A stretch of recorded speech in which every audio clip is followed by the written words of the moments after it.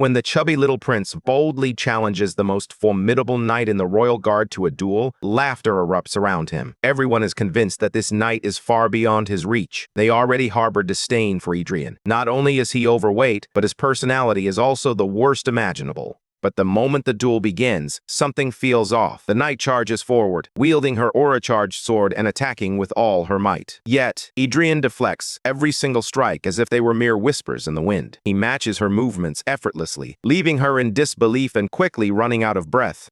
She struggles to comprehend the chaos unfolding around her. Suddenly, Adrian unleashes his dragon aura, and the immense pressure sends her into a spiral of panic. With the dwindling mana she has left, she musters all her strength for one last desperate defense. Yet, Adrian merely smiles. In an instant, he lunges forward, effortlessly slicing through her defenses. His strike effortlessly cleaves her sword in two. The strongest knight in the guard kneels in the dirt, staring in disbelief at the shattered remnants in her hands. The surrounding knights struggle to comprehend what they've just witnessed. How could this seemingly unassuming prince have so easily defeated and humiliated their mightiest warrior? What none of them realize is that Adrian has spent the entire past month training like a man possessed. He trades in his leisurely meals for relentless training sessions. He runs tirelessly throughout the day, honing his skills, and even perfects his manicure in between. Day and night he swings a wooden sword, repeating the motion until it becomes second nature. Even when his instructor commands him to stop, Adrian stubbornly persists. Rain or shine, he trains relentlessly, pushing himself again and again until his hands are raw and bleeding. Eventually, even his wooden sword splinters under the strain. But what could have caused this once rotund prince to transform so dramatically? The truth is, his body no longer belongs to him. Now it is controlled by the very sword he once plunged into himself. But this is no ordinary sword. This is the tale of a hero reincarnated as a sword. Over the centuries, he has been wielded by many legends. Yet the most profound connection he ever formed was with one individual, a hero named Leonberg. Despite his humble beginnings as a peasant, this man earned the title of Sword Saint through sheer determination, wielding a magnificent blade. Though many had held the sword before him, Leonberg was the only one he regarded as a true companion of the heart. They journeyed from one continent to another, spending decades traversing and purifying the world together. At last, the day had come to confront their ultimate foe, the White Dragon of the Frost Mountains. This colossal silver-scaled beast drained every ounce of strength from Leonberg before he finally managed to bring it down. While they restored peace to the kingdom, an achievement that allowed Leonberg to ascend as the sovereign of the nation, the victory came at a cost. With the world once again basking in sunshine and roses, the sword was finally laid to rest after centuries of slaying monsters. Passed down through the generations of the Leonberg bloodline, the sword had long awaited a worthy successor. Yet none could fill the void left in its heart by his beloved friend. With each new prince, the legacy grew increasingly tarnished, as incompetence and mediocrity took root. This decline reached its nadir when the sword was handed to a lazy, overweight youth, whose potential seemed as dim as his ambition.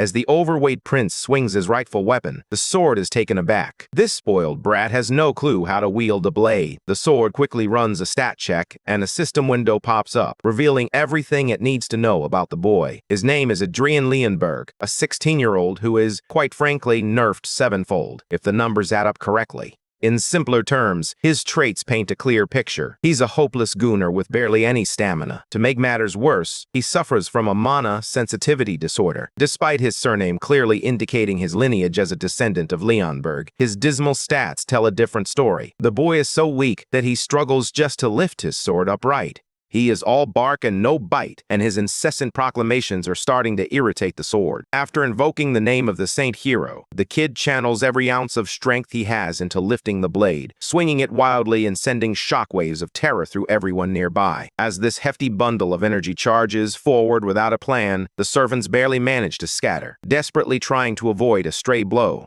The absurdity reaches its climax when the clumsy prince trips over his own feet, inadvertently directing the sharp blade straight at his belly. As he tumbles, there's no twist of fate. He is truly impaled by his own sword. Gasps of horror ripple through the crowd as onlookers rush to support the young prince, their faces etched with shock at the tragic turn of events. But let's not overlook the sword, which is having a particularly rough time right now. However, perhaps the kid's death isn't as tragic as it seems. Allow me to explain. Adrian failed to inherit any traits that would mark him as a true descendant of Leonberg. Instead, he stood out for all the wrong reasons.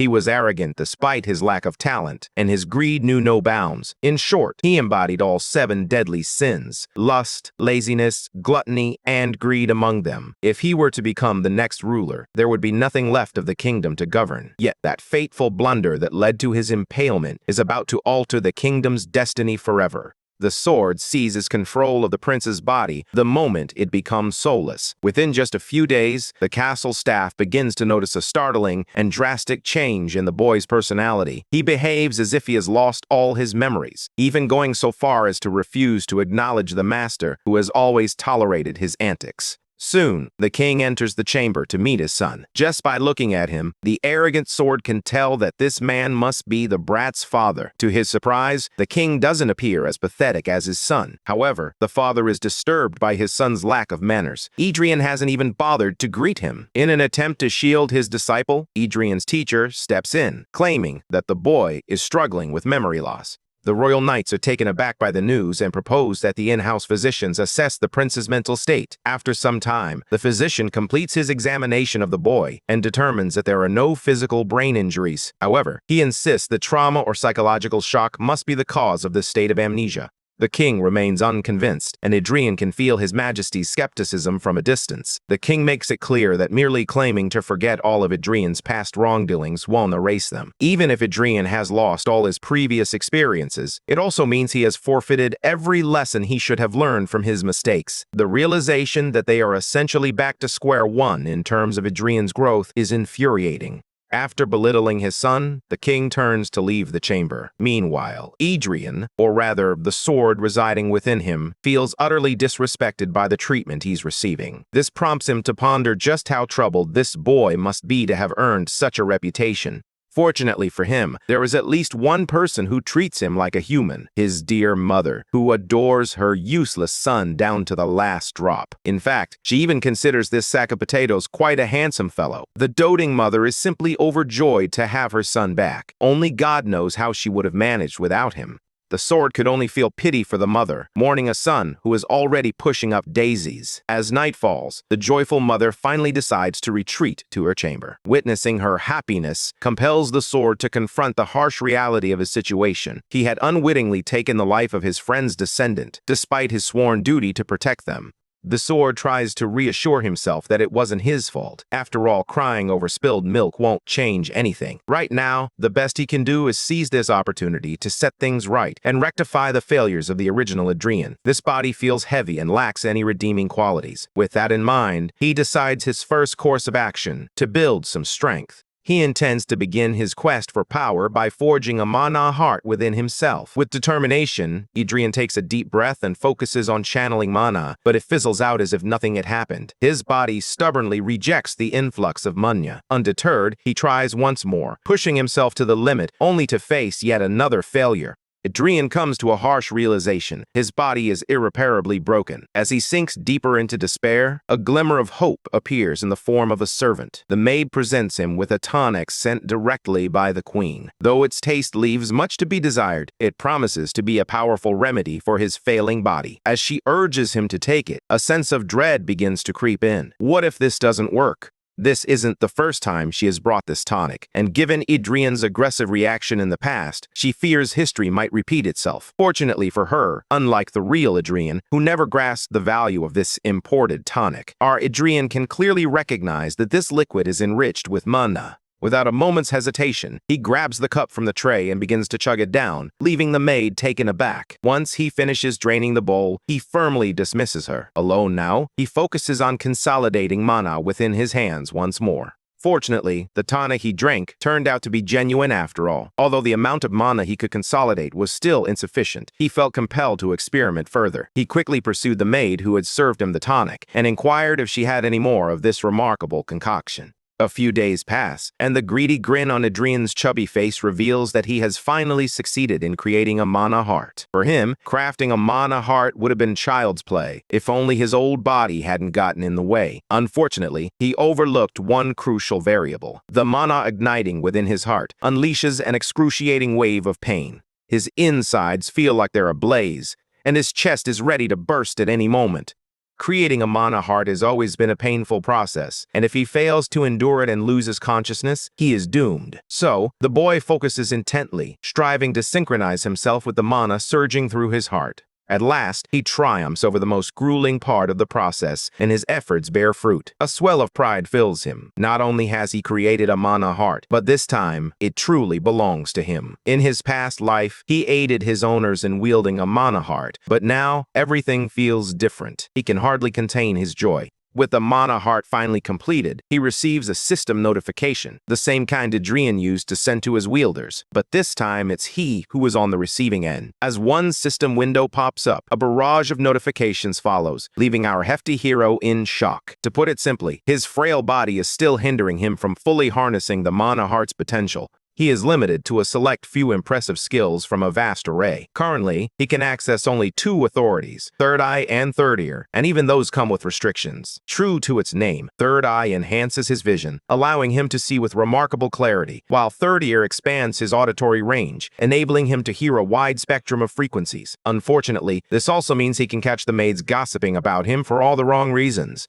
Before he can observe the servants any longer, a wave of exhaustion washes over him, the toll of mana consumption causing his vision to fade. Adrian certainly doesn't appreciate the limitations imposed on him, stifling his potential. In his earlier days, he had the remarkable ability to see and hear everything in every direction, but now he struggles to muster just enough mana to briefly activate his third ear and third eye. However, he remains optimistic that once his overall mana capacity increases, he will be capable of much more than just that. While his mana capacity may be low, his appetite is equally vast, and he is currently starving. In his pursuit of power, the sword has almost forgotten that he inhabits a human body and must learn to adapt to it. A while later, he reunites with his doting mother, who is noticeably happier than before. Her joy stems from the fact that her son has consumed every last drop of the tonic she sent. As she showers him with maternal affection, a new figure steps into view. When his mother asks if he recognizes this person, Adrian boldly denies it, despite the fact that this imposing man is none other than his uncle, her brother.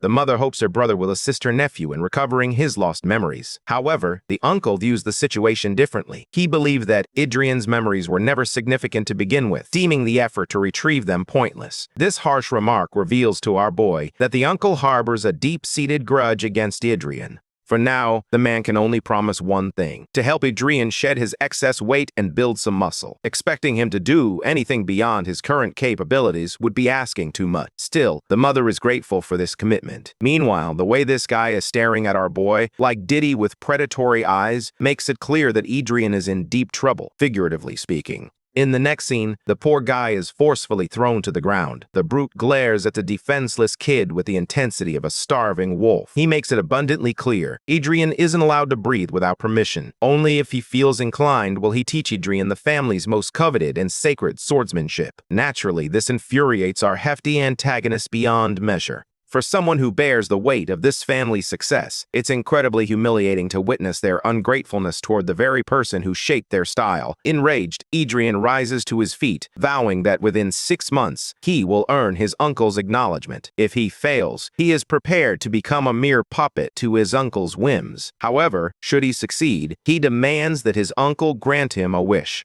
Mistaking the child's confidence for arrogance, the most arrogant man in the world quickly capitulates to the kid's terms. Adrian reflects on his predicament. Despite boldly declaring victory, he is painfully aware that this body will soon challenge him. Channeling his mana, he wraps himself in its energy and begins to sprint, determined to burn off the excess fat. Suddenly, the uncle senses the presence of mana within Adrian's body, leaving him utterly stunned. He quickly halts Adrian's sprint to ask a curious question. Has he already created a mana heart? Seizing the moment, Adrian can't help but brag, eager for his uncle's astonishment. However, it turns out his uncle is disappointed, but not for the reason one might expect. He feels a surge of annoyance, questioning who would suggest he go so far as to develop a mana heart. The harsh truth is that this technique is typically reserved for low-grade, bottom-tier mercenaries. Just like that, all the confidence he had has been shattered by a single revelation. The skills he learned aren't worth a dime. A while later, his confidence, once inflated like his belly, has been thoroughly deflated. Bro is losing his composure as he reflects on his uncle's words. His uncle had showcased his strength by forming a mana ring and striking Adrian with it. That single blow shattered the mana that our boy had relied on so heavily.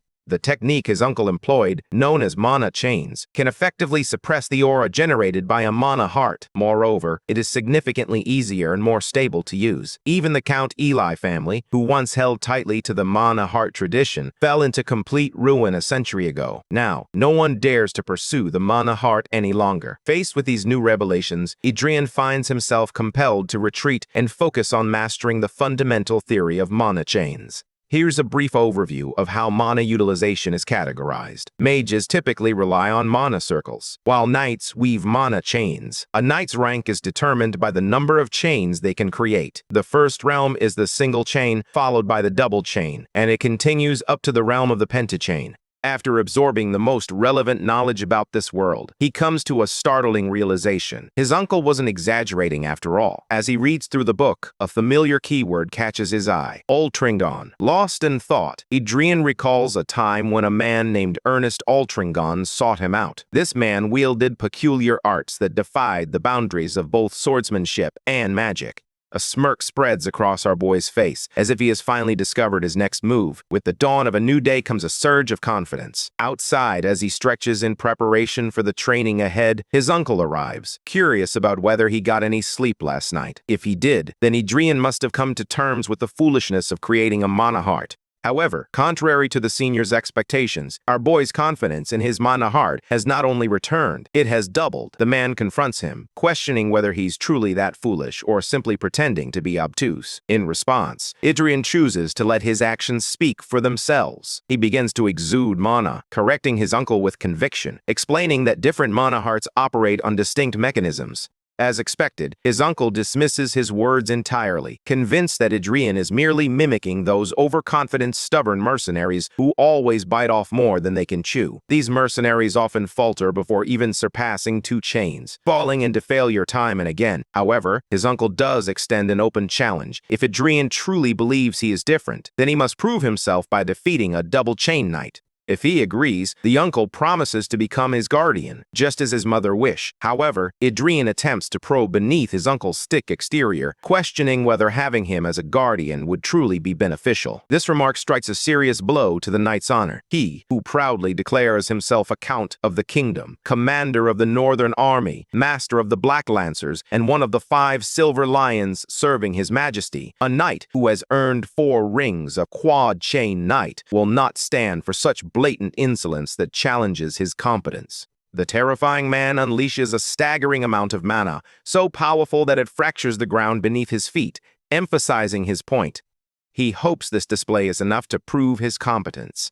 As Adrian faces the reality of the situation, he learns the hard way just how formidable this man truly is. Before the uncle can escalate matters to the point of threatening the young prince's life, the knights nearby have no choice but to raise their weapons against the count. The stakes are high, and Adrian finally understands that this challenge will require far more effort than he had initially anticipated. A short while later, Adrian lies sprawled on the floor like a sack of wheat, utterly exhausted from the grueling cardio he's enduring to shed the stubborn fat his body clings to. The arrogant visage of the count keeps resurfacing in his mind. If he fails to defeat a double-chain knight, that smugly scarred face will haunt him, forever looking down on him with disdain. As our boy returns to his room, he is unexpectedly greeted by the physician who had been waiting for him. The physician tries his best to engage in small talk, offering greetings and pleasantries, but the impatient man urges him to get straight to the point. It soon becomes clear that the queen has ordered this physician to heal the young prince, aiming to expedite his recovery.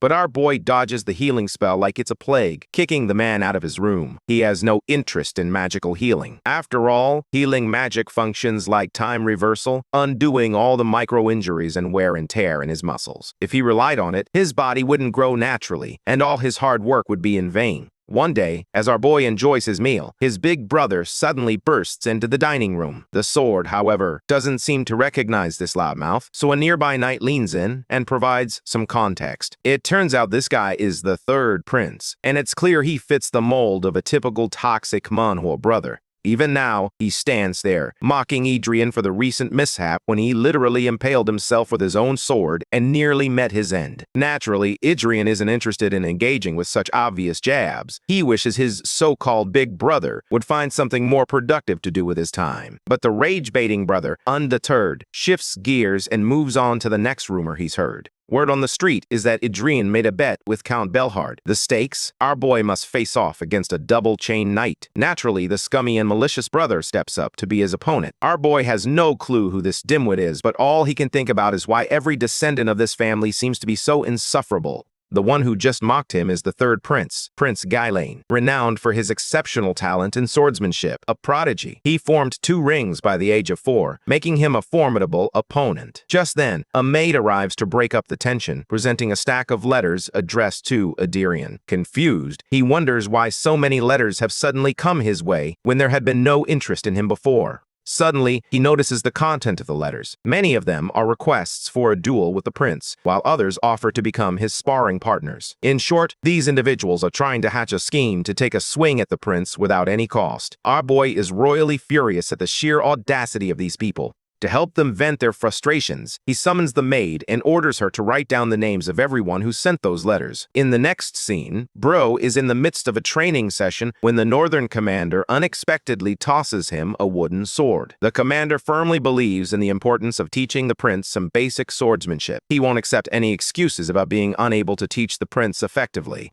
Adrian crouches to retrieve the weapon, feeling a twinge of irritation that this guy couldn't simply hand him the sword. Suddenly, a jolt courses through his body, his muscles spazzing unexpectedly. Balorhard watches, puzzled, and wonders if the boy has yet to receive any healing magic. With a smirk, Adrian taunts him for not understanding the reason behind it, despite being a knight. After all, when healing magic is applied, the muscles simply revert to their original state and refuse to develop further. Balorhard nods in agreement, then turns to Adrian, revealing that he wasn't focused on healing magic at all. Instead, he intends to demonstrate a skill that he wants Adrian to observe with the utmost attention. This technique is the kingdom's secret sword technique, a foundational practice used by its knights to strengthen their core abilities. The weapon swings with ferocity as the knight slashes in every direction. His flawless display of swordsmanship culminates in a breathtaking spiral finish, leaving Balorhard utterly speechless. As the echoes of that stunning demonstration fade, Adrian can't help but wonder if this is truly the foundational technique for knights. Balorhard takes offense, insisting that training weapons lack the necessary sharpness. He believes it's crucial to stick to the fundamentals when learning swordsmanship. Suddenly, Bro bursts into laughter right in his teacher's face. Adrian has come to a startling realization. The great swordsmanship that once vanquished the mad dragon is now reduced to a mere training technique. Bro's face is filled with despair, as his master insists that this technique won't be enough to win the bet. After covering the basics, he suggests that Prince Adrian could always seek another teacher. However, Adrian firmly rejects the idea of learning from anyone else, convinced that this technique will be more than sufficient. His determination leaves Balorhard slightly annoyed, but in the end, he decides to respect Adrian's wishes. Back to the training session, our protagonist is diligently practicing his sword swing. He reflects on why the Dragon Slayer technique is regarded as inferior. He realizes that nature is meant to evolve in this direction, yet Balorhard's technique, despite its execution, lacks the true spirit of dragon slaying. The people who rejected the mana heart have long forgotten how to infuse their own spirit into the sword, leaving them unable to grasp the true value of the Dragon Slayer technique. As Balorhard immerses himself in thought, he suddenly clashes swords with Adrian, adjusting his stance. "Put strength into your blade, not just your arms," he instructs, delivering a sharp smack to the prince's belly, followed by a tap on his legs. The impact compels Adrian to correct his posture, learning to distribute his strength evenly throughout the weapon. Deep down, Adrian knows his teacher is absolutely right. His current body felt weak as he struggled to master the technique. This technique, once revered, was not meant to be dismissed as worthless, and he was determined to prove its true value through his own actions. Days turned into weeks as he endured grueling training sessions. After a month of relentless effort, the system finally congratulated him on completing a mission. Now, his severe obesity has been reduced to a more manageable level, allowing his metabolism to adjust and his body to transform accordingly. The trait of clumsiness has vanished, and with regular exercise, he will only become more agile. Additionally, his mana capacity is expanding, and the sensitivity disorder that once plagued him is fading away. With each swing, Adrian's confidence grows, a testament to how far he has come in just a month. His goal is simple yet profound, to improve his technique by 1% every day. However, lost in his thoughts once more, he feels the weight of his teacher's sword come crashing down on his own. "I've told you to focus, Adrian," the teacher admonishes, frustration evident in his voice. They stand in silence beneath the relentless rain, the prince's hands trembling with fatigue. Blood trickles down from his bruised grip as he gazes at his uncle, seeking answers about what transpired. Adrian's eyes shift to the training dummy before him, its limbs severed cleanly by his powerful slash. Our boy stands speechless as Balahard roars at him, scolding him for being a fool who could have caused serious damage had he wielded a proper sword. Adrian's hands are marred with calluses and cuts, a testament to his struggles. In recognition of his intense focus, the system rewards him with a super concentration trait. This moment serves as a bittersweet reward. In his final thoughts before succumbing to exhaustion, our boy reflects on how close he came to death. Balahard notices his student staring at him, commenting on the prince's stubbornness. In the next scene, our boy awakens in his bed, realizing he had fallen asleep during training. He truly pushed his current body beyond its limits, reminiscing about the time he was a sword, perfect in every way. His wielders included a nameless war hero, a master swordsman, a mercenary king, and even the founder of a kingdom. He had single-handedly led armies to victory, vanquished countless monsters, and forged the path for heroes to thrive. Gruhorn had always been an exceptional advisor and teacher, which is why he was determined to keep wielding his weapon until he could achieve that perfect state once more, pouring all his effort into his craft. However, his current body was too weak, and without proper rest, it would lead to his downfall. A month had passed since he created the mana heart, and during that time, he had accumulated a significant amount of mana. As the prince meditates, he readies himself for the next level, one that his system is finally prepared to unlock. His body can now freely draw upon the increased mana from the expansion and evolution of his mana heart. This transformation has also enhanced his physical constitution, allowing him to reap the benefits of his newly empowered mana heart. By the end of this process, Adrian's mana heart pulses with success, signaling a significant breakthrough. Eager to put his newfound skills to the test, he grabs his sword and takes a swing. Now officially a sword learner. With this advancement, he can tap into the most basic level of aura, as demonstrated by the shimmering waves emanating from his blade. The fundamentals have been mastered. During the subsequent training session, Balahard shares some intriguing rumors circulating throughout the kingdom about the bets. As a result, Bro found himself pushing the prince to train even harder, his annoyance growing with each passing day as he wished Adrian would just hurry up and find a partner. The name that kept surfacing in his mind was none other than the third son of the Empire. Meanwhile, Bro understood that he couldn't confront a double-chain warrior head-on, so he began to contemplate the idea of starting with a single-chain fighter instead. Adrian glances at Carl's, seeking an update on his task. The knight replies confidently, assuring the prince that he has followed orders precisely, sending sparring requests far and wide. Yet, a hint of concern lingers in Carl's voice as he questions why the prince is eager to practice with so many opponents. The answer is straightforward. Each of these challengers harbors a grudge against the insufferably arrogant prince. That's why they're deliberately using this opportunity to hurt him, but our boy is unfazed. He's already aware of their strategy. His only concern is for his uncle to serve as the referee for each session. It's a straightforward task, ensuring that no one dies during the match, something Balahard should have no problem with. Days later, the first training match begins. The first challenger gazes in awe at the majestic palace of the scoundrel prince. His name is Taylor Tailheim, the second son of an unremarkable baronial family. Years ago, the arrogant prince had publicly denounced him, mercilessly ridiculing his older brother and father, shattering his family's honor in an instant. Since that day, the Tailheim family has fallen from grace, becoming a target of mockery. Now, he stands here, ready to exact his revenge on the arrogant prince in this fight. When he finally encounters the prince, he greets him with the utmost respect, emphasizing his status as an apprentice knight of the single chain. However, his introduction drags on, far too lengthy for an unofficial match. Our boy even insults his opponent, calling him weak, which only reinforces Taylor's impression of the prince's arrogance. Balahard notices the young man's vitriol and hatred, promptly ordering him to compose himself. The fight hasn't even begun. In an instant, he transforms from a ruthless contender into a starry-eyed fangirl, captivated by the presence of the northern commander standing before him. Even our protagonist believes that his uncle deserves the title of prince more than he does. Balohard seizes the moment to taunt him, calling him a spoiled noble brat from the past. Regardless, both fighters are instructed to take their positions as the match is about to begin. They lock eyes, each one sizing the other up. Taylor is the first to unleash his aura, a confident smile on his face as he lunges forward to confront the prince. He aims for an aerial slash, but with a mere glance, Adrian critiques the apprentice knight's wasted movements. Effortlessly, he blocks the strike, leaving Taylor stunned by the display of his mana heart. Taylor leaps back to create some distance, pondering how a mana heart could possibly block a mana chain. His observation is spot on, but the reality is that he's only using a single chain, which doesn't make much of an impact, just enough to send a shiver through the prince.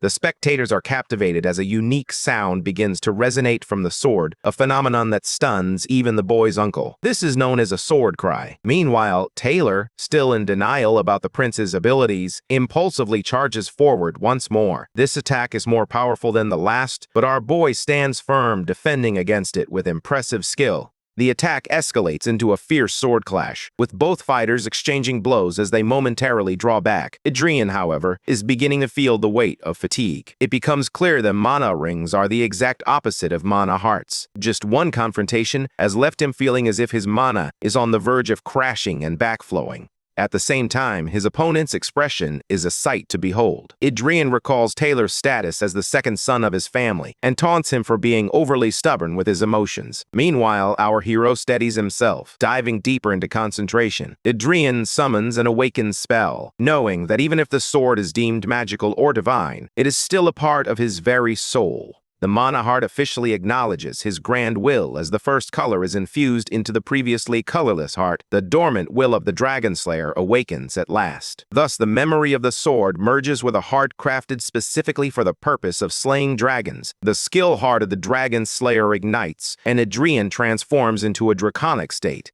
His body is now empowered by the will of the dragon, a gift from the Dragon Slayer sword. From a distance, the once powerless prince now appears as a manifestation of death itself, a crimson aura radiating from him. Taylor is gripped by fear at the sight, while Balohard urgently calls for the duel to be halted. Fueled by determination, the ruthless prince charges forward, intent on slaughtering his opponent.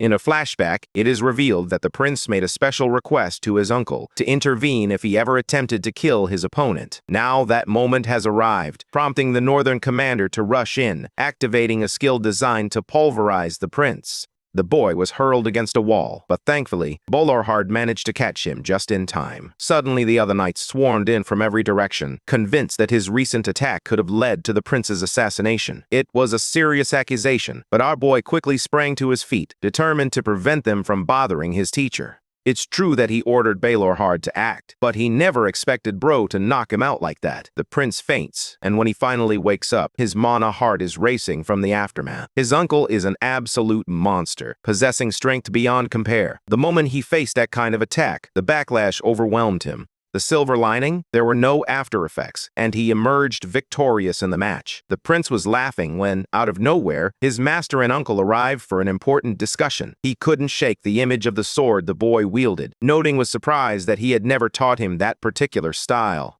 The prince reveals that he has immersed himself in the essence of the sword, becoming one with it. His uncle is troubled by the fact that this same prince, who has never faced a real battle, exudes a godlike, murderous intent. The essence of his spirit is steeped in bloodlust, a truth that Balohard cannot deny. This revelation shocks the prince, who had been bracing himself for a cliched lecture. The northern commander scoffs, declaring himself a soldier first, one who believes in winning by any means necessary. Yet, despite his own ruthless philosophy, he can't help but take issue with Adrian's bloodlust, noting that a weapon cannot distinguish between friend and foe. The prince counters, insisting that he is actively working to overcome his weaknesses. Meanwhile, his maternal uncle watches with keen interest, pondering whether the boy will ultimately be consumed by his inner demons. After 3 days of intense sparring, Taylor stood defeated, while the prince graciously thanked him for his assistance. It was unfortunate that Taylor couldn't achieve the revenge he sought, and our boy couldn't resist teasing him for failing to get what he wanted. With a sly smile, Adrian instructed his maid to bring forth a special gift, one he had long intended for the Talheim family.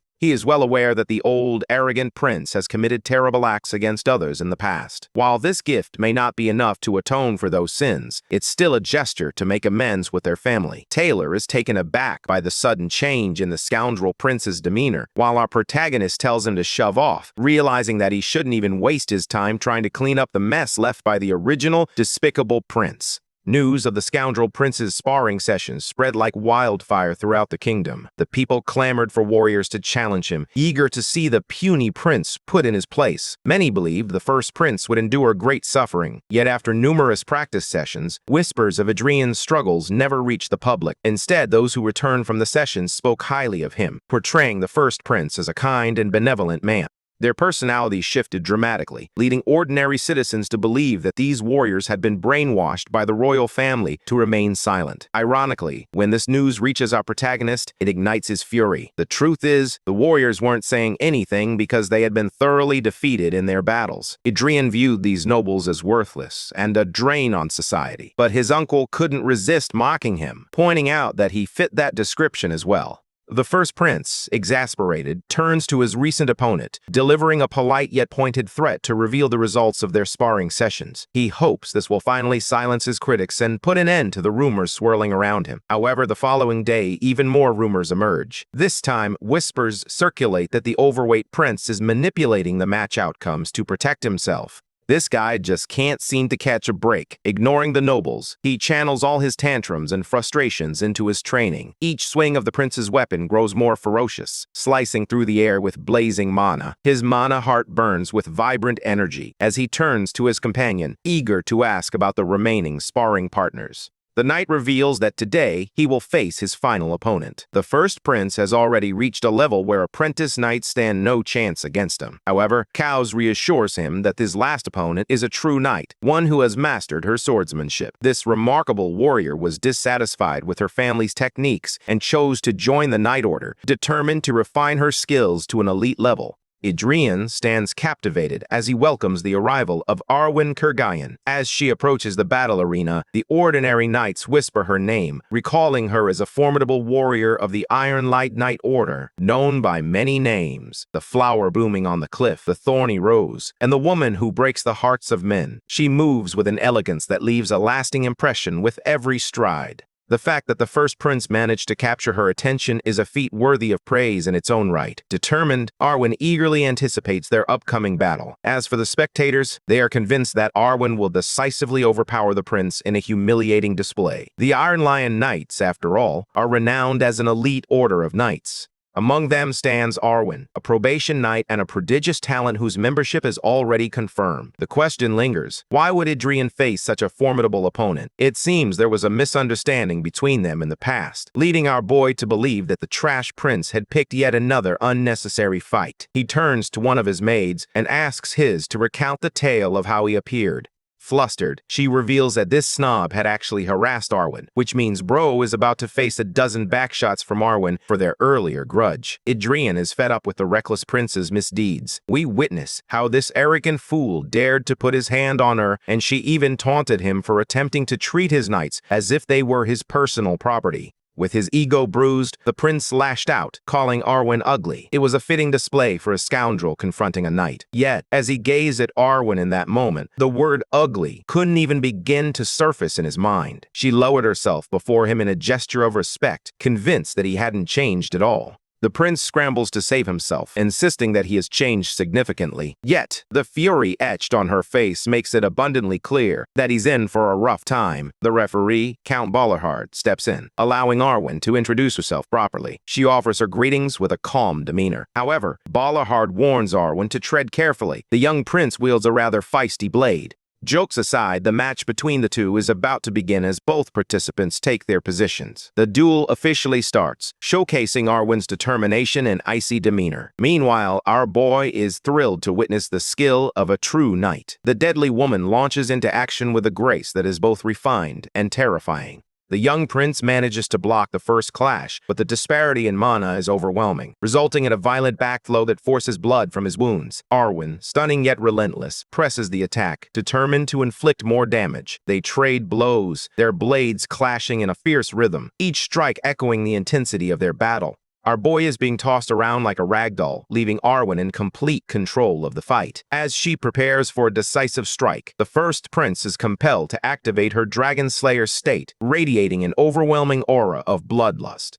The overwhelming bloodlust leaves her momentarily stunned, and the young prince deftly deflects Arwen's sword. She retreats to her starting position, panting for breath as she studies her swordsmanship. Meanwhile, our boy is struggling to maintain her composure. Despite being a single-ring user, Arwen is unlike anyone he has faced before. At the same time, Adrian activates a skill known as Judgment, which reveals the knight's stats, including her strongest and weakest abilities, as well as her personality traits. The prince's ability to see her level, despite his limited use of the skill, underscores the fact that he could potentially defeat her. Channeling a budget Gilgamesh on a diet, he unleashes his crimson aura, prompting the knight to respond in kind. Both fighters spring into action, charging at each other with chaotic speed, marking the true beginning of their battle. Minutes later, both warriors are visibly fatigued, reaching the climax of their duel. With the fight evenly matched, Bolorhard steps in, calling off the match for the day and postponing it until tomorrow. The prince, with a cocky grin, boasts that he was just about to finish things.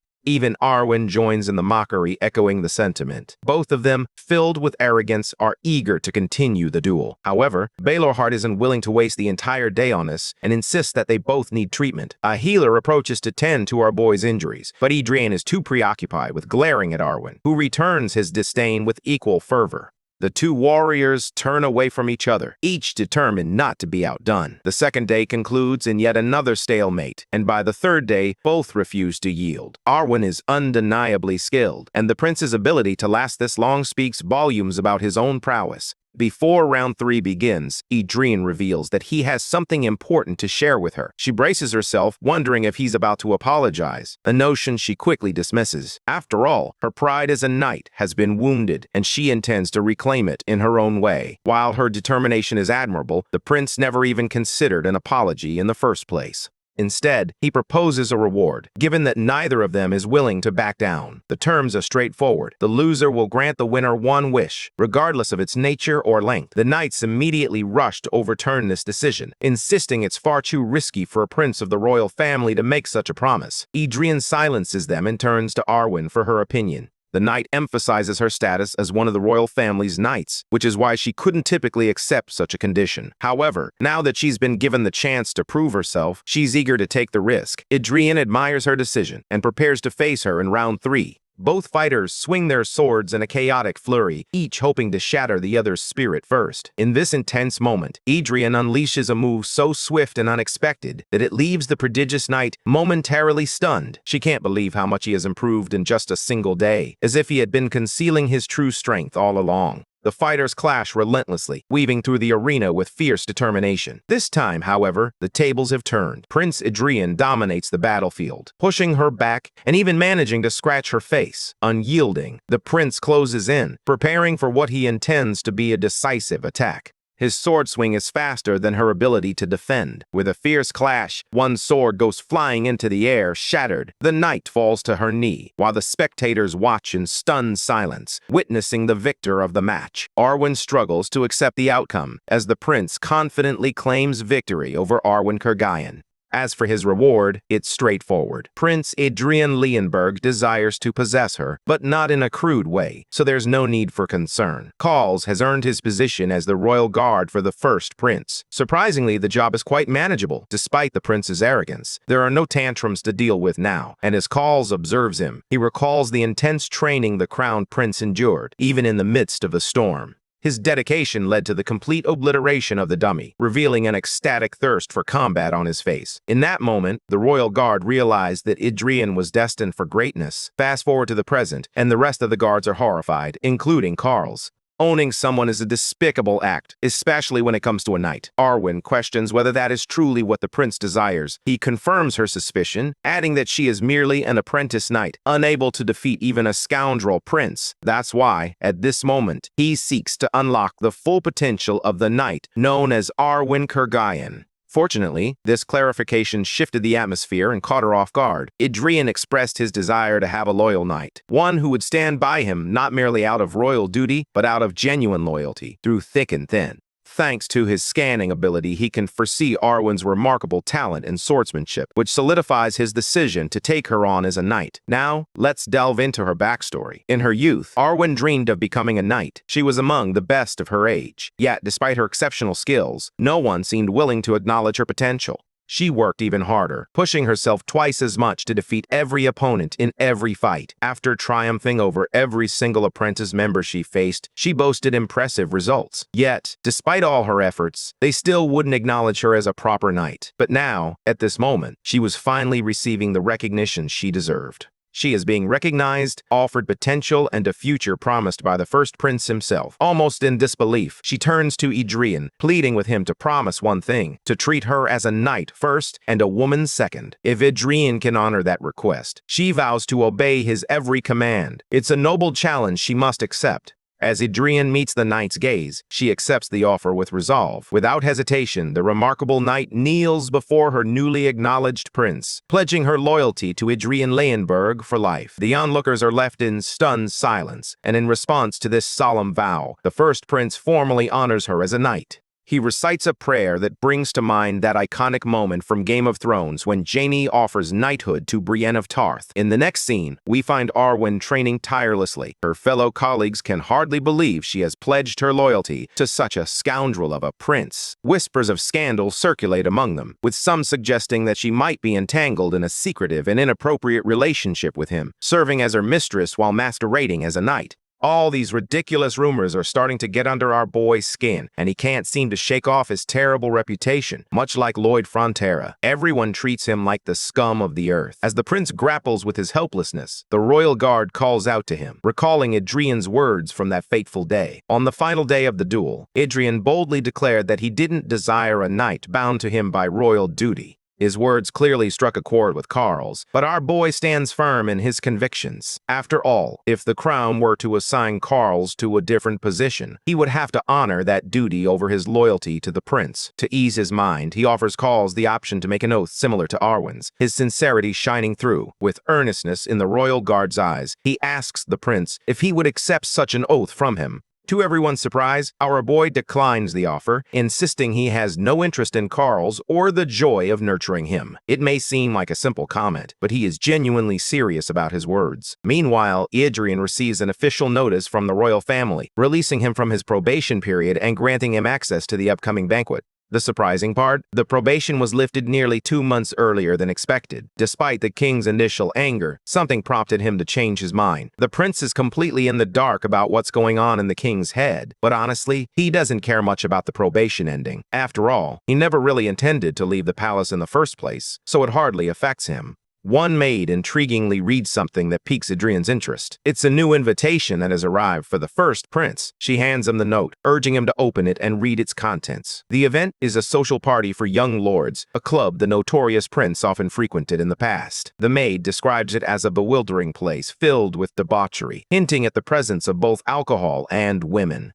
Our boy decides against pursuing that path, firmly rejecting the pointless gathering. But then, he flips the note over and discovers its true origin. It's from Bernardo of the Eli family, a name that stirs something in his memory. Adrian recalls his uncle mentioning that the Eli family was once a powerful ally, only to fall into ruin a century ago. Out of curiosity for his friend's family, the prince decides to attend the event, secretly hoping that they haven't completely fallen apart. 4 months after taking possession of Adrian Leonberg's body, the young prince has shed a significant amount of weight. He commissioned a tailor to create a special outfit that reflects his style, keeping it elegantly minimal. The most striking aspect? Our boy has finally shed the excess weight, transforming from a bowling to a model. Even the prince is taken aback by his own remarkable progress. While his tailor swoons at the sight, he allows the tailor to prepare a second outfit for the palace, but with a caveat. He asks him to hold off for a moment, as his measurements may change once more. In the next scene, the prince makes his way to the social gathering. Adrian is acutely aware of his unfortunate situation, constantly surrounded by guards and carriage attendants. It's an overwhelming experience, but his attention is suddenly drawn to a scar on his maid's neck. It's a stark reminder of her past mistakes, an error that led the cruel, rotund prince to punish her mercilessly.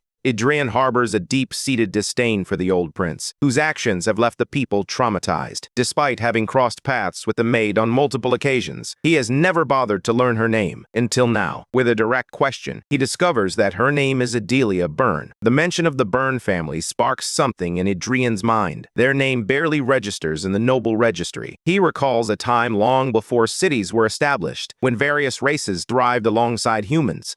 Mankind had suffered, robbed, and killed for their perceived weakness. Yet, an era emerged after the Great War, where humans seized control of their destiny, rising to become the strongest species on the continent. The most notable among them were known as the Five Electors. Among these 5 heroes, one stood out, a woman who wielded the legendary sword Gruhorn. She faced down a horde of titanic monsters, pondering what her and her loyal sword's purpose would be once the war concluded. With unwavering resolve, she leaped into battle and fiercely beheaded Ida, the king of the giants, with a single powerful slash. Killing him marked the end of an era of exploitation, earning her the title of the Iron-Blooded Sword Marquise, Agnes Byrne. She was truly one of a kind, unleashing a torrent of curses upon her foes as she slashed through them, weaving together swear words with the finesse of a master. Even Gruhorn, known for his tough demeanor, felt a twinge of discomfort at the sheer ferocity of her language. He is haunted by the mere memory of her, yet he is stunned to see her descendants sitting right before him. It raises questions about what happened to the Byrne family, leading them to fall to a lower rank. Regardless, Carl announces that they have arrived at their destination. As he steps out of the carriage, he plans to have a proper conversation with Adelia later, leaving both the maid and his royal guard perplexed.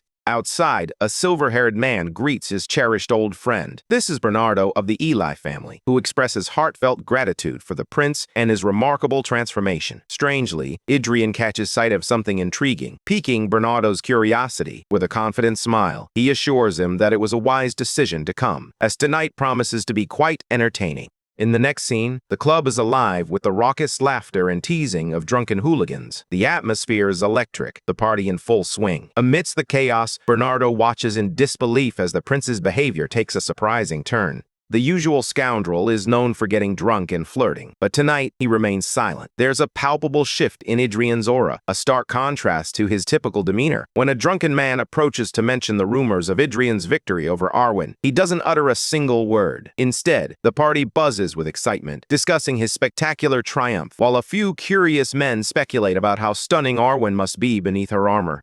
Calmly, he inquires whether the man has any siblings with him. The man reveals he has a younger sibling, which brings a wave of relief to the prince. Why? Because bro wants to end this bastard's life. With a swift, powerful punch, he sends the man flying. The atmosphere shifts dramatically, leaving everyone frozen in fear and shock, even Bernardo. Adrian is overjoyed to discover that this man has a brother, allowing him to unleash his fury without jeopardizing the family's legacy. The man screams in agony as our cold and majestic prince proclaims his younger brother the new heir. The brutal beatdown continues, leaving the crowd horrified by Adrian's relentless bloodshed. The battered man struggles to comprehend why he's being used as a punching bag. Seizing the moment to impart a lesson, the prince declares that he will not stand for being treated like a scoundrel, regardless of how others perceive him. His Shakespearean rhetoric leaves the party utterly bewildered. To drive his point home, Adrian throws another punch, believing that actions speak far louder than words. After delivering a flurry of punches that would make Mike Tyson proud, he calls for Bernardo, who immediately drops to his knees. Clearly, he has no desire to share the same fate as the man who just got pummeled. The prince ominously reminds him of his earlier promise to make today quite entertaining. Confused and alarmed, Bernardo can only wonder what on earth has happened to this man as he receives the order to summon the royal knights. He bolts away at lightning speed to fulfill the order, leaving the rest of the party members staring at the prince in stunned silence. Adrian calls out to the women at the back, urging them to leave, which draws the attention of a particular man. Attempting to slip away unnoticed, he soon finds himself caught in Adrian's gaze. He's fine with letting this guy leave with the woman, as long as he can rip this dude's balls off, just like he did earlier. The mere thought paralyzes all the men with fear. Let's be honest, there's no worse threat than having your manhood curb-stomped until it's nothing but a memory. Idrian confronts them, expressing his outrage at their earlier disrespect, refusing to kneel before him, mocking him, and insulting his knight. To ensure they face appropriate consequences for their insolence toward royalty, he has summoned the royal guards, specifically the Carls, who label these men as treasonous. With a single command, the royal guards eagerly move to apprehend them all. Idrian eagerly issues the order, determined to ensure that no one escapes punishment. Following this encounter, the prince is summoned before the king for yet another reckless attempt to sow chaos. 14 noble children have been arrested on the flimsiest of excuses. The king, furious, confronts his son for invoking the royal family's authority and bringing suffering upon the families of the victims. With 14 families involved, the king is bound to face severe backlash. Idrian knows his father well and articulates his exact fear, emphasizing that these people are nothing but outcasts and irredeemable trash. In fact, he suggests that his father send a letter to specific individuals, namely the brothers and sisters of the arrested scumbags. Upon hearing the boy's words, the king orders him to leave, and the prince departs without a hint of concern. Now, let's return to his meeting with his maid. Despite his best attempts to console Adelia, the poor girl is in tears, questioning what she could have possibly done wrong. She resembles a puppy, broken and battered by the old prince, left in ruins. Her family isn't even recognized among the proper nobles. Even the descendants of the Leonberg family seem unaware of the significance of the Burns, as if a piece of history has been erased. The remarkable contributions of Agnes Byrne have faded into obscurity. The legacy of the Byrne family may seem finished, but our protagonist can clearly see the latent potential in Adelia's swordsmanship. This woman is a secret S-rank with an astonishing array of traits. For starters, she possesses the Butcher trait, which activates at the sight of blood. Then there's War Maniac, a trait that reveals her obsession with battle. Yet, beneath this fierce exterior, she also embodies the Fragile Heart and Caregiver traits, making her a compassionate and gentle soul. So, while this maid boasts unrivaled swordsmanship and combat prowess, none of her traits can rein her in once she succumbs to madness. There comes a moment when even our boy begins to consider the possibility of unleashing her destructive potential upon the world. After all, it would be a shame not to take advantage of her S-rank talent. Now, let's discuss the slave mentality trait, which essentially means a servant feels both loyal and fulfilled in serving her master. With this in mind, Idrian demands that she swear absolute loyalty to her. It's a perplexing request, considering she is already his maid. However, Idrian clarifies that he desires something more. He wants her to become his knight, and he wants her to accept this role immediately. The shy and delicate girl crumbles under the weight of his request, adamantly refusing to take on such a monumental responsibility, convinced of her own insignificance. Yet Idrian sees beyond her doubts. He knows the truth about her lineage, and reassures her that he will take full responsibility for her. Instead, she must swear her loyalty to him and serve without question. The strategy is clear. If Adelia cannot manage her madness on her own, he will take on that burden. Initially, she questions whether he will truly uphold his end of the deal and take responsibility for her family. His confirmation brings her immense joy, especially when he offers to summon them to the capital, allowing her to see them whenever she wishes. This fills her with immense happiness, prompting her to swear her loyalty. Just like Arwen, she chants her vow and declares her service to the first prince for the rest of her life. Idrian is pleased with this arrangement and officially names her as a servant who will follow his orders without question. He even gives her hand a gentle pat, bringing a radiant smile to her face.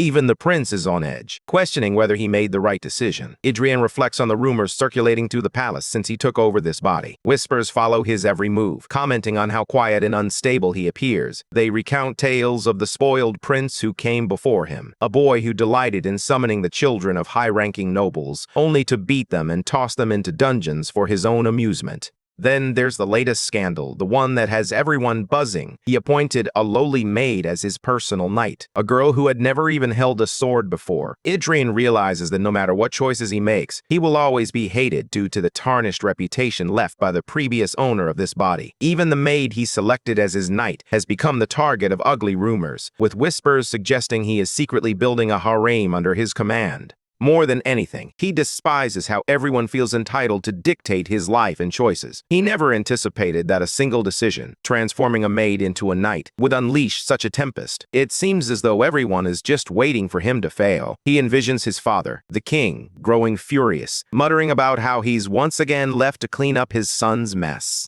He can already hear his uncle cursing his name, just as he always does, and he imagines his younger brother mocking him, acting clever and superior. Adrian sinks deeper into these thoughts, overwhelmed by frustration and dread. Suddenly, another maid rushes in, announcing that the queen has arrived. Panic grips Adrian, his heart racing as he silently pleads for the queen to turn back. Adrian silently pleads with the gods for mercy, hoping for just a moment of respite. He is utterly drained from the endless arguments and the relentless scrutiny. Just when he thinks it might ease up, his mother adds to the pressure. With a stern look, she chastises him, expressing his disappointment that she had genuinely believed he had turned a corner. Now it seems he is slipping back into his old reckless ways. She declares that it's high time for him to embrace society and settle down, specifically, to get married. Once he chooses a spouse, she declares that he will finally settle down and stop wandering around like a madman. Adrian, bewildered, struggles to grasp what she means, but the queen is unfazed. Raising her voice like any furious mother, she insists he listen, proclaiming that a mother is always right. Since she has decided it's time for him to marry, then marry he shall.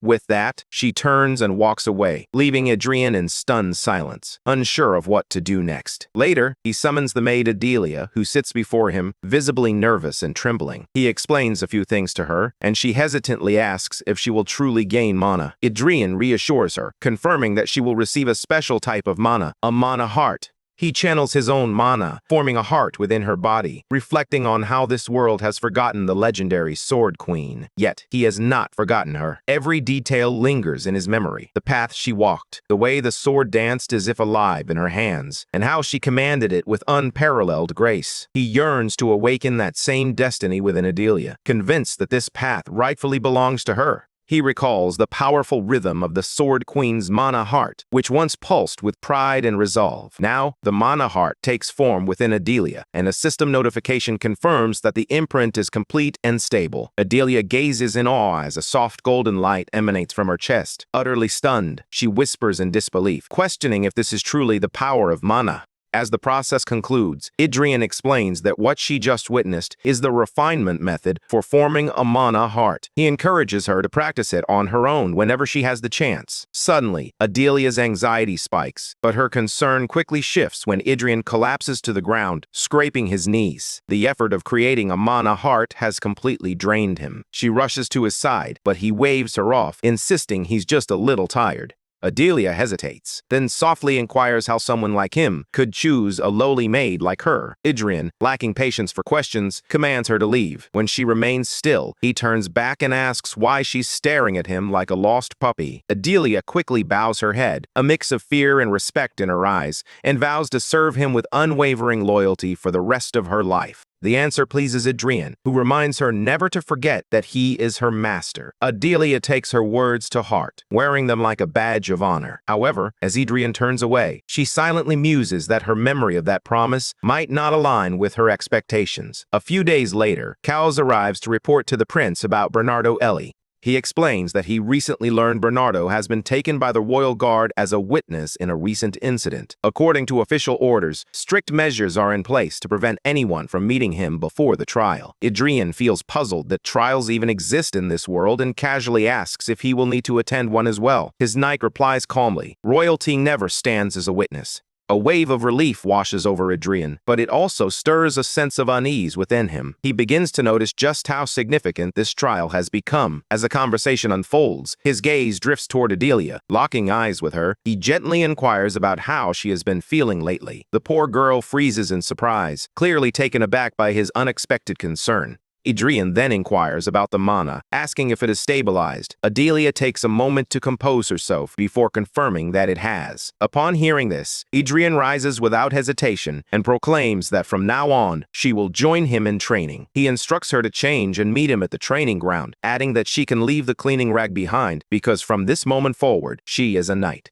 At the training ground, Adrian begins to stretch his body, moving slowly and relaxed. Just as he settles into his routine, he's interrupted by his uncle, Belhard. "What are you doing?" Belhard asks. Adrian shoots back a sharp, sassy reply, clearly uninterested in engaging with him today. His gaze drifts away, fixated on a girl struggling to run across the field. Adrian turns to his uncle, curious if he has heard the latest rumors. With a bold declaration, he reveals his intention to transform her into a knight. The words ignite Belhard's fury, as they always do. He erupts, accusing Adrian of recklessly thrusting a maiden into knighthood and squandering his time on foolish notions. Adrian, unyielding, retorts sharply, demanding that Belhard stop meddling in his affairs as he so often does. Their argument escalates, sharp words slicing through the air, until Adelia finally completes her 10th lap and collapses onto the ground. Belhard doesn't even spare her a glance. Breathless and trembling, Adelia begins to apologize, pleading for forgiveness for being such a poor runner. Adrian quickly interjects, urging her to forget it.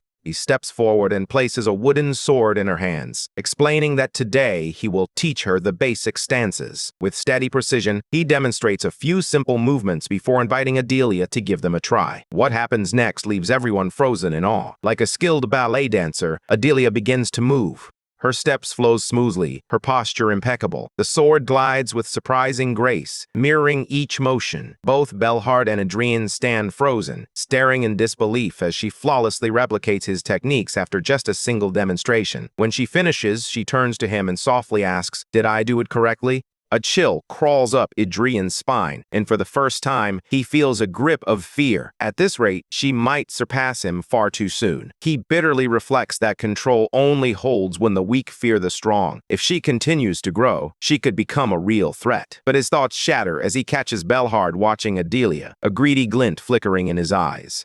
Adrian steps closer, nudging his uncle as a warning to calm down and dismiss any inappropriate thoughts about her. Belhard merely smirks, mocking him. "You're still a novice, Adrian," he taunts. "You've only held a sword for a few months. Someone like you could never handle such overwhelming potential." That's where Adrian draws the line. He refuses to be belittled. His mana heart surges to life, the very heart that embodies the depth of the giant king and the beings who have feasted on the blood of countless lives. A fragment of his soul responds to his fury, rising at his command. Red flames envelop his body as his presence erupts outward. He gazes at Belhard with icy authority, his voice deep and resolute as he proclaims that Adelia is his. Adrian warns his uncle not to look at Idella or even entertain thoughts of her, for he cannot stand it when someone tries to claim what does not belong to them. In that moment, he suddenly realizes that his grip on reality is slipping away. His awareness drifts into a chilling void where neither life nor death can be felt. The danger becomes clear to him. If this continues, his body will merge with the sword and his soul will be consumed by the demonic blade known as Black Horn. Adrian knows he cannot let that happen. He fights against the pole, confronts his inner demons, and forces the demonic power back into its cage. Slowly, he regains his sense of self as Prince Adrian, just in time to catch the tail end of his uncle's grand speech. The uncle passionately proclaims how one ordinary knight can save the lives of 10,000 soldiers, while a single exceptional knight can protect even more. Adrian barely pays attention. To him, his uncle has transformed from mere family into the formidable frontier commander, the man who leads armies through the chaos of battle and among the fallen. Despite the lecture, Adrian remains uninterested. His indifference once again irritates his uncle, who begins to lash out at the boy. It is then that Adelia finally finds her voice. She boldly declares that her body and soul belong to Adrian, and she will not follow anyone else's path. A spark of pride ignites within Adrian at her unwavering resolve, and he smirks at his uncle. Calmly, he states that his original goal for the training was merely to help her lose weight, and now that she has come this far, he has nothing more to teach her. He tells his uncle to leave and stop meddling in his affairs. The uncle storms off, visibly irritated. Yet, despite their confrontation, he continues to visit the palace, watching Adelia and their training from afar. With Adrian having strictly forbidden him from intervening, the uncle can do nothing but observe.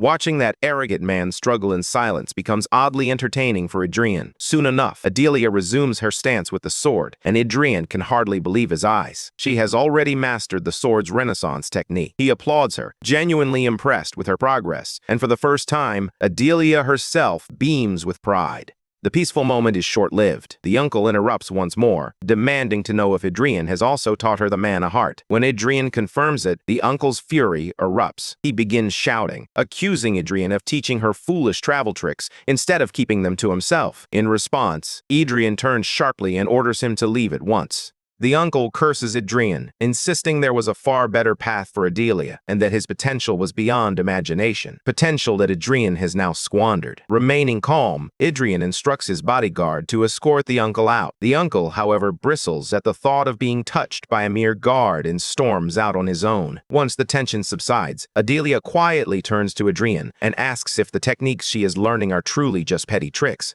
Adrian firmly shakes his head, insisting that his uncle doesn't grasp the situation at all. The truth, he explains, is that people in this modern era have completely forgotten what it means to be a real man with a true heart. If they truly understood, they would never discard it like a pair of worn-out shoes. With quiet conviction, Adrian vows that she will soon uncover the true power of mana. Later at the training ground, the uncle returns and sets a wooden sword in front of Adrian, demanding that he prove himself. He declares that he will use only a single ring, and if Adrian can make him take even half a step back, he will finally acknowledge Adrian's knowledge and power. Adrian picks up the sword, his expression steady, and calmly asks, "What's the bet?" The uncle responds that if Adrian wins, he will grant him one wish, anything he desires, even the family's secret techniques. While this isn't what Adrian truly wants, he accepts the terms without hesitation. In an instant, Adrian charges forward, aiming directly for his uncle's throat. The uncle merely smirks, remarking that it was obvious Adrian would target the neck.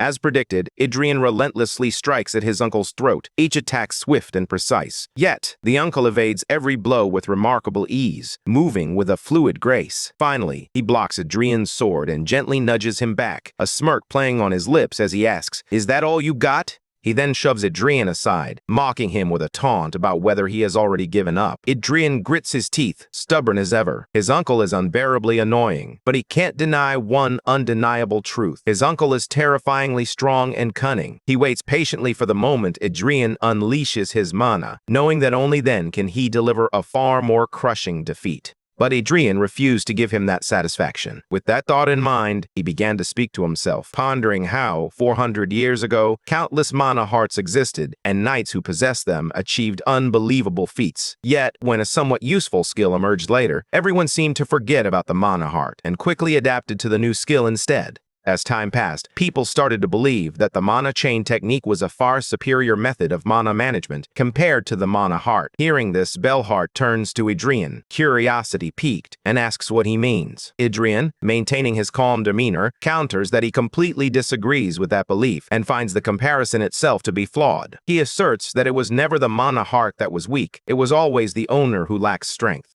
He asserts firmly that not all mana hearts are fragile or inferior. Then, he asks Belhart if he has ever heard of the legendary martial poem. Belhart snaps back, insisting that the training ground is meant for trading blows and swords, not for songs and poetry. Adrian merely smirks, calling him a fool for dismissing the mana heart as a low-level technique. With that, Adrian begins to recite the poem etched deep within his heart. He sings of 100 battles won against 20 trainees, all of whom aspired to become heroic martial warriors. As the words flow, the heroic poem takes form. Power surges through him with each line he recites, the strength of those victories pouring into his body, his arms, and ultimately into his blade. Slowly, his sword begins to glow, responding to the poem with a rising light of its own. A system notification reveals that the effects of the poem of sparing have been activated, and mana flows all around Adrian. Yet, Belhart remains unimpressed, declaring that no matter what Adrian attempts, it will ultimately be futile. As long as Adrian relies on the mana heart, he cannot hope to surpass the mana chain.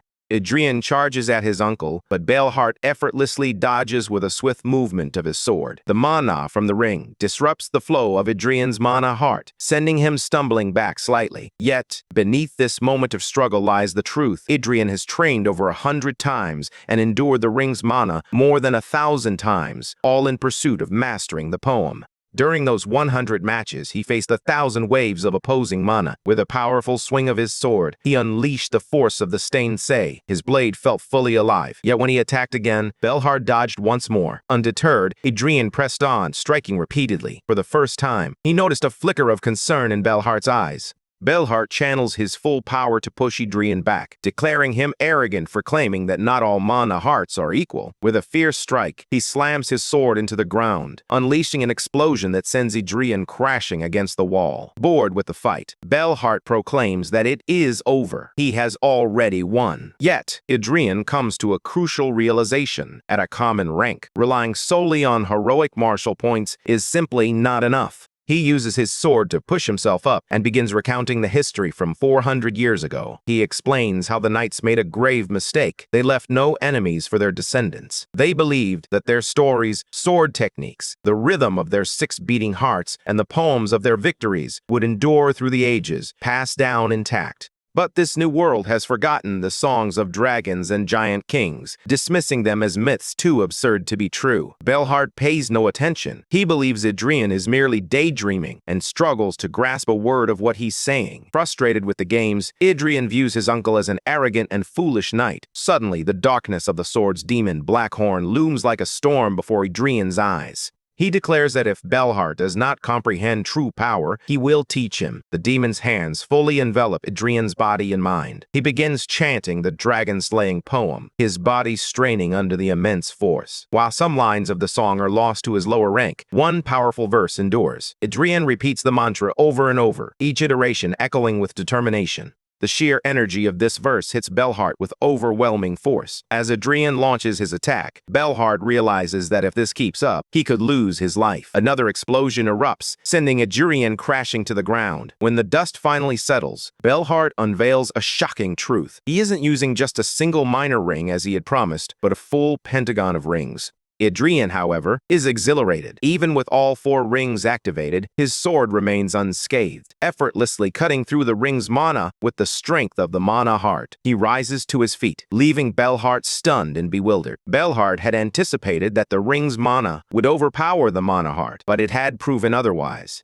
Adrian gazes steadily at his uncle and declares, calm yet resolute, that he has lost. Later, the dragon's song and the relentless strike of the sword batter his frail human body. He claws at the sheets, teeth clenched, cursing that damned Gesta Sanctorum. Later, Adrian feels the agony coursing through him, a painful reminder of the price he paid to forcefully draw out the power of Gesta Sanctorum, the poem of the decapitated dragon. His body is battered and broken, yet he knows every moment of suffering is worth it. This is his first martial feat, crafted entirely by his own hands, and pride swells within him. He recites the poem repeatedly, each word echoing from his heart. The system indicates a slight increase in his rank as the god of duels, and he believes it will be enough to face the third prince in their upcoming duel. Suddenly, Adelia bursts into the room, her face radiant with joy at the sight of him finally awake. She excitedly recounts how, after his collapse, the queen had been furious with Belhart, an unprecedented display of anger that left everyone stunned. Deep down, Adrian can't help but feel a flicker of satisfaction. It serves his uncle right to be reprimanded by the queen. Adelia continues, mentioning that Belhart had requested to be informed the moment Adrian regained consciousness.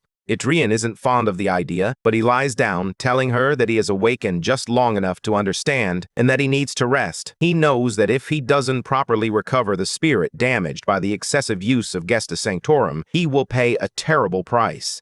Memories of past realities swirl into chaos, and eventually, the boundary of reality crumbles within his mind. He will descend into madness, rendered useless, trapped once more in the sword's memories. Just the thought of that abyss sends a shiver down his spine, for it embodies the worst fate he can imagine.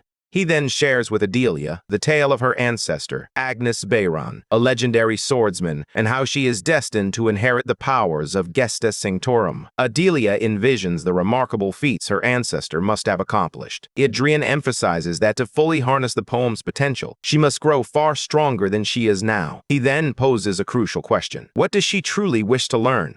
Adelia is taken aback by the question, her eyes widening in surprise as she hesitates, stuttering over her thoughts. Finally, she gathers her courage and declares with all her heart that she wants to become Adrian's sword. Adrian, upon hearing this, freezes, completely taken aback by her bold confession. Some Gesta Sanctorum begin with the blare of a driving trumpet, while others take flight with the first step across a vast expanse. Some commence with a heartfelt oath, much like the one Adelia is making right now before Adrian. She vows to sacrifice her life for him and dedicate everything she has to 5 sacred commitments in his name.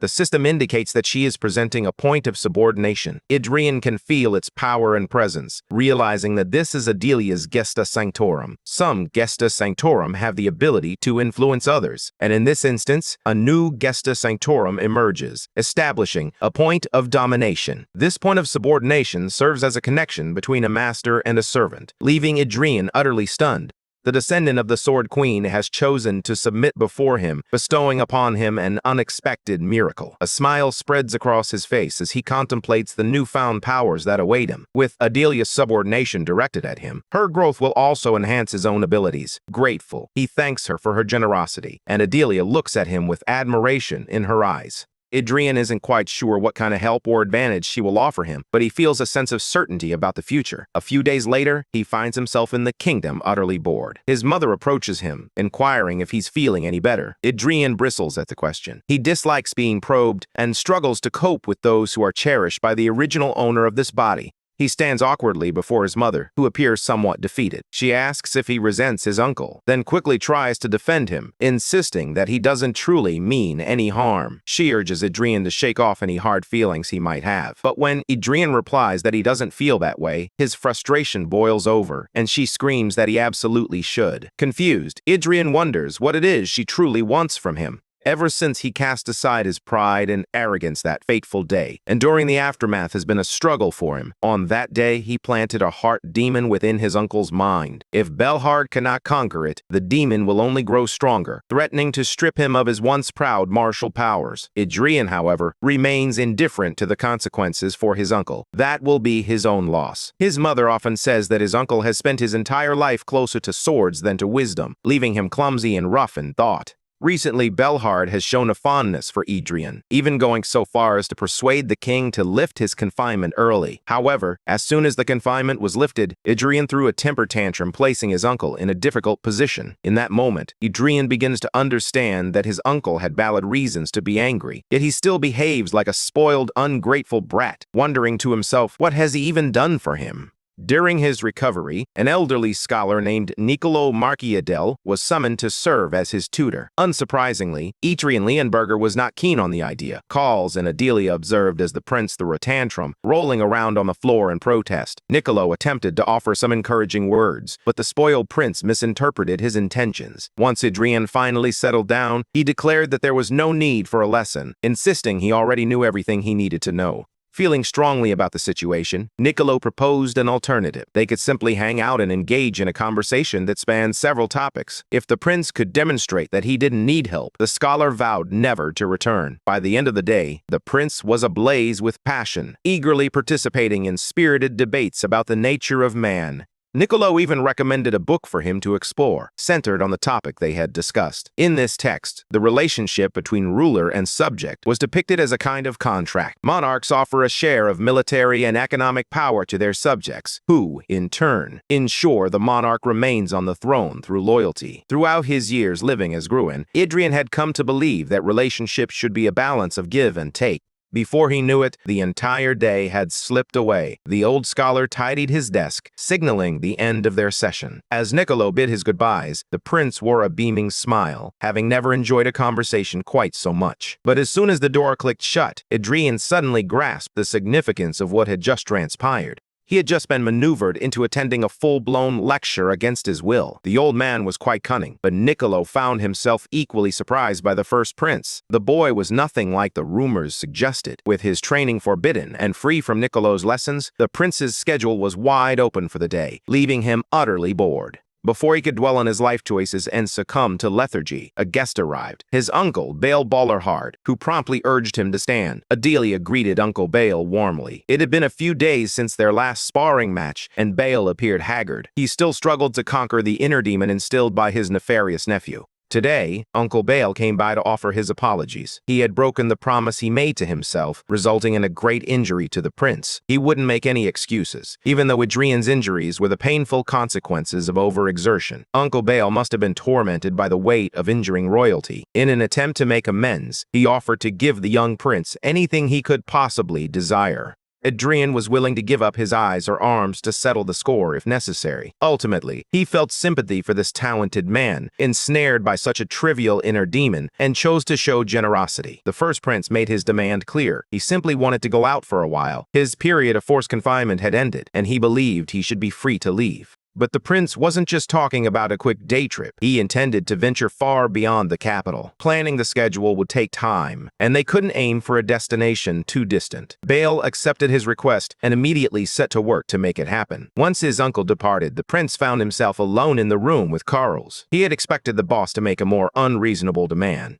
You don't receive accounts favor every day, after all. Honestly, Adrian just wanted the old man to stop acting so stiff and pathetic, so he requested something manageable. Hearing the boss speak so candidly lightened the mood of the night. Suddenly, Adelia entered the room, holding a much-anticipated letter. It was a neatly written update from Lady Arwen Kurgian, who had experienced a small breakthrough and would soon be able to visit. The message was brief yet uplifting, delivering perfectly timed good news. 5 days later, Uncle Bale confirmed that everything had been arranged. 2 days after that, the day of departure finally arrived. Their first stop would be the fief of Ellen. The prince was so excited that he could hardly sit still. After all, Ellen is renowned as the royal palace's premier armament production site. Elan boasts an iron mine that provides high-quality materials, along with a blacksmith's guild dedicated to refining them. In fact, over half of the weapons and armor supplied to the royal family originate from this very place. Lately, Adrian's skills have improved significantly, and he finds himself eager to acquire a new blade. Initially, he intended to select a fine sword from the royal armory. However, his plans were thwarted by a royal decree from the king.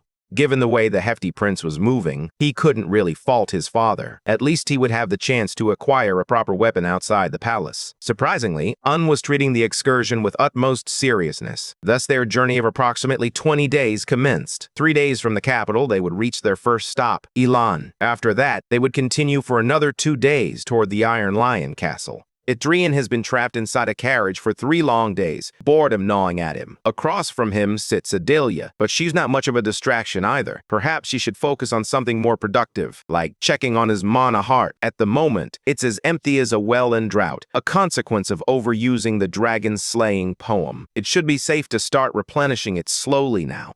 He felt the rattling vibrations of the carriage, the cold draft of the wind, and the chatter of the knights around him, gathering the specks of mana born from those sensations. Gradually, he managed to reform and fill his empty mana heart. To his astonishment, the mana heart he conjured was significantly larger than the last. This is merely a glimpse of the greater will at play. It reflects the influence of his determination to harness the power of the poem. As a result, his physical constitution underwent a profound transformation, expanding his mana heart and enhancing its capacity to store more energy. Through unconventional methods, he attained the level of a sword expert, deepening his connection with the source and lifting the restrictions on some of his abilities.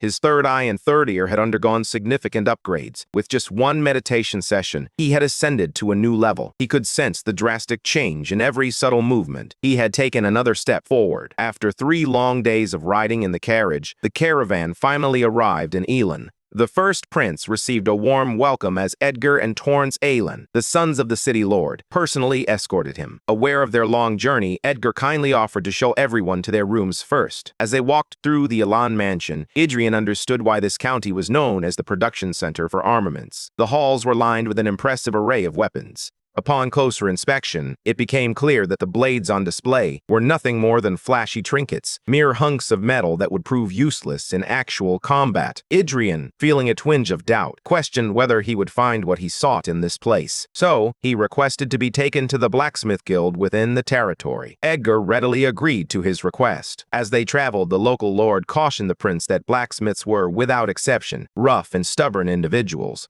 When fully absorbed in their work, they wouldn't even notice if the Lord himself paid a visit. Edgar offered Adrian a lengthy preamble, emphasizing the importance of respecting the craftsman's spirit, even if it might come off as slightly offensive. The heat from the furnace was palpable as they stepped into the room where magic unfolded. The air buzzed with the rhythmic clanging of iron being forcefully hammered. The flames crackle and dance, while the bellows hissed rhythmically. The blacksmiths wield fire and iron in perfect harmony. Yet, amidst the symphony of clanging metal, one sound stood out, capturing the prince's breath. An old man, diligently forging a sword at the center of the room, held Adrian's undivided attention. For some reason, each rhythmic strike of the hammer brought Adrian back to his earliest memory as Gruen. Adelia gently wiped the sweat from her lord's cheek, pulling the prince out of his nostalgic reverie. While the rest of the forge paused to offer their respectful greetings, the old man remained steadfast, his focus unwavering. Edgar introduced the man leading the welcome committee as Saxon, the head of the blacksmith guild.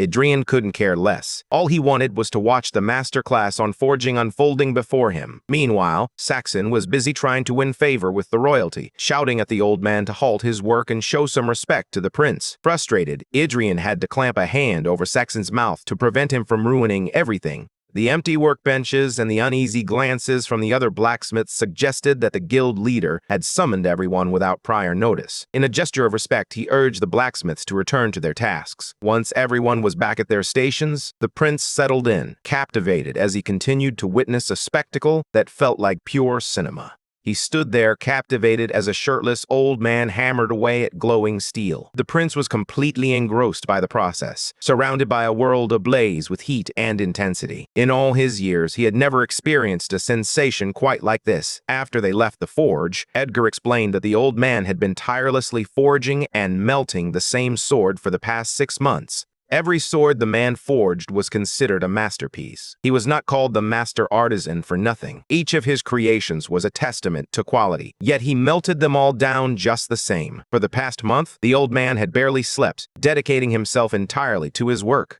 Given his age, it was a cause for concern. Several days after their arrival in Elan, the prince made it a habit to visit the forge early in the morning and leave late at night. He silently observed the master artisan as he maintained his grueling daily routine. Despite the initial tension surrounding the first prince's presence, he stirred no trouble at all. Eventually, his time in Elan came to an end. On the day of departure, the master artisan was working harder than ever. The prince wished he could stay long enough to witness the final product, but the timeline was uncertain. With a heavy heart, he knew he had to leave, burdened by a sense of regret. There were countless matters demanding his attention. The night before their departure, Adrian ordered his people to prepare a grand farewell banquet. After the banquet, Edgar rushed to his door first thing in the morning, his excitement palpable as he shouted about the master artisan's finished sword. Bursting with enthusiasm, the prince sprinted toward the forge, where he found the old man carefully polishing the edges of his latest magnificent creation. Once the weapon was polished to perfection, the master artisan willingly surrendered it to the prince. As Adrian gazed at the blade, he could almost hear the words that captured the moment perfectly. It was a weapon forged in the heat of a rising sun, then cooled until its hue mirrored the royal crimson robes. A sword, akin to the sun itself, was born for the king. When it came time to name the sword, the artisan proposed the title Damarung. To him, it represented twilight, but to the prince, it symbolized the dawn. As the weapon was finally entrusted to its rightful owner, exhaustion overwhelmed the old man. Just before he could collapse to the floor, the prince swiftly caught the master artisan. Sensing the faint pulse of the old man, Adrian resolved to spend one more night in Elan. As the old man lay on his deathbed, he reminisced about the moment he caught sight of the prince, observing him at work. On that fateful day, the sword took form in his mind, as if destiny itself were guiding his hands. It was as if the sword had chosen the very day it would come into existence. Recognizing that the artisan was already on his way to the afterlife, Gruen chose to be honest and revealed his secret. To his surprise, the old man took the news remarkably well. After all, a blacksmith and a former sword share a unique bond, understanding each other's hearts like no one else can. As his final request, the artisan extended his trembling hand and asked to hold the last sword he had forged for just a moment. Grasping the hilt, he blessed the sword, wishing for it to be as remarkable as its owner once was. Adrian had promised that it would happen, and at last the old man passed away. When dawn broke, Edgar rushed back to the prince's tent, eager to apply the finishing touches to the new sword Damarung, a blade forged with one's very soul. He urged the prince to reconsider, insisting that the old man's sword was unfit for battle, and that a magic sword would serve him far better. While not top tier, the magic sword presented by Edgar was certainly a respectable mid-grade weapon. Recognizing Edgar's scheme, the prince shamelessly accepted the sword, refusing to relinquish Damarung. To ensure there would be no resistance, he skillfully leveraged the Elan family's loyalty to the crown as pressure against Edgar. All the cunning noble could do was swallow his defeat and maintain a calm facade. He intended to entice the prince with a dazzling magic sword in exchange for the master's blade, but instead, he ended up giving away 2 precious weapons for nothing. With no time to waste, the caravan set off. The cavalry charged ahead at full speed, while the carriages and infantry followed at a steady pace. They needed to make up for lost time and hurry along their journey.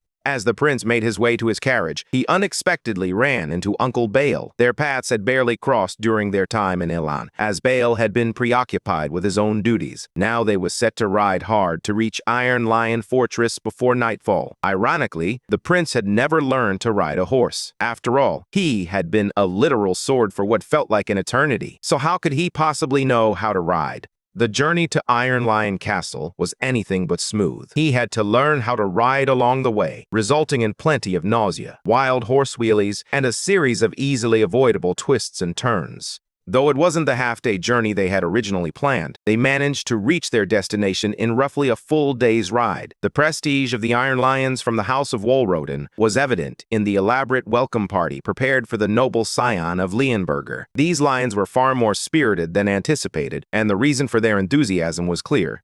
The boys surely weren't pleased that their goddess had been claimed by a wastrel prince. With a mischievous glint in her eye, Adrian boldly approached Arwen, eager to stir the pot. When he stood before her, the honorable knight knelt gracefully, offering the most respectful greeting to her lord. The Iron Lions, bristling with tension, looked ready to pounce on the first prince at any moment. Their reaction was swift, but so was Adelia Burns. If she succumbed to her boiling rage and hostility now, it would spell disaster. The prince needed to pull her back from the brink before things escalated further. It's fortunate that he's been nurturing her subservience all this time. He turned to Arwen and invited the Thorny Rose to join him elsewhere. There are countless stories yet to be shared. It would be better if the lions behind her joined in. Upon his arrival, the prince's first destination was the training grounds. He was eager to witness the Iron Lions, renowned as the best in the kingdom, in action. Adrian issued an open challenge to anyone brave enough to step forward, but his status as first prince weighed heavily on him. To ease the tension, he pledged under the Leonberger name that no one would be held accountable for the outcomes of any duels today. When coddling them failed, he turned to provoking the lions. If no one dared to cross swords with him, surely their world-renowned reputation was nothing but a bluff, right? Unable to endure the taunts any longer, Dale of House Denant stepped forward. He may have claimed he was unworthy of representing the sword of the Iron Lions, but he was ready to make his stand. The prince couldn't help but feel a surge of satisfaction that someone had taken the bait of his rage. Dale, eager to prove himself, charged forward with his wooden blade drawn, but Adrian met the attack with a thunderous counter, devastating Dale's body from the inside out. His head, now a crimson hue, rolled across the muddy floor of the training ground. One down, many more to go. The prince urged the knights to line up and face him. Next up was Paul Rothheim, a third-year student, facing off against the freshman Dale. As anticipated, the baby-faced knight was swiftly defeated without a chance to fight back. Hallie, a fifth-year apprentice, believed he had what it took. He didn't. Judas stepped in next, and the prince ensured he received the same treatment. Equal rights, equal fights. Every contender sent by the proud Iron Lions met a spectacular defeat. The beatdown lasted for half a day, and Adrian emerged without a single scratch. After dispatching the apprentices, the prince felt a mischievous urge to provoke the official members of the Knight Order. To stir up more trouble, he boldly declared that Arwen would accompany him on the journey home. The Thorny Rose showed no hesitation, readily accepting her lord's whim. This simple trick prompted one of the official members of the Iron Lions to stand up. The knight, aware of the prince's fondness for gambling, proposed a small bet to liven the atmosphere. However, before the knight could make a fool of himself, Adrian intervened, firmly stating that Arwen is not a prize to be won in a tournament. Instead, he suggested they wager something else entirely. He tossed aside the worn training sword and turned to Carl's, requesting a real blade. The first prince unsheathed the magnificent magic sword, placing it on the line for a duel. Anyone with discerning eyes could recognize that this sword was a true treasure. Unsettled by the stakes, Arwen attempted to offer herself as the prize, but she was worth 1,000 times more than any mere sword. The value of a future swordmaster far surpasses that of forged steel. Dunham of House Fahrenheit has accepted the challenge. As an official Iron Lion Knight, he stands on the brink of breaking through a triple chain, currently holding a double chain. His sword, the 17th blade crafted by a master artisan, is a prized possession. To ensure fairness, he is even willing to wager this treasured weapon in single combat. taking the fight more seriously. The prince chose to wield his primary weapon. In his hands was the master's 100th and final creation, completed just days before. Dunham tightened his grip on the chains. Though he disagreed with the path the prince had chosen, he couldn't deny the effort that had gone into reaching this point. Out of respect for that dedication, Dunham vowed to give this duel his all. Adrian would never grow accustomed to people dismissively labeling his mana heart as the wrong path. He had come to understand that the respect aimed at him should truly be directed towards his diligent people. With determination, the prince urged his knight-in-training maid, Adelia, to closely observe what was about to unfold. This was the path they would both tread together. Under the influence of her lord's aura, Adelia instinctively attuned herself to his frequency from behind. Without hesitation, she was prepared to fulfill any desire or need of the prince. Meanwhile, as the prince showcased his strength against the Iron Lions, his uncle Bael was engaged in a political discussion with Lord York of House Wilden. Lord York revealed that 4 of the 5 princes had recently visited the Iron Lion fortress. The 4th prince had already made it clear that he had no interest in competing for the throne. Meanwhile, the 3rd and 5th princes decided to visit the fortress, while the 1st prince remained in confinement. Just before Adrian's arrival, the 2nd prince paid a visit as well. Regardless of the crown prince's tarnished reputation, one fact remains undeniable. He is the legitimate heir to the kingdom. Admitting that left a bitter taste in Lord York's mouth. He partly blamed Bael for the decline of the race for the throne. As a commander of the 3rd Legion, Bael Valorhard should have stepped up and whipped the 1st prince into shape, even if just a little. Perhaps then, the prince wouldn't have ended up as a politically isolated fool. After avoiding that responsibility for years, Bael now chose to act like the prince's guardian. Bael couldn't deny York's words. He had distanced himself from his nephew for years, viewing the overweight young man as the antithesis of a wise ruler. To him, York was destined to become a tyrant. One day, he discovered the boy under the influence of a sinister potion and scolded him sternly. Adrian met his gaze, eyes blazing with fury. The boy had the audacity to charge at his own uncle with a sword. Truly, he was a hopeless brute. When Bael returned to the north, disappointment heavy on his shoulders, that scoundrel of a nephew sent over a bottle of poisoned wine, shamelessly accompanied by a letter calling it a gift. Enraged, Bael downed the entire bottle in one go, then unleashed his mana to incinerate the vile poison within him. As the noxious substance melted away, he felt the last remnants of their blood ties burn with it. In an unexpected twist of fate, the hopeless brute underwent a remarkable transformation. He endured grueling training with relentless determination, growing stronger with each passing day. Lord York couldn't help but voice his confusion over Bael's sudden shift. Just a few months prior, he had insisted that the 1st prince should never ascend to the throne. Now, the current Bael Valorhard seemed like a completely different person, utterly unrecognizable from his former self. He urged Lord York to give the boy a chance, at the very least, allowing him to stand on equal footing with his competitors. Bael lowered his head, pleading for York's open-mindedness. The Lord of the Iron Lions was at a loss, unsure of how to interpret this unexpected change of heart. He sensed that either Bael or the 1st prince had undergone a transformation. Just then, York politely requested the man known as the Silver Lion to lift his head, but before Bael could comply, one of his knights burst into the room with an urgent message concerning the 1st prince. Bael and York hurried to the training area. York reassured Bael that his knight, Dunham, understood the boundaries of the spar, ensuring that nothing serious would occur. He had faith that his men wouldn't be foolish enough to strike down royalty, even during a live sword spar. Bael, unfazed, thought that instead of fretting over the prince, York should be more concerned about his knights. Lord York felt as though he was speaking to a stranger. Since their arrival, Bael had been uttering all sorts of peculiar remarks. As soon as they stepped onto the training ground, a man clad in Iron Lion armor came crashing down before them with astonishing force. Dunham, the knight, lay unconscious, still clutching his prized sword. The referee declared Dunham out of commission, announcing yet another victory for the 1st prince, while the other knights erupted in celebration. Lord York Williden stood in utter confusion, while Bael gloated beside him. Adrian Leonberger was enveloped in a swirling aura of intense mana as he wiped the blood from the corner of his mouth. With a spark of excitement in his eyes, he challenged anyone brave enough to step forward for another round. Defeating Dunham was no small feat. His uncle always said that the true test for a knight begins at the 2nd chain. With his mana heart, he was expected to be easily countered by any competent double-chain knight. However, sparring with Dunham revealed that his uncle hadn't been exaggerating. He soon realized that his current approach to sparring was insufficient. While he had the poem of the true dragon tucked away, using it against a mere knight would be nothing short of foolish.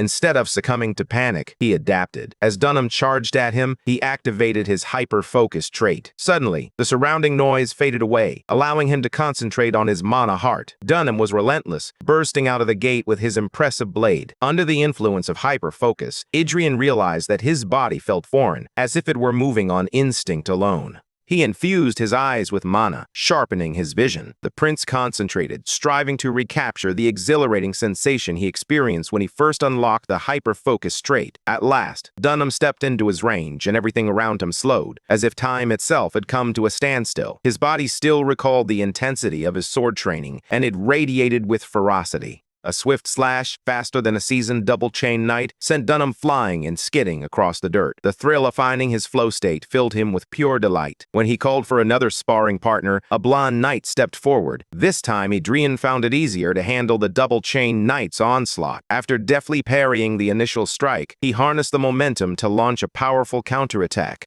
The blonde knight struggled to keep up, forced to block at an awkward angle. Adrian moved gracefully with his blade, mana surging through his body as he outmatched the blonde knight. He didn't stop at just 2 victories. The first prince relentlessly challenged the Iron Lion Knight again and again. With each fight, his attacks became sharper and faster, showcasing his relentless determination. This series of sparring matches pushed him to his limits, but more importantly, it filled him with joy. As the sun dipped below the horizon, the first prince stood alone, utterly exhausted, surrounded by the unconscious knights he had bested. He could barely muster the strength to keep his sword raised. Yet, surprisingly, the knights on the sidelines were energized by his impressive performance. They even cheered as their comrades were defeated one by one. Adrian's 5 consecutive victories completely transformed their perception of the prince. He found himself reciting the poem of sparring in his mind. He had endured 1,000 waves and fought 100 bouts. Before an even greater wave, he would stand unshaken. Now, a new verse had been added to his poem.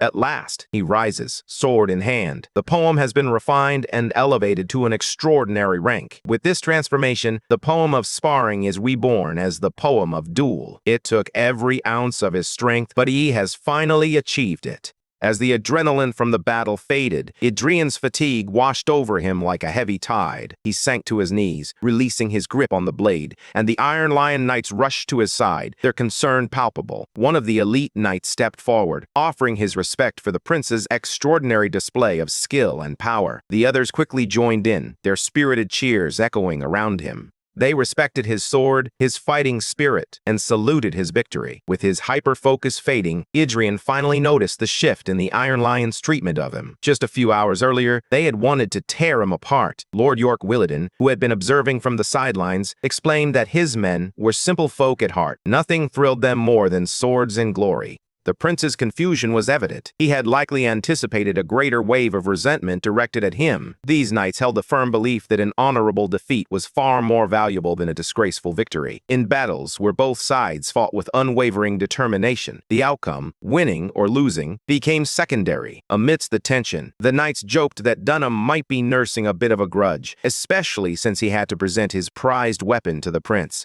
Everyone wished that guy would finally stop bragging. Adrian had thought everything he knew from the old world had been forgotten and cast aside. Yet it was comforting to realize that some things remained unchanged. Regardless of victory or defeat, true warriors always honor the strong. The following day, Adrian's entourage assembled outside the Williden estate, ready to continue their journey. He bid farewell to Lord York and his Iron Lion Knights. This time, the Count's well wishes for the prince felt more sincere. As he prepared to mount his horse, Adrian recalled something important he wanted to convey to the nobleman. He urged the Lord of the Iron Lion Fortress to keep everything that transpired during this visit a secret, even though sharing the news could greatly benefit the prince. Adrian's reasoning was straightforward. He simply wanted to tease his bothersome brother a little. The caravan trudged along until the sun dipped below the horizon. They decided to set up camp for the night, unloading the necessary supplies. Carls requested permission to scout the perimeter, ensuring the clearing was free of threats. Behind Adrian, Arwen Kurgayan appeared uneasy. He wasn't overly concerned about her. She would likely adjust in no time. As a wave of exhaustion washed over him, the prince stepped into his private tent, hoping to catch some rest. Upon entering, he was momentarily blinded by the immaculate room, not a speck of dirt in sight, thanks to Adelia's extraordinary cleaning skills. Here was a sword genius with the potential to reach the pinnacle, yet she insisted on playing the role of a maid. His shoulders slumped in defeat as he gravitated toward the soft bed. Adelia's heart raced with worry. She feared she had done something wrong and that her lord was displeased. Sensing her concern, the prince assured her that everything was fine and granted her permission to leave. Yet throughout the day's journey, his mind lingered on the Iron Lion Knights, reflecting on how they were so different from what he had anticipated. He wielded the authority of judgment over everyone and discovered that most of the fully fledged knights possessed swordsmanship talents that barely exceeded B rank. In the past, even with a lifetime of dedication, they would have struggled to attain the status of an intermediate sword expert, destined to become mere cannon fodder, falling in vain. Yet, these knights had already achieved a level comparable to that of a sword expert in their 20s and 30s. Although the upper limit of superhumans has drastically diminished, the abilities of ordinary people have skyrocketed. While the talent ceiling has fallen, the baseline has been elevated. This shift can be attributed to the mana chain they cultivated. In the past, his uncle Bale would have possessed enough talent to aspire to transcendence, but now his raw potential has been capped and discarded by contemporary methods. The current era is one where the accumulation of extraordinary karma is rare, nearly non-existent. Over time, the flow of history has led to a decline in power. Admittedly, Adrian knows little about this present age and how it fell into such disarray. He realizes he must begin his education about this world from scratch. Just then, someone entered his tent flap, urging him to maintain that positive mindset. It was his uncle Bale, and his tone had shifted entirely when addressing the prince. Now, he offered encouraging words, urging him to pursue his dreams. Adrian was left puzzled, unsure of what dream this old man was referring to. Bale continued, noting that since the prince had already won over the hearts of the Iron Lions, their support was practically guaranteed. For any other prince, mingling so effortlessly with a group of seasoned knights would have been a daunting challenge. His uncle viewed their recent visit as a brilliant political maneuver and a shrewd decision. Adrian finally grasped what the old man was hinting at. He attempted to deny that he had orchestrated this in advance, but his uncle simply shifted the conversation, reminding the prince of their bet. Adrian understood the wager as a challenge to defeat the third prince, a feat he had yet to accomplish. However, the terms clearly stated that he only needed to defeat a double-chain knight. In truth, the prince had already won the bet. Bale, a man of his word, approached Adrian's tent to honor the promise he had made long ago. With a proud declaration, Bale Valaherd, a count of the kingdom and commander of the 3rd Legion, vowed his official support for the kingdom's first prince, Adrian Leonberger. However, things were quickly spiraling out of control. Adrian was far from pleased with this solemn oath. Meanwhile, his uncle offered an optimistic thumbs up, as if to say, "This old man is determined to make him king." Bale's bold declaration sent shockwaves through the kingdom. Upon their return home, Adrian found himself inundated with congratulations. Despite his reluctance, his retainers celebrated his official claim to the throne as the rightful heir. Newly appointed royal knights and soldiers were dispatched to his residence, creating quite a stir. To top it off, his household staff was expanded, with new attendants and servants recruited from within the palace. Suddenly, Adrian found himself at the center of all this absurdity. Frustrated, he erupted and ordered Carls to send all the new personnel back where they came from. They were simply too distracting. Carls, however, apologized, explaining that those individuals had been deployed by royal decree and would not comply with any orders to return.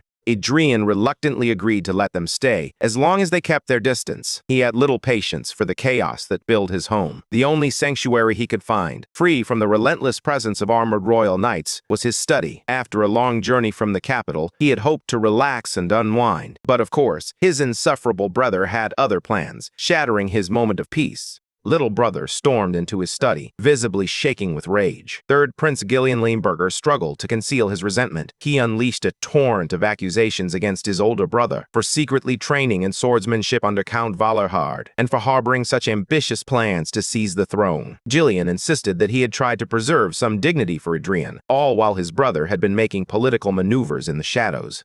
The first prince taunted Gillian with a sarcastic remark, while the third prince seized with a desire to make his older brother pay for his deceitful ways. Adrian's plans for a peaceful evening had been shattered. Frustration bubbled within him. Everyone around him seemed utterly foolish. He had made it abundantly clear that he had no interest in the throne. The true instigator of this chaos? None other than his uncle. To silence the old man's incessant nagging, he reluctantly agreed to play along, as long as his uncle would back off when the moment was right. He made his disinterest in the throne clear, feeling only irritation that Count Valerhard had orchestrated a series of bothersome events without consulting him first. The old man then elaborated, explaining that House Valerhard serves as the kingdom's shield against the monstrous threats lurking in the northern mountains.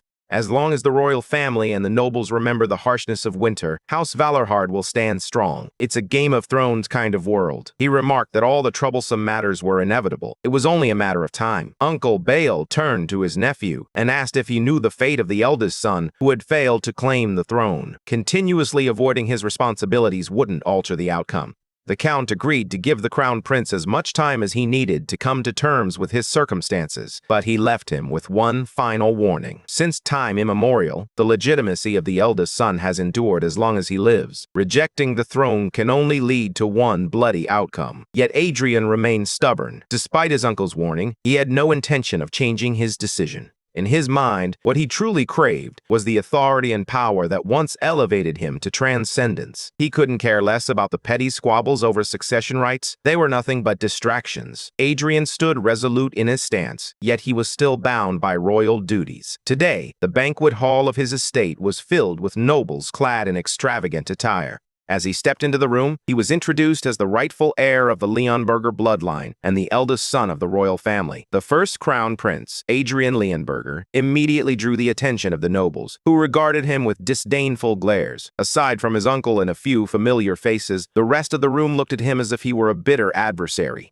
In the back of the banquet hall, a cloaked woman regarded him with a hint of curiosity. Adrian had dressed for the occasion, donning royal garb that accentuated his stature. As he descended the grand staircase with deliberate grace, he scanned the crowd with keen awareness. The nobles greeted him with insincere smiles, showering him with hollow compliments that felt as empty as their expressions. They remarked that he resembled a king in his prime, dignified and regal. All this fuss over a little weight loss felt like a cruel joke, especially coming from the so-called nobles of the kingdom. As he surveyed the room, his keen judgment detected the telltale signs of deceit lurking beneath their polished exteriors. Each of these snakes bore the taint of karma, a mark earned by those who trample over lives and steal from others. Thankfully, a few remained untouched by such ugliness. Adrian brushed aside the flattery and sprinted toward the noble knights at the back of the banquet hall. He spotted Taylor, the trainee knight he had sparred with before, along with his other sparring partners.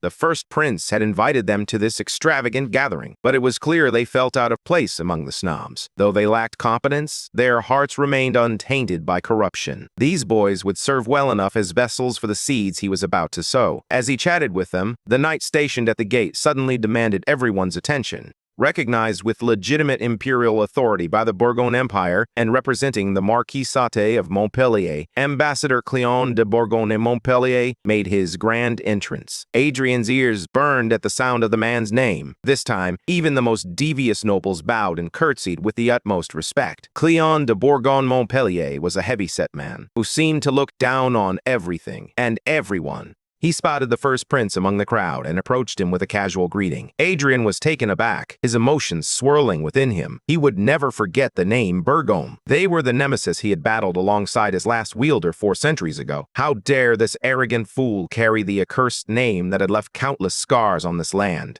The ambassador had the audacity to stand before him, and as his mana began to spiral out of control, one of the nobles accidentally tripped, spilling wine all over his royal garb. The cool liquid snapped him back to reality. The old noble stammered an apology, his voice trembling as he checked to see if the first prince was all right. Positioning himself between Adrian and the offending ambassador, the nobleman bowed deeply, offering his sincerest regrets. The crown prince suspected that the old nobleman had orchestrated the incident as a favor. Thanks to the wine spill, the ambassador retreated, leaving the nobles on edge, their breaths held in anticipation. Silence enveloped the banquet hall as everyone awaited the prince's response. Adrian merely turned toward the door to change his clothes, while the old nobleman lamented his aging body, claiming it had betrayed him and caused a grave disrespect. Charles handed him a towel to wipe off the alcohol and guided the prince away. The attending knight identified the old nobleman as Marquis Bielefeld. Adrian felt a sense of relief knowing that, among the treacherous nobles of the royal court, at least one man remained untainted. That wine spill had certainly helped him cool off. After that incident, the first prince chose not to return to the banquet hall.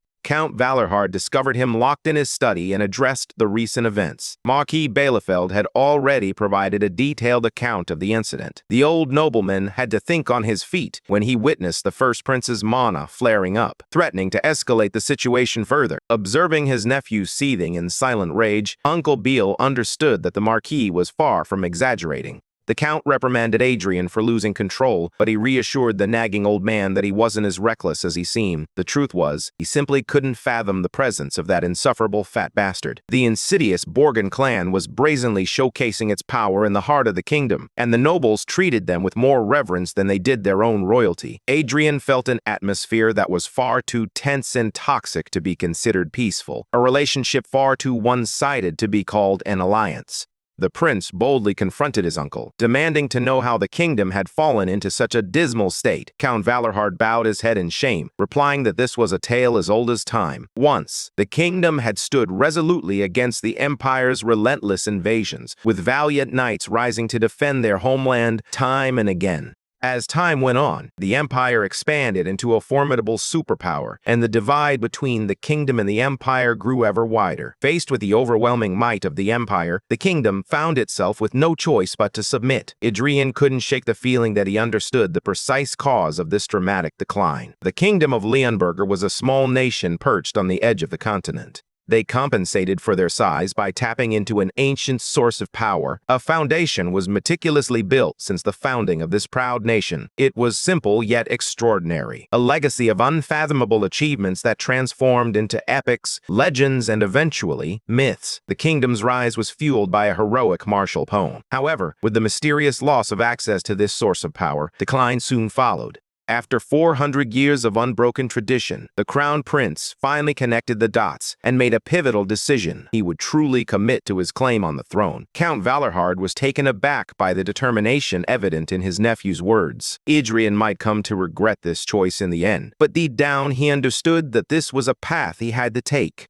As Gruen, he had essentially built half of this country through blood and sacrifice. The night passed, and the second day of the banquet began. The first prince donned his royal attire once more, entering the room alongside his uncle, Count Bael Valerhard of the North. This time he surveyed the banquet hall with a different purpose than before. He observed the nobles bow half-heartedly, their gazes averted, as a tense atmosphere enveloped the room. The prince noted their lackluster etiquette. It was clear they valued the empire's foreign nobles more than their own royalty. In the past, when his last wielder, his friend, stood before the crowd, no one imagined he would one day become a king. To the masses, he was merely a country boy from the middle of nowhere. Even among the outcasts, he never stood out as particularly special. Yet that boy stepped forward, a legendary sword in hand. He couldn't help but compare his current situation to the past. His mana heart stirred subconsciously, taking the form of the first king. The first prince recited words he never thought he would need.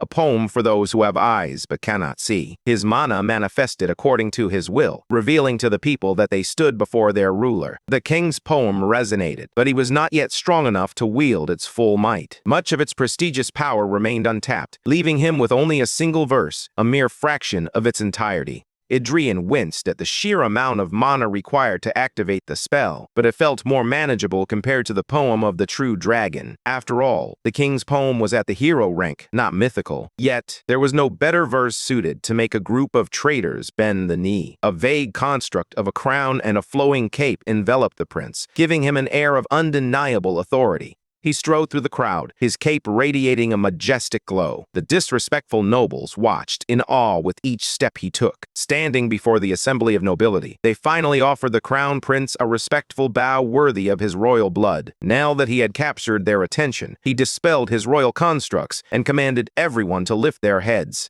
He abruptly choked on his words as a sinister presence washed over him. It emanated from a woman shrouded in a cloak. The energy radiating from her felt oddly familiar. When she lowered her hood, sharp, pointed ears came into view. She was an elf. To his surprise, she remarked that it was rare for someone in the kingdom to still remember the poems of old. Upon witnessing her breathtaking beauty and captivating figure, the prince realized that this was no ordinary elf. His expression twisted in shock and fear as the ancient lunatic drew closer. Many believe that elves are the most exquisite beings ever created by God, a benevolent race that would never harm even the smallest forms of life without just cause. They are the guardians of nature, with lifespans spanning from 300 to 1,000 years. If you were to ask a random person on the street to describe an elf, they would likely conjure up an image of grace and beauty, but those people couldn't be more mistaken. In truth, elves are a ruthless breed, often using their enchanting appearance to ensnare and destroy their foes. High elves, in particular, are born with a hero's rank, destined for greatness from the moment they take their first breath. They are the most dangerous kind. To make Idrian's situation even more challenging, he knew that the woman before him was no ordinary high elf. This was Sigrun, the elder high elf, renowned as the dancing magic swordswoman, who had lived for nearly a millennium. Age is just a number after all. She was part of the expedition that had slain the mad dragon 4 centuries ago. It just so happened that the eccentric woman had an obsession with Gruen. She was relentless in her efforts to win him over, promising him thrilling adventures and vowing to embrace him entirely as a sword. Her relentless pursuit tormented the sentient legendary blade to an unbearable extent. Idrian couldn't shake the worry that she might uncover his true identity. Sigrun immediately recognized the king's poem, stirring a sense of strange familiarity with the prince. Curiosity piqued. She asked if they had ever met before. He vehemently shook his head, denying any prior encounter. Playing it cool, he claimed this was his first time seeing an elf in person. Doubt flickered across her face. She clearly wasn't convinced. With boldness, she called the prince a liar. Even 400 years ago, Sigrun was already one of the strongest beings he had ever encountered. One can only imagine the kind of monster she has become since then. In Sigrun's experience, humans typically react in one of two ways upon seeing an elf for the first time. Most ordinary people are instantly captivated, falling head over heels for her beauty. However, those with a higher level of cultivation tend to grow wary, instinctively recognizing the power she possesses. From what she could sense, the boy hadn't quite reached that level yet. As an explanation for his strange reaction, the prince claimed he had a rather unique taste in beauty. Sigrun remained skeptical of his words. Keeping her thoughts to herself, she offered one final farewell. She was glad to have met the crown prince, even if only for a brief moment. When the dancing magic swordswoman vanished from the scene, Idrian let out a sigh of relief. He had managed to survive, at least for now. After the banquet concluded, the following days proved just as exhausting. His mother insisted he meet with potential princess consorts, while some eccentric nobles introduced their literal children as candidates. One of the girls didn't even want to make eye contact. Another figure strode into the room with fiery determination. She looked ready for a fight, not for a romantic pairing. It seemed many of these noble parents should be locked away for the way they presented their children. As the day progressed, even more bizarre candidates emerged. One person even offered him a teddy bear and a miniature figurine as potential brides. Both the queen and the crown prince were utterly taken aback by the selection, and not in a positive way. Idrian's mother relentlessly urged him to choose a suitable partner, one who was wise, gentle, healthy, and politically aligned as a princess consort. As the day drew to a close, the queen was taken aback by the unexpected arrival of a delegation from the elven race seeking an audience. When they entered, a familiar cloaked woman took the lead, her presence commanding attention. Sigrun introduced herself as the representative of the Mistletoe clan and respectfully greeted the stunning Queen Margarita. It had been a long time since the elves had visited the kingdom, making this a delightful surprise. Sigrun then mentioned the search for a potential match for the prince's spouse, and Idrian immediately felt a headache brewing. With a perfectly crafted blush, she claimed to be a high elf from a noble family with a rich, storied history. She even had the audacity to act cute, insisting that her age wasn't much different from that of the first princes, despite the glaring 1,000-year age gap. Sigrun went on to explain that elves, who maintain their beauty for centuries, are regarded as the ideal spouses for humans. She also commands a retinue comparable to a knightly order. The cunning elder high elf maintained her demure facade, claiming that from the moment she laid eyes on the first prince, she sensed their destinies were intertwined. This might be the first genuine statement she's made. Elves never lie when it comes to destiny and fate. Queen Margarita was thoroughly impressed by Sigrun's audacious sales pitch. The nobles observing from the sidelines were captivated by the prospect of the kingdom forging an alliance with the elven race, sensing the potential chaos brewing. Idrian strode over to Sigrun and took her hand firmly. With an unwavering grip, he led her out of the throne room, and she willingly followed, a smile lighting up her face. Instantly, the nobles' imaginations began to run wild, conjuring up all sorts of scandalous scenarios. Idrian shoved the elf hag into a secluded room and locked the door behind him. With a serious expression, he confronted Sigrun, and she appeared intrigued by his intensity. The first prince urged her to reveal her true intentions. She laughed, insisting that her visit was solely for the sake of fostering friendship between her clan and the kingdom.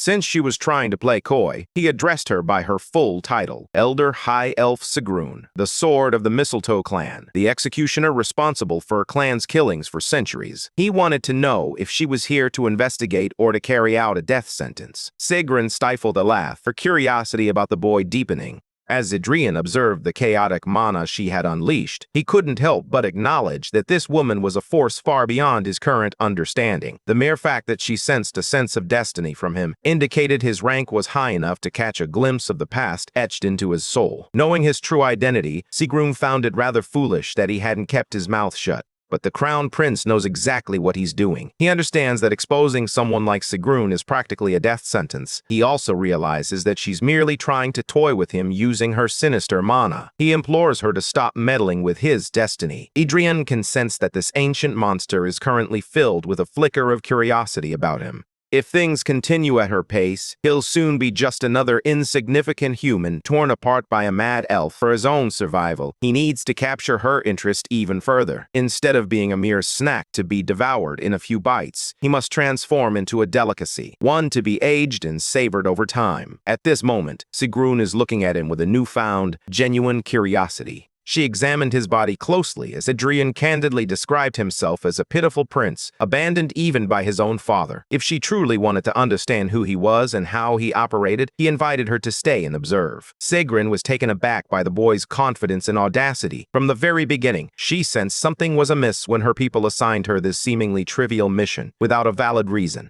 But now she realizes he is the reason, and she can't help but itch to uncover the secrets he's hiding. In both her sword and human forms, this woman never fails to send chills down Adrian's spine. After their intense life-and-death conversation in the private room, the prince and the high elf made their way back to the throne room. Everyone watched as the young man and the stunning elf held hands throughout the entire journey.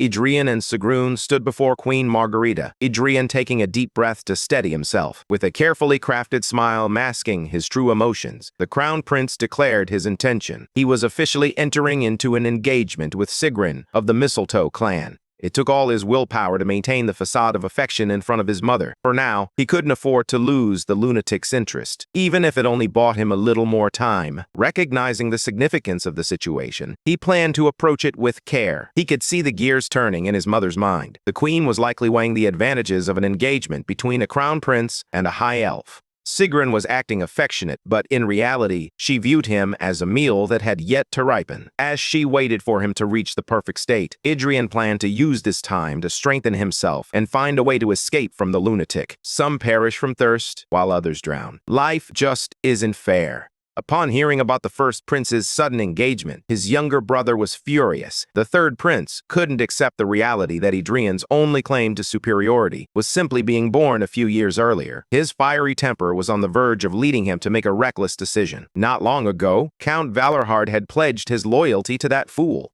He then plucked the flower of the Iron Lion Fortress for himself. Now, he has announced the union of the Elven clan and the royal family. Jillian once believed that a woman as beautiful as Sigrun was beyond his reach. The only thing keeping the third prince grounded was the promised sparring match coming up soon. After all, killing his brother would only lead to chaos. Perhaps he would simply vent his anger by targeting his big brother's manly functions. At last, the day of the spar had arrived. The duel was officiated by Schirmhilder Stuttgart, the commander of the Royal Knights. According to the rules, no one was allowed to contest the results. As the commander signaled for both princes to raise their swords, Adrian let out a yawn. He was never one for idle chatter before a fight. Standing before him, Jillian proudly announced that he had brought a crowd to witness the beating he was about to deliver. Adrian's patience had worn thin with all the talk, and he charged forward, determined to silence his brother once and for all. Initially, the Crown Prince intended to play along for a while, but he quickly changed his mind. With bigger fish to fry, he delivered a swift, decisive blow in a single attack. Jillian collapsed to the floor, unconscious and choking on his own blood. The nobles he had brought to witness the spectacle stood in stunned silence, their jaws dropped in disbelief. Even Commander Stuttgart was taken aback. This was not the first prince he once knew. Adrian didn't prolong the fight. He dispatched his opponent with astonishing speed, showing no hesitation. He didn't even glance back at the destruction he'd caused. In his role as the notary and observer of the match, the commander of the Royal Knights declared the first prince the victor. All eyes were on Adrian as he stepped out of the training grounds. More than anything, he felt irritated by the nobles flocking to witness a spectacle between royal children. News of the kingdom's promising double-chain prince losing to the first prince, who had only begun training a few months ago, spread like wildfire. When the third prince, Gillian, finally awoke, his anger surged within him. Reminiscent of a sore loser, he stormed out of his room, demanding his servants prepare his gear for another round. However, one of the royal knights regretfully informed him that after the match concluded, the first prince had left the capital with Count Valorhard. They say he is heading north to the land of Valorhards. As they journeyed toward his uncle's territory, the weather swiftly turned for the worse. Bale praised his nephew for his remarkable improvement in horse riding, causing the prince's ego to swell. However, the count remained skeptical about the urgency of their trek into the perilous north, especially since the banquet had just concluded. It would have been wise to rest for a few days before embarking on a long journey, but Adrian dismisses the idea. To him, the capital is a lost cause. He has no intention of begging for support from those who fail to recognize their true ruler while they grovel before imperial sycophants. He finds greater comfort among soldiers and knights. Though they may lack the cunning of nobles, Bale understands just how challenging it is to win the loyalty of genuine warriors. Adrian's plan was straightforward. By rolling around in the mud with these people, he hoped an affinity would eventually develop. However, Uncle Bale couldn't shake the feeling that his nephew was moving too quickly. After all, the prince couldn't exactly tell his uncle that hesitating might lead to a real wedding with that madwoman. In the past, everyone she had taken an interest in had met disastrous ends. No exceptions. Building his strength is his utmost priority. In the peaceful capital, the dream of getting stronger feels distant. Accompanied by his people, he seeks a place where his growth can truly accelerate. A land where a human's qualifications are tested most rigorously. This is the realm where legendary martial poems are both born and forgotten.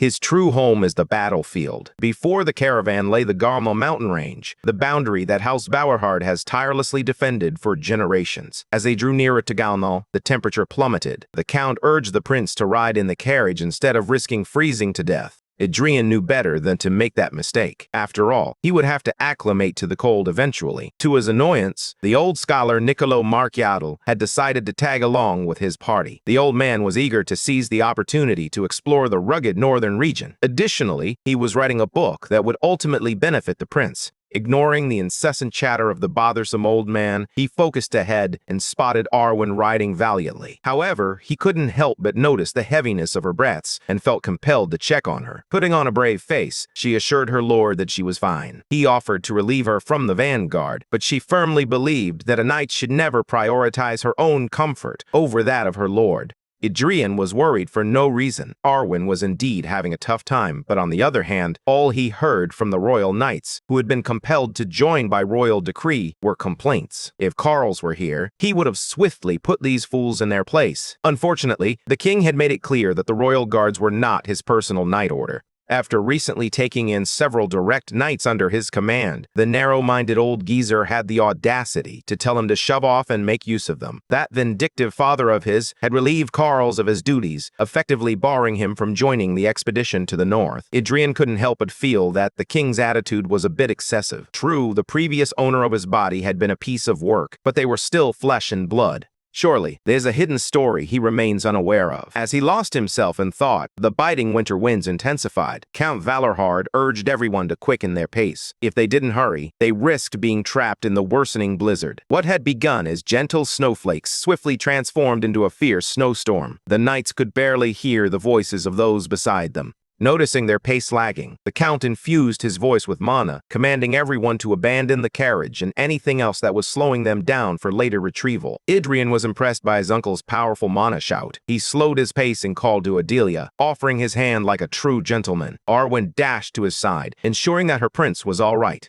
The same couldn't be said for the foolish royal knights. A strong gust of winter winds swept through their formation, sending them tumbling. Frustrated, the prince ordered Arwen to stay with Adelia while he reprimanded the incompetent knights. All they needed to do was lower their shields, but instead, they stood there like fools, letting the winds hinder their advance. He pushed the heavy equipment aside, prioritizing the knight's safety. They could always return for it later. The few Valahard men in the count's entourage were impressed by the prince's quick adjustment to the harsh conditions. In a blizzard, each step felt as burdensome as a ton of gold. By the end of their grueling journey, everyone was utterly exhausted, on the verge of collapse. It was only a matter of time before one of the royal knights collapsed. When the prince learned that one of his men had fallen behind, he stepped up as a true leader. He pushed the heavy knights aside and hoisted the unconscious recruit onto his shoulders, continuing to march forward. Adrian shouted at the others, urging them to stop standing around and start moving.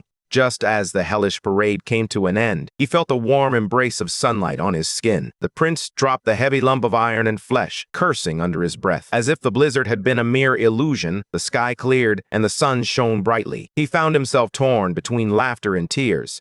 Count Valerhard joined the guard stationed at the gates of his domain and turned to his nephew. The Valerhard banner fluttered proudly in the wind, a symbol of steadfastness. As the rightful ruler of Valerhard and commander of the kingdom's 3rd Legion, Count Bael Valerhard formally welcomed the crown prince. Thus, the Winter Castle arc had finally begun. The legendary Winter Castle stood as a formidable fortress at the northernmost edge of the kingdom. It was constructed to fend off the monsters that lurked within the Blade Mountains. For common soldiers, it is arguably the most dreaded posting in the realm. The cold is biting and relentless. Danger is ever present, and the survival rate for soldiers is dismal. Meanwhile, high-ranking nobles remain in their warm homes, pondering the political significance of the fortress from a comfortable distance. To those born and raised in the northern territories, Winter Castle represents a lifelong duty and solemn pride. As the gates swung open, a dark-haired young man emerged with unwavering conviction. With a sharp salute, Vincent Valerhard officially stepped down as acting commander, ready to reclaim his role as the commander of the Ranger Company. Once the formalities were complete, Bael and his son joyfully reunited. Adrian hadn't even considered that his uncle had a son, making this Vincent fellow his blood cousin. As he examined the young man more closely, he realized that Vincent bore a striking resemblance to Bael, particularly with that stubborn set of lips. The Count chose to overlook the impolite remark and formally introduced the first prince to his son. Vincent bowed respectfully, demonstrating his deference as he introduced himself as the commander of the Ranger Company. The prince responded with a casual nod and a few polite words. Yet beneath Vincent's composed exterior, his blood was boiling. He believed that Winter Castle should be a sanctuary for true warriors, not a haven for scoundrels exiled from the capital, parading around with a harem in tow.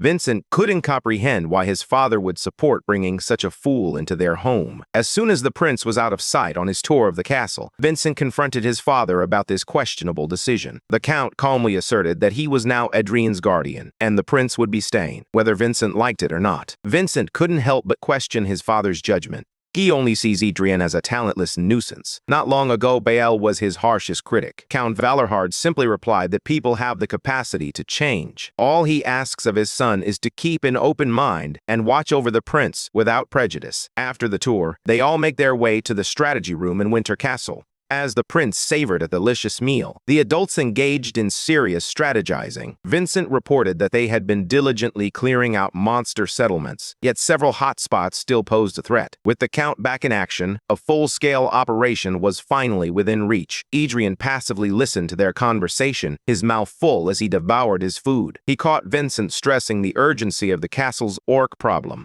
A small group of fewer than 20 orcs had recently been discovered in a settlement at the foot of the mountains. Such a manageable threat should be easily dealt with by the Rangers. Vincent agreed, already making preparations to select knights for the clearing expedition. It was then that Adrian decided to join the conversation. He snatched the orc piece off the strategy board, insisting on being part of the action.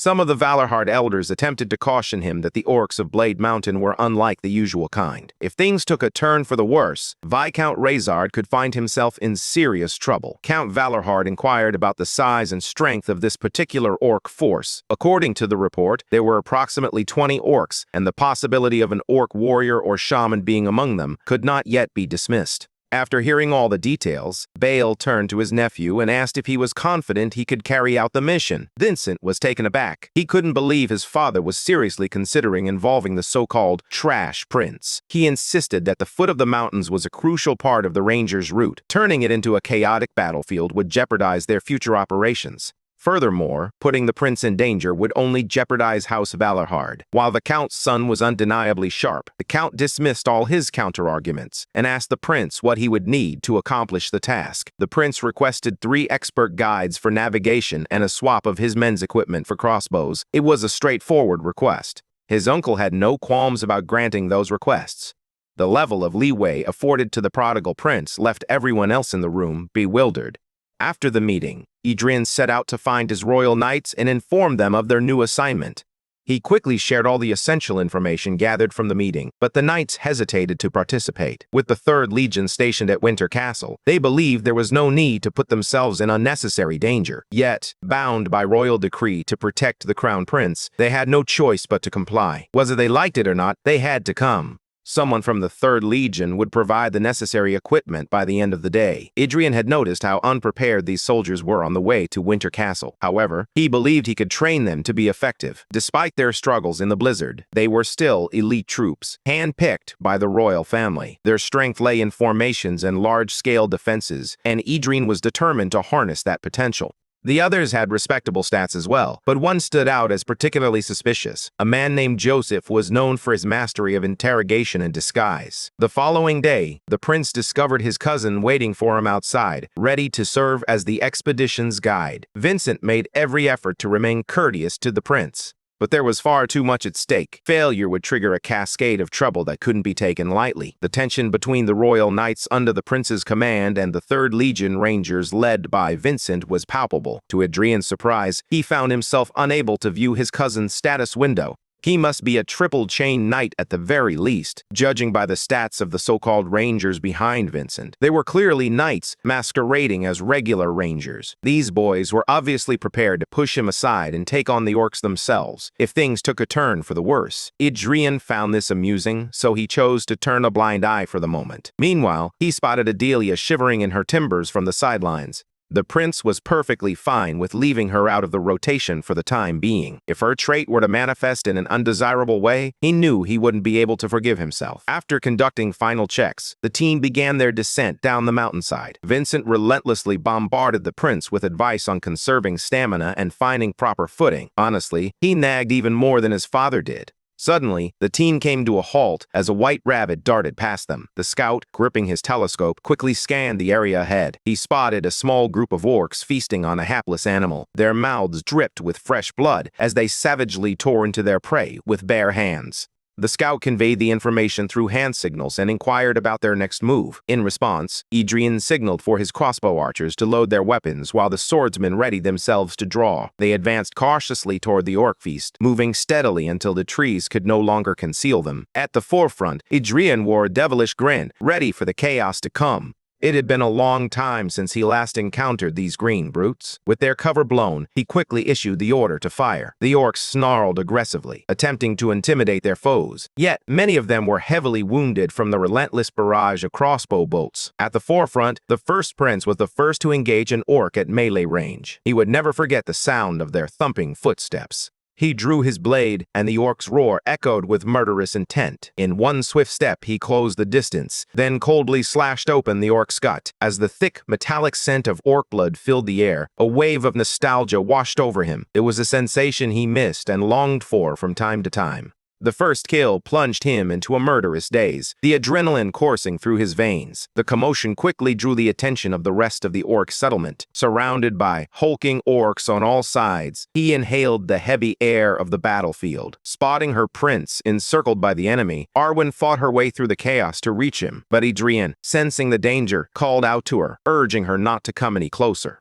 She halted, sensing the weight of his warning. Adrian tightened his grip on his blade, assessing his targets with a steely focus. If his allies didn't keep their distance from his impending rampage, they risked being caught in the crossfire. As he stood before the throng of orcs, memories of a friend he had made over 400 years ago flooded back to him. It was a time when orcs were not just monsters, but the proud masters of the continent. His experience with that friend was far from mythologized. It wasn't a tale of a gallant hero. Rather, it was a poignant poem about a pitiful man who loathed orcs above all else. His name never found its way into the annals of history. All he left behind was a sorrowful verse. He was a father who fought tirelessly until his strength finally withered away. He stacked green corpses, creating a mountain of flesh and blood. Adrian's mana morphed into something unrecognizable, as the haunting verses of an extraordinary avenger echoed in the air. A crimson pool began to form beneath the carnage, amplifying the relentless poem of revenge. Before the journey to the north, one of the royal guards chosen for the mission, Joseph, was approached with a tempting offer of money for a covert job.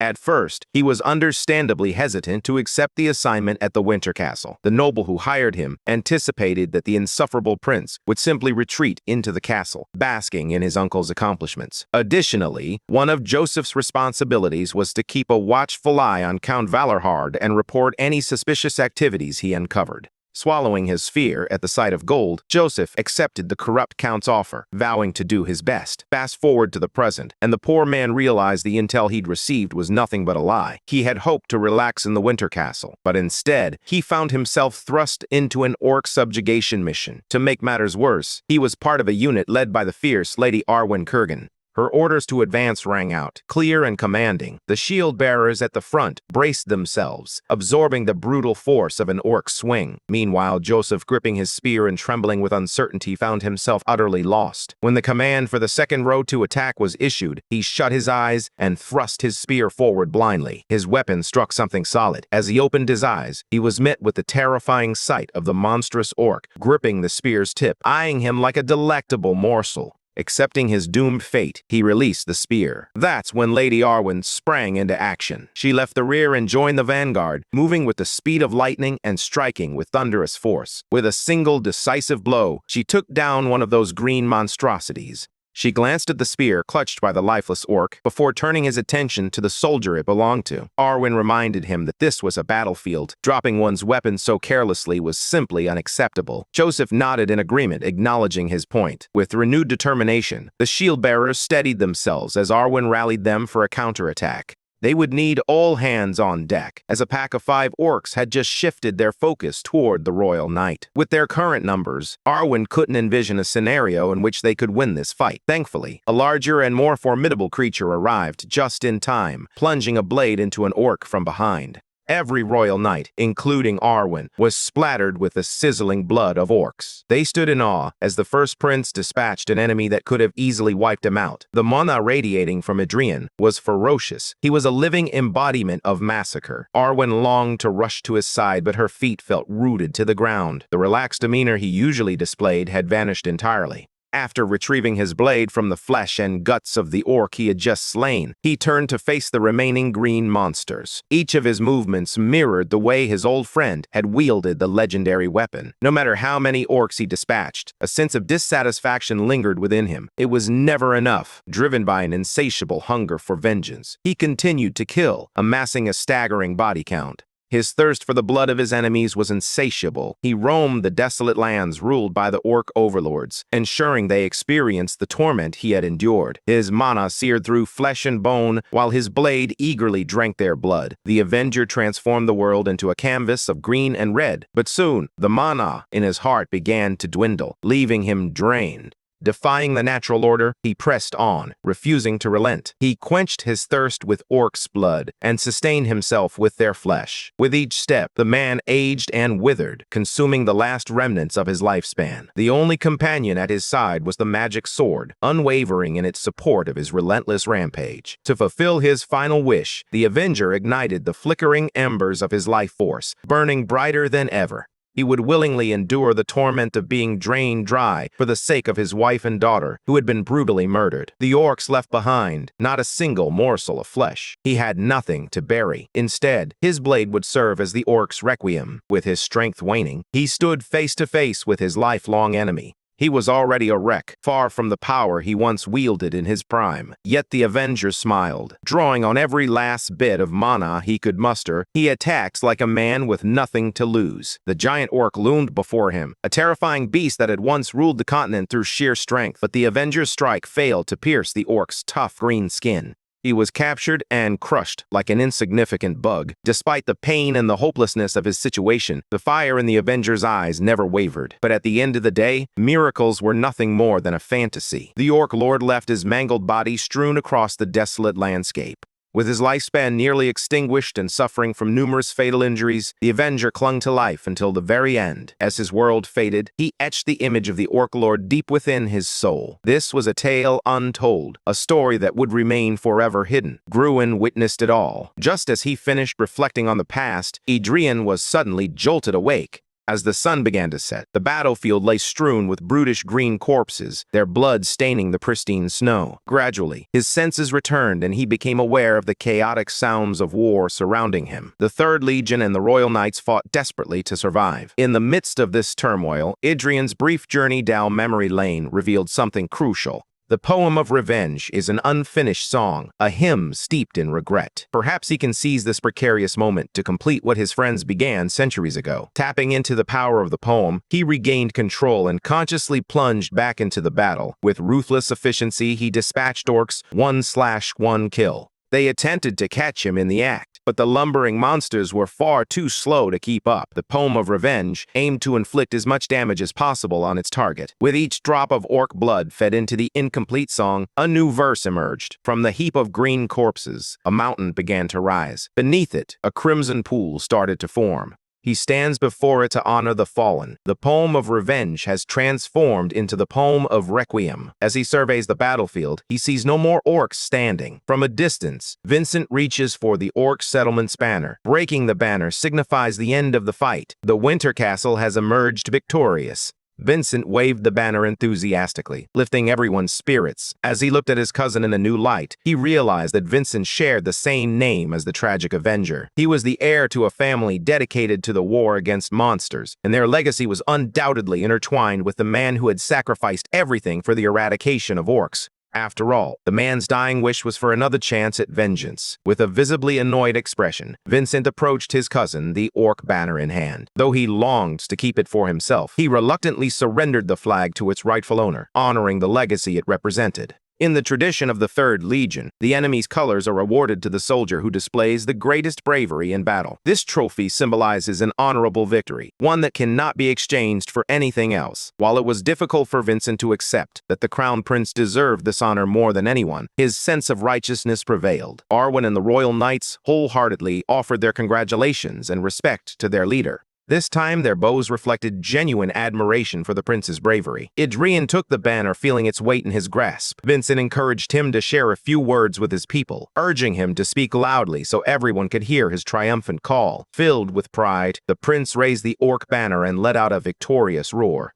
The knights, disguised as rangers, celebrated and showered the prince with admiration. This was the welcome to Winter Castle he had envisioned. Victory, cheers, and glory. In this moment, everything felt within Adrian's grasp. He proudly seized the banner, beaming with the excitement of a child. Vincent playfully boasted about having 16 banners to his name, matching his childishness with a grin. The disguised rangers chuckled at their commander's juvenile antics. Meanwhile, the prince couldn't care less about his cousin's tally. He had earned his own banner through blood and sweat. Though Vincent felt a twinge of annoyance, he decided to let his cousin revel in the spotlight for now.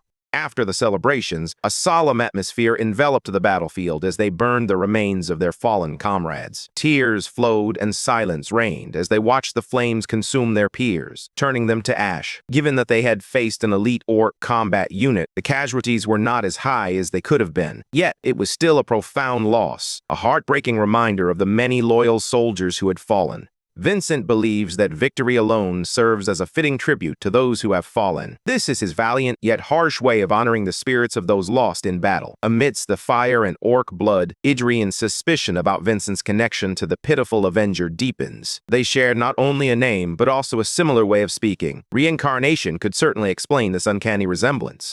At the solemn funeral, Idrian observed a few extra soldiers from the Third Legion in attendance. Vincent explained that a ranger unit had been passing through and decided to join the fight. However, the truth was that Vincent harbored deep mistrust for the prince and had secretly arranged for reinforcements. More concerning was the presence of an orc combat unit that had descended and established itself alarmingly close to the foothills. It was peculiar that no ranger had detected their movements. To avoid any further surprises, Vincent urged them to return to the Winter Castle quickly. As they approached the castle gates, Count Valahard awaited their return, relief washing over him at the sight of his son and nephew safe and sound. He noticed the Crown Prince, who appeared eager to share something with his uncle. He unfurled the orc banner, proudly declaring his ownership of the tattered fabric. The Rangers, along with his uncle, erupted in cheers for the prince, celebrating his capture of a flag on his very first outing. Meanwhile, Arwen and the Royal Knights exchanged glances, feeling a touch embarrassed. After all, he had flexed the banner 11 times by now. Idrian, hoping for some praise from his uncle, found his attention diverted. The Count was deeply engrossed in his son's concerning report about the rising orc activity in their territory.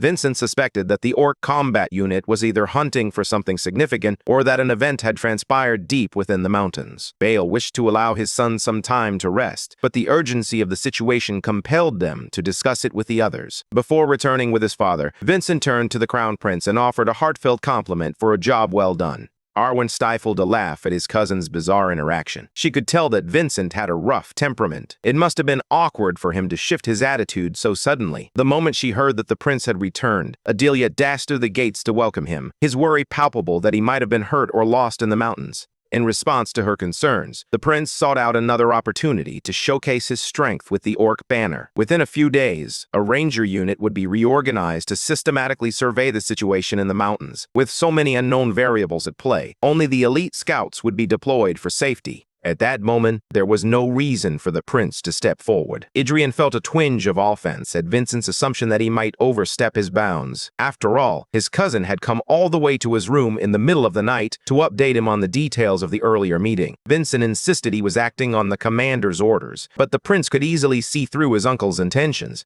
The old man wants him to get closer to his cousin, and surprisingly, he's not entirely opposed to the idea. After a long day with Vincent, he politely dismissed the young man, eager for some solitude. Now alone in his room, he finally has a moment to catch his breath. On his table lies the tattered orc banner he earned from the expedition. Earlier, he had been consumed by the chaos of battle, surrounded by blood and carnage. It was the first time he had recited an ancient epic poem in its entirety without missing a single verse. He knew he would likely have similar out-of-body experiences in the future. Today's events also revealed to him that none of the poems in his repertoire truly belonged to him. The works he once claimed as his own never fully resonated with his spirit, but now, for the first time, he had made one of them entirely his own. The poem of revenge was a blood-soaked hymn of the fallen avenger, while the poem of requiem represented the fruit of his labor. His sweet thoughts were abruptly interrupted when a foreign presence tapped against his window. The prince turned to see a bird perched on the glass pane, but this was no ordinary bird, not in the slightest. The bizarre bird flitted into his room and settled on the orc banner. Idrian had a rough idea of who had sent it. That lunatic fiancé of his must have delivered it as a gift. He couldn't shake the feeling that the high elf was somehow involved in the orc combat unit's appearance at the foot of the mountain. She could only hope that the prince would face an opponent more worthy of his status and abilities.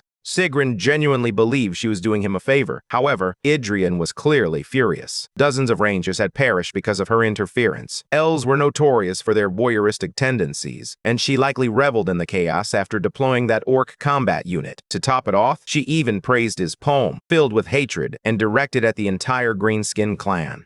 He had grown weary of the witch's evasive words and urged her to get to the point. She insisted that all she desired was a return for her unrequited love, eagerly anticipating the day the prince would finally open his heart to her. At last, she revealed that deep within the mountain range lay something that could greatly benefit Idrian. A very ancient being slumbers deep within. Harnessing that being's blood would undoubtedly work wonders for his poetry. However, the time allotted to her creepy bird has come to an end. It literally exploded on his shoulder, staining him with its cursed blood. Even her farewell was unpleasant to the very last moment. It's clear that Sigrun expects him to compose a new epic poem for her amusement. Elves are passionate listeners and reciters, forever unable to be the original speakers of a poem. They skillfully weave the verses of others into their own melodies, singing of graceful sword dances. She encourages him to create a new verse, hoping to enrich herself in the process. Intrigued, he decides to play along for the time being. He consults Vincent about venturing deep into the mountains.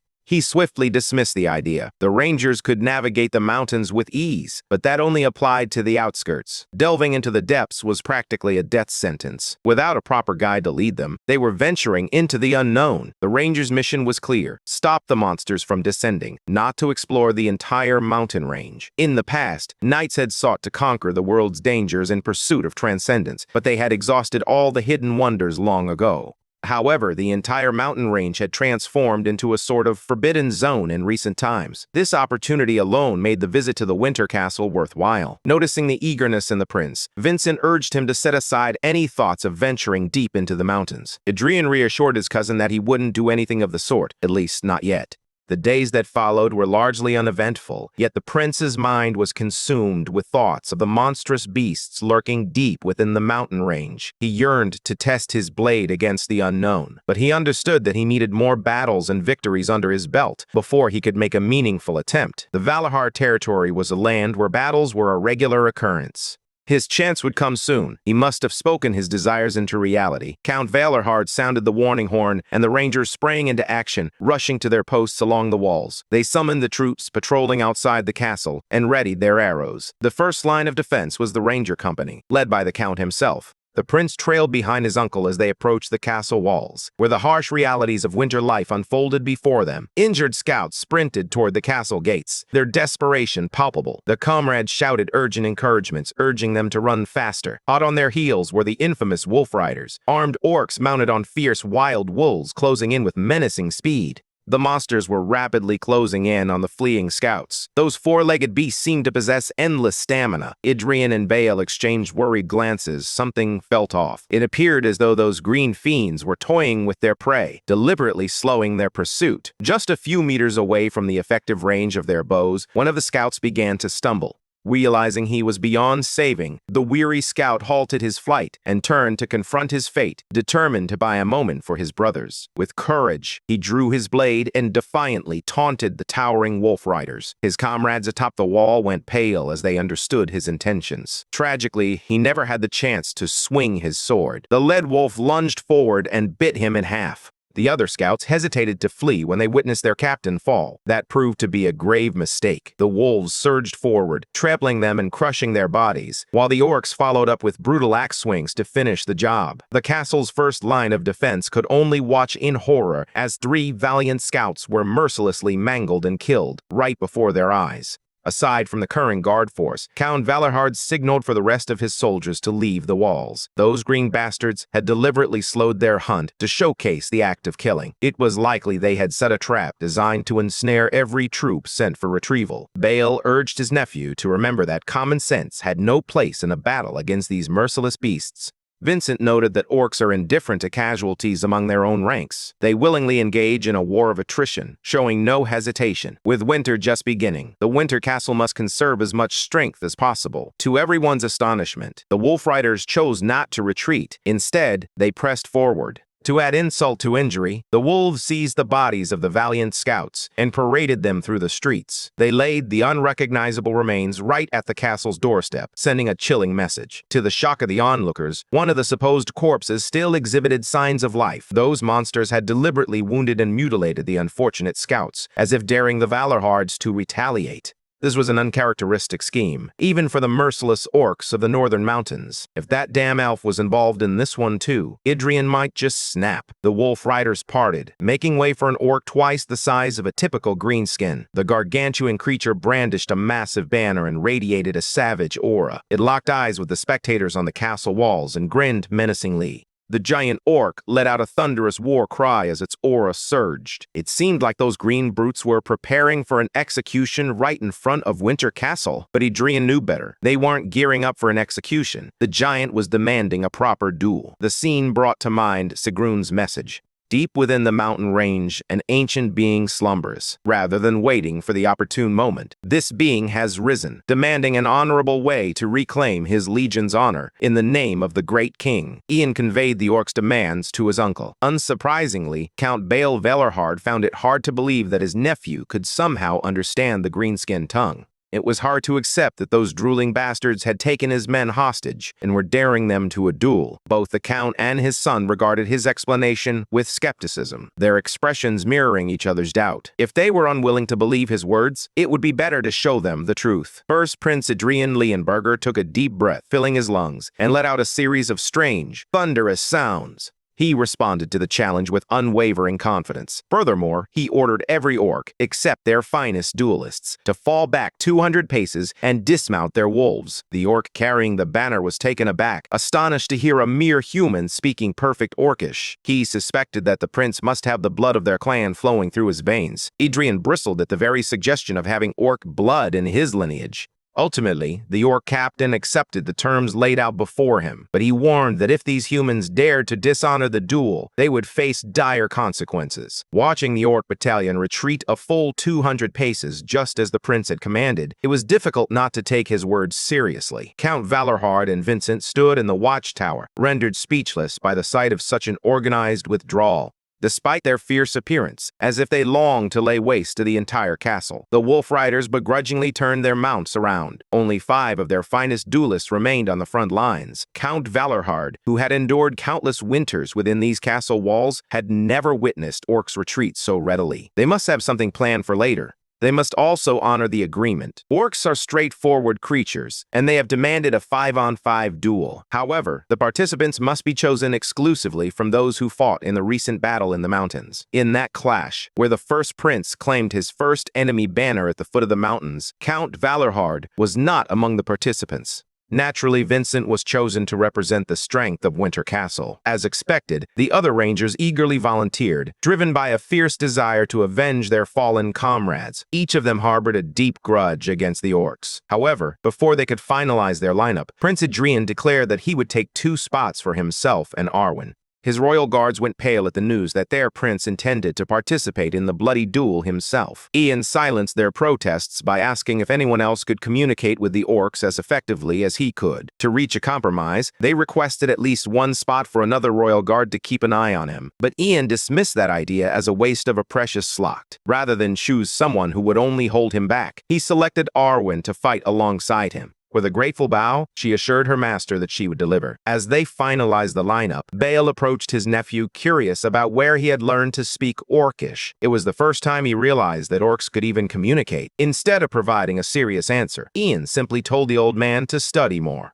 He urged Uncle Bale to set aside any thoughts of whether he could have resolved matters with words in the past. Today was a unique situation. Only orc nobles, like that muscle-bound brute down below, who directly serve the king, are permitted to speak the ancient tongue. As the greenskins grew increasingly restless and eager for a fight, Ian took the lead to kick off the festivities. True coincidences are rare in this world. The moment he stepped into it, everything began to spiral out of control. An elf envoy arrived at a kingdom that had long been overlooked. Meanwhile, in the frozen north, the king of the orcs emerged for the first time in 400 years. Something monumental is brewing, and he has no clue where it will all lead. But now is not the time to dwell on the bigger picture. Today, all that matters is the battle ahead. No thinking required. Just pure, unadulterated blood sport. At the forefront of the 5-man spear stood the first prince, ready to confront the green-skinned brutes. Gripping his war axe tightly, the noble orc snarled at the humans before him.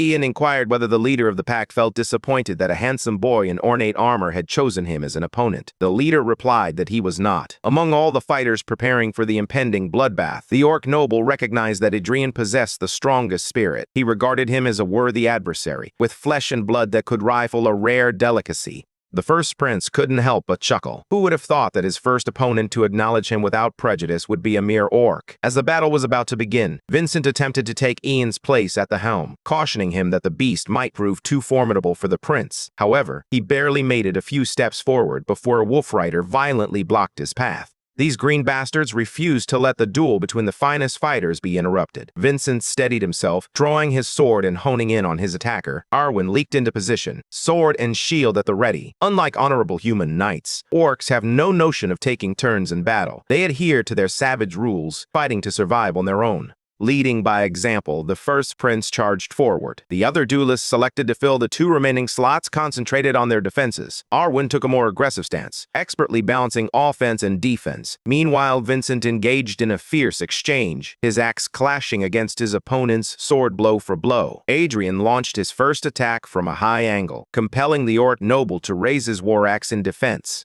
Insulted by the feeble attempt on his life, the orc roared and sent him flying like an insignificant insect. As the first prince landed gracefully, he took a moment to reassess his strategy. The orc noble couldn't help but feel pity for him, recognizing the stark contrast between his own formidable presence and the prince's lackluster strength. As Ian began to warm up, flickers of flame ignited within his mana heart. He refused to let the weak talk get to him. From those small embers, he unleashed a massive blaze that enveloped his body. The heat radiated so intensely that it reached the castle's watchtower. The knights, watching the match, erupted into cheers for the prince. They summoned him to slay the orcs, tear them apart, slit their throats, and gouge out their eyes. Hundreds of rangers channeled their hatred, grudges, and every deep-seated emotion they held against the orcs. The prince harnessed this tide of negativity as fuel for the battle. Together, their collective fury transformed into something astonishingly reminiscent of the will of the Avenger who once roamed the plains. For the chance to feel that intensity once more, Adrian's journey to the north was undeniably worthwhile. He was genuinely grateful to be here. The noble aristocrats of the Greenskins had surely awaited his timely return, and for that, he felt a deep sense of appreciation. Just in time, the prince arrived to become the sacrifice for his hymn. The poem of Requiem had been awakened. The brutish Wolf Rider orc relentlessly swung at Ranger Commander Vincent, but Vincent's footwork was nothing short of impeccable. He could have easily toyed with the simple-minded beast if not for the sudden interference of another Wolf Rider. Forced to abandon his speed advantage, Vincent braced himself to block the incoming attack. Channeling his mana, he supercharged his blade and swept the enemy's sword aside, cursing the shameless brute for interrupting his duel. What was meant to be an honorable duel had devolved into chaos, as the orcs employed a surprising level of teamwork to gain the upper hand. He had never witnessed anything like it before. Even more concerning was the noble orc the prince was facing. No ordinary orc warrior, even one driven into a frenzy by a shaman's spell, could match the strength of this formidable opponent. Despite the enemy's extraordinary strength, Adrian was holding his own remarkably well. In fact, he was actually pushing back against the ridiculously powerful monster all on his own. Vincent had already respected his royal cousin as a fighter after their first expedition at the foot of the mountains, but this was on an entirely different level. With a confident grin, Adrian taunted his opponent. For someone who had called him pathetic earlier, the big green brute wasn't exactly providing an entertaining match. He criticized the decline of the so-called loyal servants of the king, lamenting that this was all they had become. Surprisingly, the noble orc remained calm, understanding that cheap provocations would only ruin his mood and spoil the thrill of their duel. The imposing figure vowed that by the end of this fight, he would claim the prince's flesh and blood. Their weapons clashed in a fierce display of strength and skill. It was a raw and unfiltered battle to determine who would emerge victorious. Despite being as small as a rat compared to the hulking beast, Adrian held his ground impressively. As the collision reached its breaking point, the giant war axe shattered into 1,000 fragments. With the opponent's weapon now out of the equation, the prince seized a massive opening he had created. The orc noble could hardly believe that a mere human had rendered his weapon useless. He struggled to keep his eyes on the bloodthirsty prince, but the agile warrior was simply too fast for him to follow. After shattering the orc's only means of defense against his blade, Prince Adrian swiftly severed his opponent's right arm and leg, leaving behind a pair of bloody stumps. The pain and humiliation twisted the orc noble's face into a grimace, a stark acknowledgement that his fate was sealed. With both arm and leg taken, the towering green giant collapsed, keeling over in defeat. The Wolf Riders, Rangers, and Knights turned their attention to the center of the battlefield, captivated by the brutal fall of the green-skinned ringleader. Having borrowed their power, it seemed only fair to give the spectators a show. The prince approached the free, bleeding, armless, and legless figure, raising his sword high above its head. In its final moments, the orc noble offered a regretful farewell to his king. Fueled by the emotions that the people of Winter Castle had harbored for generations, he drove the tip of his blade deep into the orc's skull, turning its brain into mush. As he ended the orc noble's pitiful life, Prince Adrian felt a gaze that sent chills down his spine, making every hair on his body stand on end. For the first time since he became aware of the ancient entity said to dwell beyond the mountain range, the king of the orcs, its presence was unmistakably felt. Completely unaware that an apex predator had set its sights on the prince, he halted Vincent and Arwen, commanding them to stay back. Suddenly, the king's presence erupted on the horizon, visible to all. The ground beneath them trembled. Just keeping their eyes open against the blinding lights in the distance felt like a trial. Those with weaker constitutions struggled to remain on their feet. Count Bael Vauerhard felt the sweat bead on his brow as he moved directly toward Prince Adrian's position. Suddenly, something large and gleaming tore through the sky. He focused intently on the mysterious object, his mind racing to comprehend the unfolding events. Something had been unleashed from beyond the icy mountains. It was swift and precise, cutting through the air with no regard for wind resistance, violently shredding through every obstacle in its path. A massive spear. In mere seconds, it traversed an unfathomable distance, aimed directly at the man who had slain the orc noble. Faced with a life-or-death decision, Prince Adrian chose to intercept the spear. When the tip of the spear clashed against his blade, an overwhelming force surged through, threatening to knock him off his feet. Midway through his attempt to block, it became painfully clear that Adrian's strength was insufficient to withstand this onslaught. Pushed to his limits, he had no choice but to redirect the force elsewhere.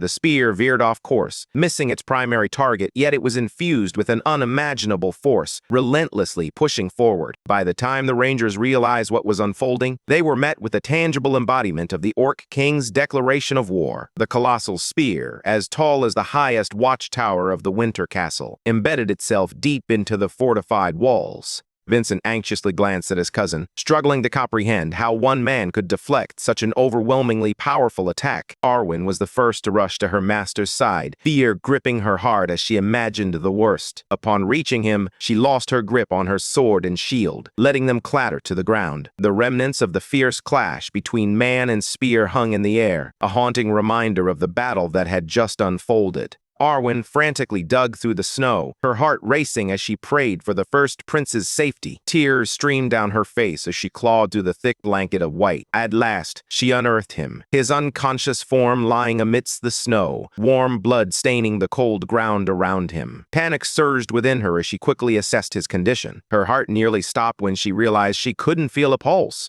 Panicked and filled with concern, she desperately tried to warm him and rouse him from his deep, perilous slumber. Arwen's emergency training surged to the forefront of her mind as she focused on restoring Prince Adrian's breathing above all else.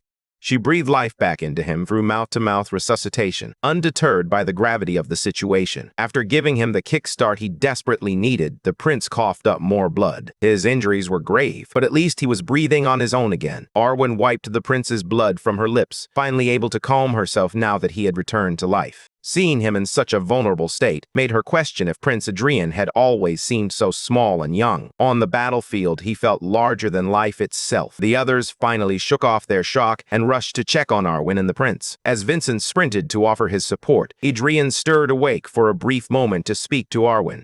With barely enough energy to breathe, he summoned the last remnants of his strength to curse the orcs for their talk of honor, only to pull such deceit on him. The only good orc, he thought bitterly, is a dead one. He also reminded himself that the duel wasn't over yet. Arwen had better finish off the remaining wolf-riding bastards and make it hurt. Taking the reins of the charge under the prince's command, Arwen steeled himself to bring a swift end to this battle. Vincent and the Rangers raised their weapons, prepared to fight as one. This time, they struck with precision, making the Wolf Riders pay for every sword thrust. A considerable amount of time had passed since that humiliating duel. When the prince finally awoke, he was still seething with anger at the scoundrel who had hurled an oversized spear at him. Vincent stood by his bedside, ensuring that he was on the mend. In truth, his entire body ached painfully. His sword-wielding arm bore the brunt of the damage. But even that physical pain paled in comparison to the anguish in his heart. He was so furious that it felt like a physical wound. He hadn't even confronted that meddlesome bastard directly. He had only endured a cheap shot from an impossible distance. Yet the damage had left him in a wretched state. As he berated himself for his fall, Vincent and the Rangers expressed their heartfelt gratitude to the prince. Thanks to his bravery, they had managed to rescue the allies they had long since given up on. Adrian found it surprising to hear his stoic cousin utter such sentimental words. Vincent reported that while the prince was fast asleep, an orc army had set up camp just 1 kilometer from the castle. They were slightly ahead of schedule, but their numbers were manageable for Winter Castle. Still, the fear of the monstrous creature that had hurled that giant spear lingered in everyone's hearts. The echoes of its guttural roar still resonated from the mountain range, a haunting reminder of the threat they faced. Adrian scoffed, revealing that a king capable of uniting all the orcs within the mountain range had been born and was now making his move. As seasoned rangers experienced in dealing with orcs, Vincent and his men believed it was in the orcs' nature to challenge their chieftain at every opportunity. However, the prince insisted that this orc king was a unique case. That creature was forged for battle, destined to trample and consume. A ravenous being, its sole purpose is ultimate conquest. Revered by his bloodthirsty kin, the king of the orcs stands as a ferocious lord of the battlefield, a true warlord. Upon hearing that the first prince had awakened, Adelia and Arwen decided to pay him a visit. Adrian was completely consumed by the orc problem. The orcs vastly outnumbered the personnel at Winter Castle, making any venture outside the gates far too perilous. He needed to devise a strategy focused on siege defense. Calling back the Blackspear cavalry to reinforce the castle seemed essential. However, communicating with the army stationed beyond the mountains would prove to be a greater challenge. Adrian was all for strategizing, but Count Valarhard and his men had transformed his bedroom into a war council, despite there being a perfectly equipped conference room in the castle. This was their first time hearing about, let alone encountering, the king of the orcs, and they needed his expertise. Instead of allowing him the space to recover from the grueling fight, the prince was inundated with questions and requests. After a long day of pushing the injured prince to work and strategize, they finally granted him a moment of rest.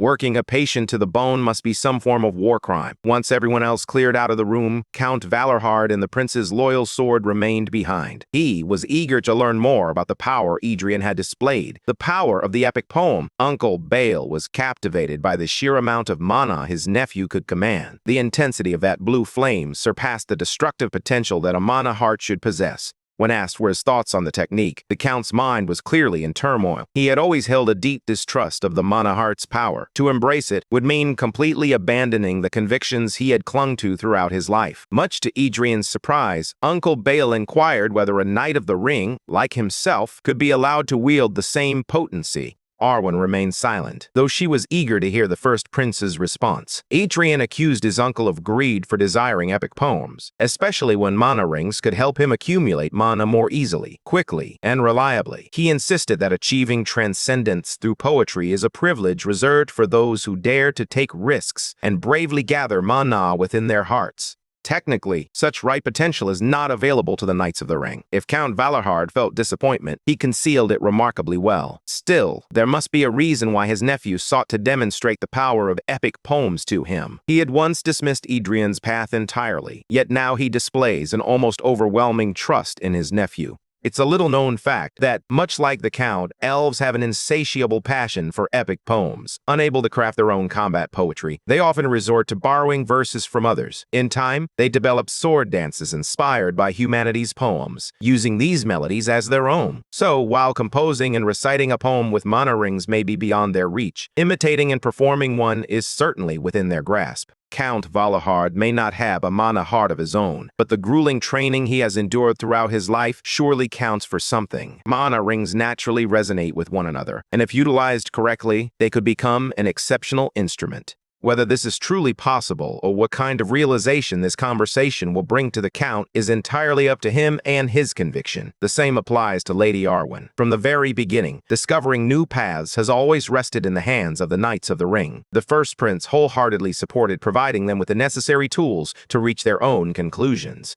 What he couldn't tolerate was their blatant disregard for his privacy. They lingered in his room long past acceptable hours. After a fierce struggle to drive them out, Adrian finally managed to get some proper rest. When he awoke in the middle of the night, only Adelia remained by his bedside. Thankfully, his uncle had slipped away while he was deep in slumber. His stubborn uncle had agonized over the topic of an epic poem for quite some time, but it seemed he had yet to arrive at any significant realization. After all, achieving meaningful results is rarely easy from the outset. Just then, as if summoned by fate, Count Valarhard appeared in his room out of nowhere. It had barely been a few hours since their last conversation, yet the Lord of Winter Castle radiated a formidable presence, one that feared nothing, with a single sword resting at his side. He radiated the essence of an unwavering pillar, standing tall against countless adversaries. Overnight, Uncle Bale had transformed, embodying the aura of a swordmaster. At last, he possessed a soul worthy of his formidable physical presence. Count Valarhard bowed before Ian, expressing his gratitude for revealing new possibilities. The first prince felt a twinge of discomfort at the unexpected respect in his tone.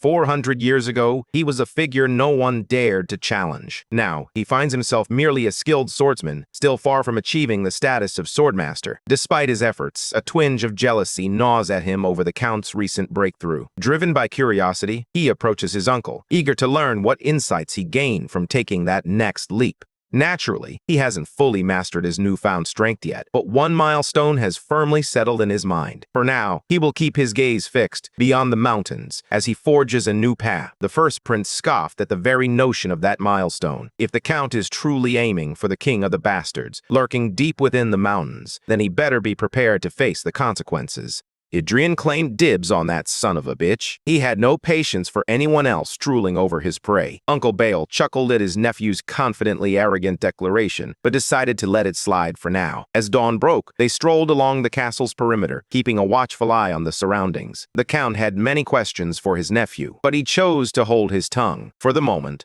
it's a mystery how the first prince gained such extensive knowledge about orcs, elves, and more. Bale is convinced that Adrian will reveal everything when the moment is right. Meanwhile, as Ewan and his nephew shared secrets, the scout suddenly shouted a warning. An orc army was approaching. From a distance, they estimated the numbers to be well over several hundred. No, 1,000 green-skinned bastards were encroaching on their territory, perhaps even more.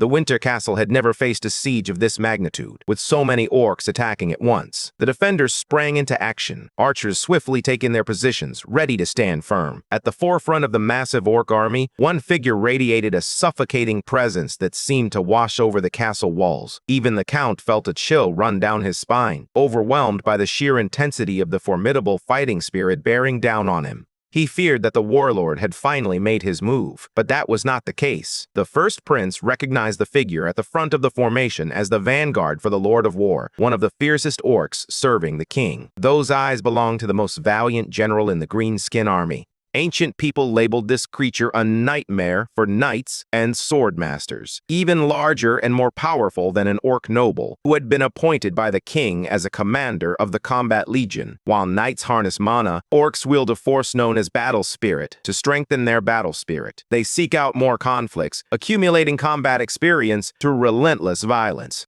On rare occasions, mutants are born with an immense battle spirit from the moment of their birth. These individuals are more attuned to all forms of energy and bloodlust than anyone else. Often, they develop the extraordinary ability to perceive intangible energy with their eyes. Revered by their tribe, they are seen as bearers of a supernatural power known as the Mind's Eye. Among them is the Night Slayer, a natural-born commander whose mutation is nothing short of overwhelming, now encroaching on Winter Castle. He may not possess intricate tactics or strategies, but he instinctively understands how to defeat an enemy better than anyone else. His mind's eye perceives everything, reads every movement, identifies the weak points in his target, and strikes where it hurts the most. Naturally, the Night Slayer knows exactly where the sharpest sword lies. Since Ian had never led them astray, Count Valorhard was eager to experience the thrill of clashing with the infamous Night Slayer firsthand. He wanted to see if that creature truly deserved such an arrogant title. Channeling the king of the orcs, the Count launched a spear from the watchtower, targeting the vanguard's head. Yet, the Night Slayer remained unfazed. He met the spear with a swift chop of his axe, neutralizing the full force of the attack. The spear spun wildly, rendered ineffective by his effortless parry. In response to the Count's blatant challenge, the Night Slayer seized the spear, infused it with a surge of battle spirit, and hurled it back at its origin. Matching the mutated orc's aura, Count Valorhard caught the supercharged spear with his bare hands. If nothing else, this exchange confirmed that the formidable opponent was not one to accept defeat lightly. Humbly entrusting the tactical side of the war to his nephew, Uncle Bael turned to Ian and asked how they should confront the Night Slayer. A single glance at the first prince's face revealed that he could hardly contain his excitement. Reining in his emotions, Ian explained that the beast is driven solely by the supernatural power of its mind's eye. In typical circumstances, that would pose a significant challenge. But in this world, things aren't always as they appear. No matter how much patience and wisdom an orc may display, an orc is still an orc at the end of the day. Just dangle a mouth-watering delicacy in front of that brute, and he'll be lured to his doom, unable to resist. When the first prince presented the game plan, Vincent immediately protested against placing royalty in such a perilous position. Idrian was resolute in his decision to serve as the lure. Cheap tricks would never fool the Night Slayer. The Rangers and Knights of Winter Castle were simply not suited for the task. In the creature's eyes, they lacked the appeal of easy prey. However, if they used the greenhorns as bait, the Night Slayer would likely eliminate them before the attack force could even respond. In conclusion, Prince Idrian and his team are an ideal match for the mission. Although his strike team has been trained like an elite unit, they still lack the crucial edge of real combat experience. If they can eliminate the Night Slayer early on, the remainder of the war would become significantly easier. Yet despite the seemingly flawless plan, Vincent urged his royal cousin to reconsider, warning him against such a perilous strategy. He insisted that Winter Castle could withstand the onslaught even without resorting to such a risky operation. Furthermore, placing the first prince in such a perilous position with his arm still injured is nothing short of malpractice. Idrian waved his arm around, attempting to reassure Vincent that he was fine. In reality, moving his broken arm caused him considerable pain. Nevertheless, he clung to the hope that once the battle commenced and adrenaline surged through him, he would be able to move more freely. The first prince had to remind Vincent that their true enemy was not the Night Slayer. As they argued over their next move, the warlord beyond the mountains observed, calculating his strategy. Seated on a throne forged in slaughter, the king's presence loomed ever closer to Winter Castle. If they did not end the battle against the Night Slayer swiftly, Winter Castle would surely fall in the next assault. With newfound confidence in his nephew, Uncle Bale agreed to give Idrian 1 week to devise a plan. If the king doesn't take action by then, troop deployment will revert to its previous state. In truth, the first prince craved the most perilous position, eager to unleash his secret weapon and finally see some action. For now, however, their primary objective is not annihilation. They just need to lure out the troublesome Night Slayer. The central wall, defended by elite rangers and led by Count Valorhard himself, will buy as much time as possible. Meanwhile, Vincent and a group of his trusted men take their positions along the east wall, ready to do the same. On the west wall, the royal guards, a mix of archers and knights, were overseen by their commander. Once the long-range attackers took their positions, they unleashed a barrage of arrows upon the advancing orc army, darkening the skies with their sheer numbers. With the advantage of high ground, each arrow was aided by gravity, honing in on its target with deadly precision.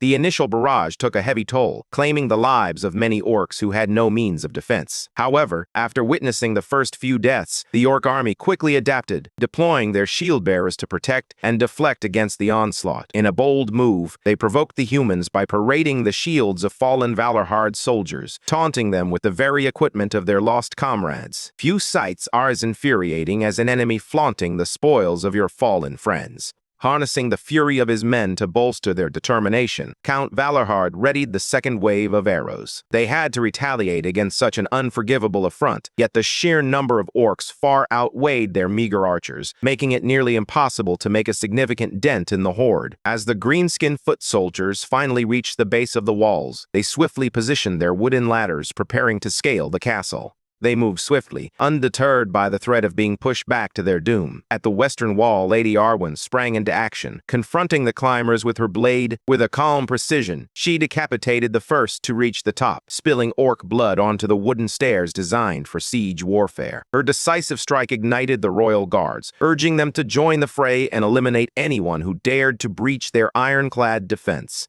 The royal guards wielded their spears, jabbing and stabbing at every grotesque face that dared to reach the top. To better manage the relentless tide of climbers, they deployed stones for the catapults. The siege raged on throughout the day, and as the sun dipped below the horizon, the battlefield was littered with the lifeless bodies of greenskins. The forces of Winter Castle fought tirelessly to secure those kills, yet the number of invading orcs showed little decline. To make matters worse, the Night Slayer had vanished without a trace, likely slipping away while everyone was distracted. Exhaustion hung heavily in the air, weighing down the weary defenders. By now, that cunning bastard must be on the move. He has likely spotted the section of the wall that has gradually turned into Winter Castle's vulnerability. Just as Idrian suspected, the Night Slayer won't be able to resist the temptation of an exploitable gap in the siege defenses. To ensure swift mobility, the mutant ogre has brought an elite battalion of wolf riders to target the weakest wall of Winter Castle. In response to the attack, Arwen swiftly gathered the wolf riders before they could breach the wall. The first prince joined her shortly after, ready to execute the most critical part of their plan. It was time to dangle the bait. With sword in hand, the flame of Requiem ignited from within him. He boldly taunted the Night Slayer, challenging the massive mutant to match his flames with battle spirit. Everything unfolded precisely as the first prince had envisioned. Count Valorhard was now a firm believer that victory was within their grasp. Meanwhile, the Night Slayer, restless and eager for chaos, finally plunged into the fray. Like a wild beast unleashed, he tore through his own ranks, disregarding friend and foe alike as he surged toward the heart of the battle. He spotted an opening and charged forward. The Rangers quickly loaded their crossbows, hoping their bolts would inflict some damage. They unleashed a flurry of shots, but the trajectory was painfully obvious. The Night Slayer seized one of his underlings by the head, using the unfortunate orc as a makeshift shield to absorb the incoming bolts. Unscathed by the crossbow fire, he turned to the Rangers, his gaze filled with a defiant challenge. They continued to fire, but hitting a rapidly moving target racing toward the western wall was nearly impossible. Finally, the first prince decided to take action, channeling his mana into his blade. Ignoring the warnings from his subordinates, he faced the charging behemoth with a cocky challenge. He dared the commander of the 1,000 Orcs army to come forward and fight him head-on. The Night Slayer gripped the wooden ladder, its frame splintering under his monstrous strength. Using the rungs as a springboard, he launched himself into the wall with a single, powerful leap. Prince Adrian urged his knights to adhere to the plan. Despite the danger, everyone kept their distance from the western wall. The Night Slayer had zeroed in on him, identifying Prince Adrian as the pesky human who had stoked those wicked flames. His king commanded him to slay the prince above all else. Adrian felt a swell of honor at the warlord's emphasis on eliminating such a significant target. Thanks to the warlord's orders, he didn't have to worry about the Night Slayer losing his nerve halfway through. Seizing the initial momentum, the prince launched an all-out assault, forcing the greenskin to defend himself. He attempted to turn the tide by crushing Adrian in midair, but the prince dodged effortlessly, as if he were Levi Ackerman himself. With a graceful landing, he quickly repositioned for another strike. Focused on victory, Adrian launched his attack with reckless abandon. To his surprise, he managed to slice through the Night Slayer's weapon, leaving a deep gash on the orc's arm. Losing his primary weapon did not faze the Night Slayer in the slightest. To him, the prince's fighting style was merely a collection of cheap tricks, dishonorable and repugnant. As the blaze of Requiem flared, it further amplified Adrian's offensive power. They found themselves locked in a battle of wills, each determined not to yield. Adrian wore a sly smile, fully aware that his trap had been set in motion. He signaled his team to set the plan in motion, and the behemoth was ensnared in a fortified net. The twisting ropes bound the creature, rendering it unable to retaliate. Royal guards strained and heaved, pouring every ounce of strength into keeping their grip secure. Naturally, the Night Slayer fought against the restraints, trying to break free with sheer brute force. He cursed Adrian for tarnishing their supposedly honorable battle with such blatant, underhanded tactics. He challenged the prince to uphold the dignity his spirit claimed to possess, but his complaints fell on deaf ears. With Adrian's expertly timed strikes, the royal guards managed to overpower the beast, sending it crashing to the ground. Meanwhile, the rangers on the other side of the wall felt the net loosen and pulled with all their might. The Night Slayer had never experienced such humiliation in his life. He thrashed and writhed on the ground like a worm, hurling curses at the first prince. Despite his frantic efforts, the net held firm, refusing to yield. Adrian wiped the orc blood from his blade, a satisfied smile creeping across his face, as he praised Arwen for executing the audacious plan flawlessly. Settling onto a pile of hay, he commanded the guards and rangers to pull even harder, relishing the moment. While the first prince rested, his allies gathered their strength and fought against the struggling giant. Once he had regained enough stamina, he stepped forward to taunt the beast. In his eyes, the Night Slayer appeared right at home, sprawled out in the dirt like a discarded piece of refuse. Below his line of sight, the massive creature resembled nothing more than a pathetic orc.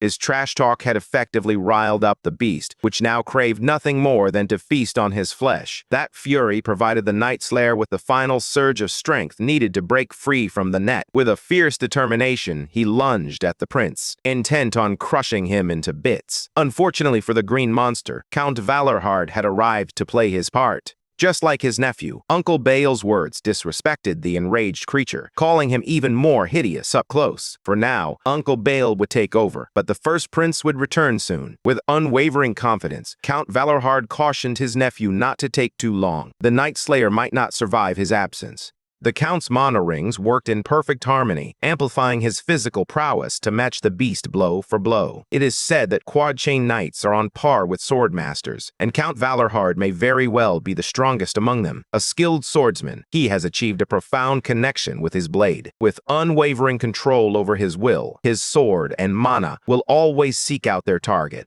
It's just his bad luck that the Night Slayer was born and raised to sniff out mana like a bloodhound. Wasting no time, the first prince dashed back into the castle, determined to find the perfect opponent for the mutant orc. They needed someone whose body moved before their mind could even catch up, a swordsman whose will was nearly impossible to read or predict. There is no better counter to the Night Slayer than the timid maid, Adelia Byrne. To persuade her to step out of the castle and confront the monster instead of hiding away, the prince revealed the gruesome bloodstains left by the creature on her master's body. Just one whiff of the scent was enough to transform her entirely. Adelia rose to her feet, her legs trembling, yet filled with a newfound determination to fight. He handed her a blade, and the bloodlust she radiated while wielding it surpassed his expectations. Her terrifying instincts, ignited by the desire to protect her master, had fully awakened. Adelia Byrne, a maid transformed into a butcher and warmonger, had finally come into her own. Meanwhile, the battle raged on in the surrounding walls, as rangers and knights fought valiantly to repel the invading orcs.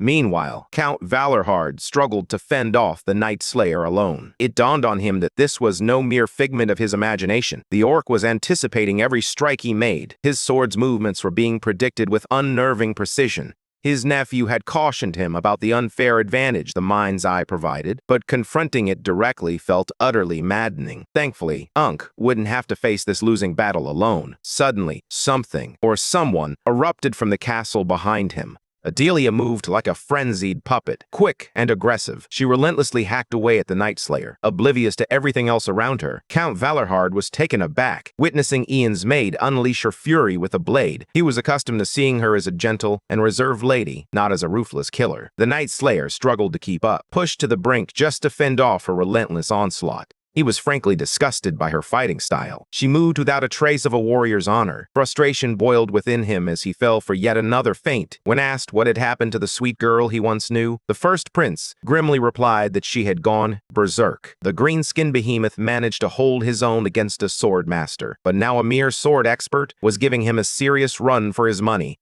Adelia's traits create a formidable combination. Her butcher trait enables her to carve and hack at anything in her path, driven not by grand intentions, but by sheer instinct. This battle style is further intensified by her warmonger trait. While some might label her approach as mindless, that very lack of hesitation makes her even more lethal. A madwoman who dismisses unnecessary thoughts while fighting is a weapon of unparalleled danger. The Night Slayers take great pride in their mind's eye trait, but against her, it proves utterly useless. How can they predict her next move when she herself doesn't even know what it will be? Adelia disregards all those elaborate dodges and blocks. Instead, she swings her sword with wild abandon, allowing her primal instincts to guide the blade. In that moment, she fights with a ferocity that surpasses even the beast she faces. Being called a beast by an orc is no small feat, but to resolve this chaos, Count Valorhard and Prince Adrian must tip the scales in their favor. With Adelia leading the charge, Ankh and nephew maneuvered skillfully around her attacks. The Night Slayer's frustration mounted. He yearned for an honorable duel, yet found himself cornered and outnumbered.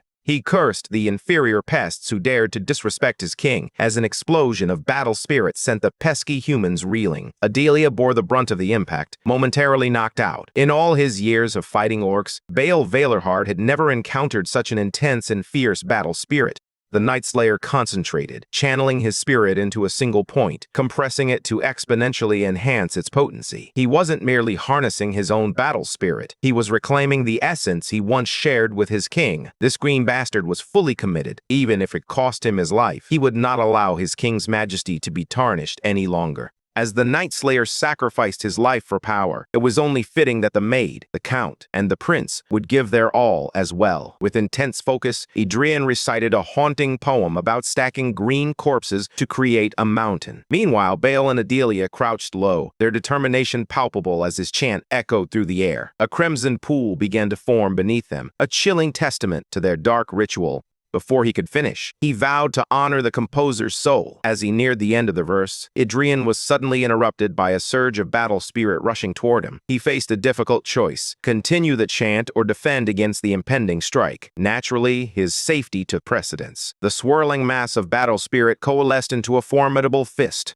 Blocking that fist demanded all his focus. Once more, the king from deep within the mountains had intervened from his comfortable chair. They preached about the honor of a warrior, yet continued to cheat time and again. The first prince had reached his limit. As he fought to keep his arms steady, he heard someone else reciting the poem. To his astonishment, his uncle was actively sinking his mana rings into the unfinished verse. The poem began to take effect, sharpening the Count's sword. As the first repetition supercharged both his body and weapon, Count Valerhard chanted even louder. Strangely, the verse also resonated with Prince Adrian's mana heart, igniting his blaze of requiem. For reasons unknown, the ring and heart forged a resonant connection, and it didn't end there. With Count Valerhard's ring serving as the central hub, the effects of the poem rippled across the walls of Winter Castle. Vincent felt the power of his father's recited words coursing through him, enhancing his blade. He added his voice to the chants, while Arwen also became part of the network of warriors united by poetry. The invisible thread swiftly and instinctively linked every ranger, royal guard, and knight as they fought to defend Winter Castle from being overrun by the green-skinned bastards. Once they were all mystically in sync, this connection formed a closed loop, channeling their chants to empower Prince Adrian Leonberger. Their voices intertwined, forming something too wicked to be deemed a poem and too disciplined to be labeled a melody. It could only be described as a war song. Every note and line echoed the desire and resentment that burned within every northerner. It was as powerful as any epic of valor Adrian had ever encountered. With the loop complete, he rejoined the war song.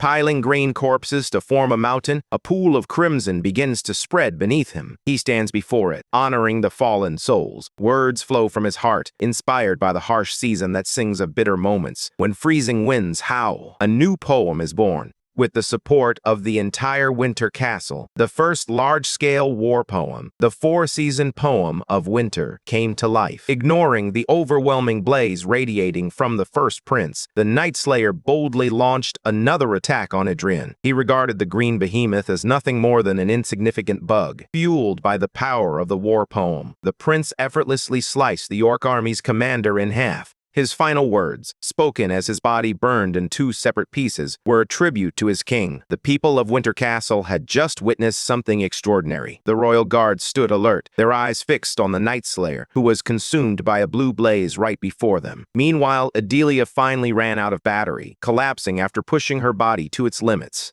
The tense, silent wait shattered when one of the royal guards announced that the Legion commander had fallen, and the prince had emerged victorious. Just as they were about to celebrate this hard-won victory, the main gate of the castle began to crack under the relentless pressure of the orcs outside. With a final, resounding break, the gate gave way, and hundreds of furious orcs surged into the castle in a chaotic wave. The prince raised his blade, ready to press on without a moment's pause. He urged anyone in need of a break to step aside, but no soldier would abandon him. Even Adelia, who had been on the brink of collapse just moments before, found a renewed strength. All Ian had to do was give the signal, and every able-bodied warrior in the castle would gladly lay down their lives for him. To conclude the war with unstoppable momentum, the first prince commanded all units to charge. Every soldier poured their heart into pushing back the invasion. Led by the prince, they chanted together, snow-covered peaks, frozen valleys. Yet, the blood-soaked walls remained silent, with only the haunting sound of the dawn horn echoing through the air.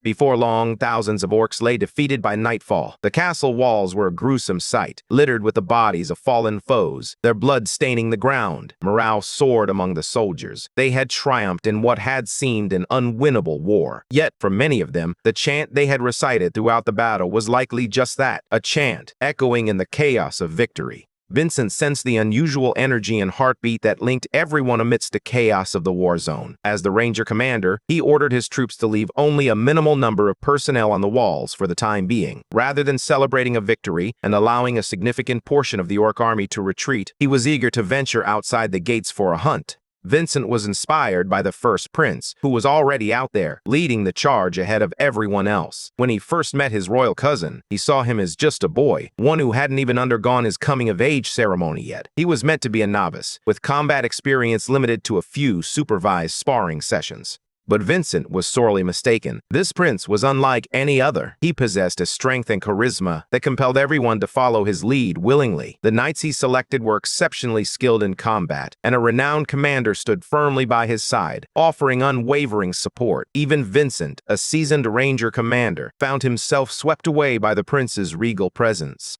The stubborn knights of the north had never so readily accepted a leader as they did Prince Adrian. They surrendered themselves to a heartbeat that was not their own, moving as one to vanquish every greenskin foe in their path. By the time they finally regained their senses, the sun had set and risen once more. With relentless determination, they pursued the retreating orcs, slaying every beast that dared to encroach upon the winter castle. In the end, the spoils of victory were claimed by their rightful owner. Amidst the bloody turn of events, Prince Adrian seized every orc banner, triumphing in massacre after massacre. With the final banner in hand, he declared their complete and utter victory. The royal guards and rangers erupted in cheers for the prince, viewing him in a new, brighter light. The battle had come to an end, and the effects of war's chaos began to fade. One by one, those who had been buoyed by its adrenaline collapsed, drifting into sleep with blissful smiles on their faces. Fortunately, for those who remained awake, the task of lifting and carrying their fallen comrades fell to them, ensuring that no one succumbed to the cold. Before joining the others in Dreamland, the first prince declared that what they had created was a war poem. His subordinates had to carry him back to his tent after his overnight rampage. The next step was to gather the fallen soldiers and cremate them with the respect they deserved. As for the Night Slayer's corpse, surely there must be some purpose for it. From a distance, a familiar mischievous elf observed the unfolding chaos of war with keen interest. Sigrin's fascination with the first prince had deepened after witnessing the creation of a new poem firsthand. Perhaps it was time to surprise him with a little gift for such an impressive display. For now, Sigrin employed some ancient technique known only to the gods to keep the king of orcs at bay, preventing him from crushing Adrian once and for all. She wanted to give the boy a little more time to grow. Reports of an elite orc force, numbering 2 legions, had reached the mainland. Though the 3rd Legion and the Winter Castle Rangers emerged victorious, House Valorhard was already preparing for the next battle. Despite having every able-bodied man in the north, Winter Castle finds itself severely outnumbered. Commander Bale dispatched envoys to the kingdom, urgently requesting reinforcements. Marquis Bielefeld expressed his heartfelt gratitude to the people of the north for their unwavering defense of the realm. However, the other noblemen were less than receptive to this news. They contended that the northern walls had stood strong on their own for over a century. There should be no need for additional manpower up there. Count Valorhard anticipated some resistance to his request, which is why the envoys brought evidence of the dire situation in the north. They opened a wooden crate, revealing its grim contents to the oblivious nobles. The sheltered nobles of the mainland recoiled in shock at the sight of what lay within. Inside lay the skull of the Night Slayer, the Legion commander personally defeated by the 1st Legion commander during their final battle, an event reminiscent of something straight out of Game of Thrones. The envoy spoke of its colossal size and relayed the first prince's ominous prediction. A greater enemy is on the horizon. The mainland nobles must heed the warning about the Orc King and take this threat seriously. Currently, the confirmed number of orcs under the king's command stands at a staggering 16,000, equivalent to 8 elite legions. Despite the seriousness of this situation, the insufferable nobles remain obstinate, refusing to send their own men to the north. They argue that the first prince, who has yet to wield a sword for a full year, could never hope to defeat such a formidable force, dismissing the threat posed by the Night Slayer as insignificant. They even accused House Valorhard of fabricating lies for political gain. In that tense room, Marquis Bielefeld stood out as the only genuine ally. He defended Count Valorhard, vouching for the man's honor. Just as the meeting threatened to spiral into political grandstanding, the king intervened, affirming Count Valorhard's words. If Bale says the matter is grave, then that is the truth. The king decreed that all houses along the northern border must supply the maximum number of troops. Additionally, the palace would hire a suitable mercenary group to be dispatched immediately. Among those noble sons recently arrested by the first prince, sending them to the battlefield in plain clothes could serve as a fitting way for them to atone for their crimes. The envoy insisted that Winter Castle required more than just this. They needed the central army to deal with the orcs. Even Marquis Bielefeld was inclined to protest, but the king's orders were absolute. Just as the meeting was about to conclude, a young man who bore a striking resemblance to the first Prince Adrian burst into the throne room. He approached the king and declared that the royal family must never overlook the devotion and loyalty demonstrated by House Valorhard. Maximilian Leonberger, the second prince of the Leonberg kingdom, met his father's gaze with determination and bravely offered to lead his men north himself. That very night, Prince Maximilian conferred with his father, the king, who advised him to make a stop at Count Ellen's estate on his journey to the north. The king had already stationed the Iron Lions and part of the central army at the estate, disguised as mercenaries, awaiting the second prince's command. King Leonberger understood better than most that the winter castle must never fall. Maximilian vowed to keep his father's words in mind, preparing himself for the journey ahead. Yet he couldn't shake the question of why the king had acted so indifferently in front of the nobles when he had always intended to deploy the Iron Lions in the central army. The answer was simple: politics. If he openly gathered an army to send to Valarhard, the empire would undoubtedly erupt in outrage, accusing the royal family of having ulterior motives. Those paranoid fools would seize upon this tragedy as an excuse to charge them with conspiring with House Valarhard to raise a rebel army in the tundra. It would be the perfect pretext to find fault. The king can no longer permit such things to occur. Give the empire an inch, and they would take a mile. At this moment, Maximilian, his second son, stands as the sole hope for the royal family. The boy must remain steadfast on the righteous path, and those who still faithfully serve their house will naturally rally around him. For that to happen, the North must remain steadfast. Maximilian vowed to do everything in his power to protect Winter Castle, but it wouldn't be easy, especially now that Count Valarhard had declared himself the guardian of Idrian. To the second prince, the North might as well be hostile territory. Maximilian believed that his older brother, a member of the royal family, would never treat him poorly. However, the king had witnessed all the morally depraved actions of his eldest son in the past. He instilled in young Maximilian's mind that the man he called Big Brother had inflicted irreversible damage on the kingdom. That child had sold the very future of their homeland to the empire for mere scraps. Maximilian was well aware of Idrian's dark and extensive history, but that was all behind him now. Idrian had betrayed the kingdom at just 13 years old. As both a father and a king, Maximilian wished to forget that fateful day, yet the memory lingered vividly in his mind. He had helplessly watched as countless promising knights were forced to break their blades, coerced into taking the blame, and sentenced to shatter their own rings. Whenever the king closes his eyes, he still sees their agony. That fat bastard, the little monster he raised, watched with glee. The king would never forget how Idrian smiled at the suffering of his trusted knights, nor the sound of his malicious laughter. Yet, despite the torment, Maximilian has heard whispers of his brother's repentance for his past actions and the great feats he has accomplished in the north. He was willing to give his big brother the benefit of the doubt. The king, however, saw Idrian's actions not as repentance, but as a foolish attempt to forget his sins. Even if Idrian had spent his time honing his blade, their father would never forgive him. The loyal men whose cultivation had been crippled could never restore their rings. They could start over and learn Manahart like some low-class mercenary. But what would be the point? The king is resolute in his belief that 1,000 Idrians could never replace what the kingdom lost that day. With a father like Yujiro Hanma, Maximilian feels the weight of his duty. Tasked with saving the north before other nobles could intervene, he carries the royal flag of Leonberg himself. For young Maximilian, the deployment of reinforcements becomes a brutal race against time. Many men fell behind during the relentless march through the tundra, but stopping was not an option. Antoine, captain of the Silver Fox mercenaries, was deeply impressed by the second prince's unwavering resolve. Despite his youth, Maximilian's body lacked the conditioning of a trained soldier or seasoned mercenary. Yet he pressed on, leading the charge through sheer willpower alone.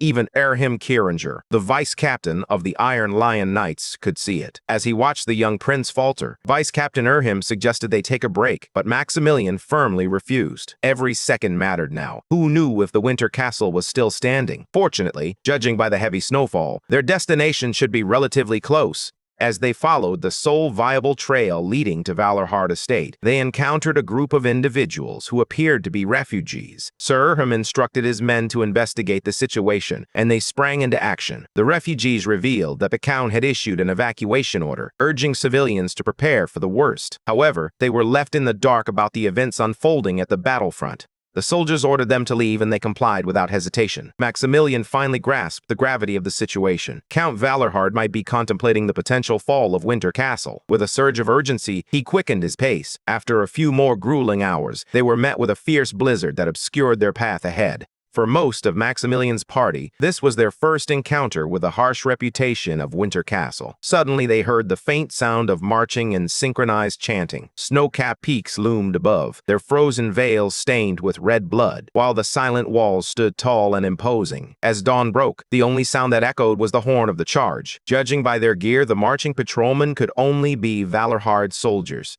They paused their march and silenced their course upon spotting the caravan struggling through the blizzard. The man at the forefront commanded his company to fall in line, introducing himself as Captain Jorgen of the 3rd Legion Ranger Company's 17th Platoon. He offered a respectful greeting to the second prince. Maximilian felt a wave of relief wash over him at the sight of friendly faces in the wild. As the weather worsened, Jorgen suggested they take the wagons and set out immediately. The Rangers would guide them from this point onward. To keep the caravan from straying from formation, the 17th Platoon quickened their pace, their chant echoing through the air. Sir Erham had always believed that northern men were supposed to be rough and taciturn. Yet here were these soldiers, shattering away, their peculiar song ringing out again and again. When asked about it, Jorgen explained that it had become a habit for them to sing and chant the 3rd Legion's war song, known as the Poem of Winter. This ritual helps keep them a bit warmer in the harsh tundra. Interestingly, the song was originally composed by the first prince himself, though individual platoons have added their own verses over time. Speaking of Maximilian's older brother, it was a blizzard just like this one that greeted him when he first arrived at Winter Castle.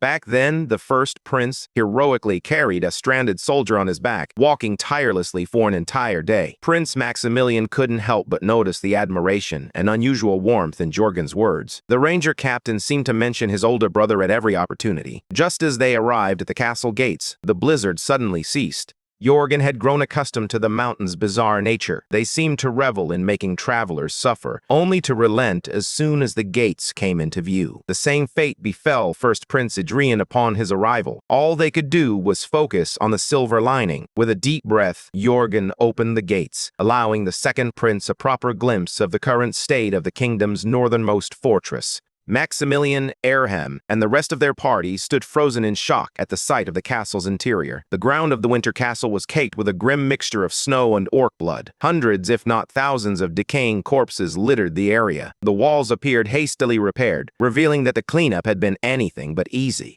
As far as the eye could see, the aftermath of a fierce battle unfolded. Coincidentally, first Prince Adrian and Arwen were just about to step outside. Adrian was taken aback to see Jorgen return so soon from his patrol, playfully scolding the ranger for slacking off. Jorgen's armor, once pristine and gleaming, was now bloodied and battered. He encountered a few pests along the way, forcing him to get his hands dirty. By now, Jorgen had grown accustomed to Prince Adrian's tendency to take on hordes of orcs by himself. Finally, Adrian noticed the figure standing behind the ranger. Spotting the young man clad in a set of ornate armor that mirrored his own, he realized that reinforcements had finally arrived. Jorgen felt a sense of unease. It seemed the first prince didn't even recognize his own little brother. The same could be said for Maximilian. Full-blooded royal brothers, who looked nearly identical, were struggling to identify one another. It took Adrian a few moments to scrutinize the boy's features before it finally clicked into place. In Maximilian Leonberger's eyes, the resemblance to his old friend was striking. The man who had forged the kingdom through sheer strength. Entering the castle proved to be a challenge in itself. It was difficult to find a single clear space unoccupied by the remains of orc corpses. The second prince and his party were unsettled by the locals' nonchalant demeanor. Unable to suppress his curiosity, Maximilian turned to his older brother and inquired about the events that had transpired.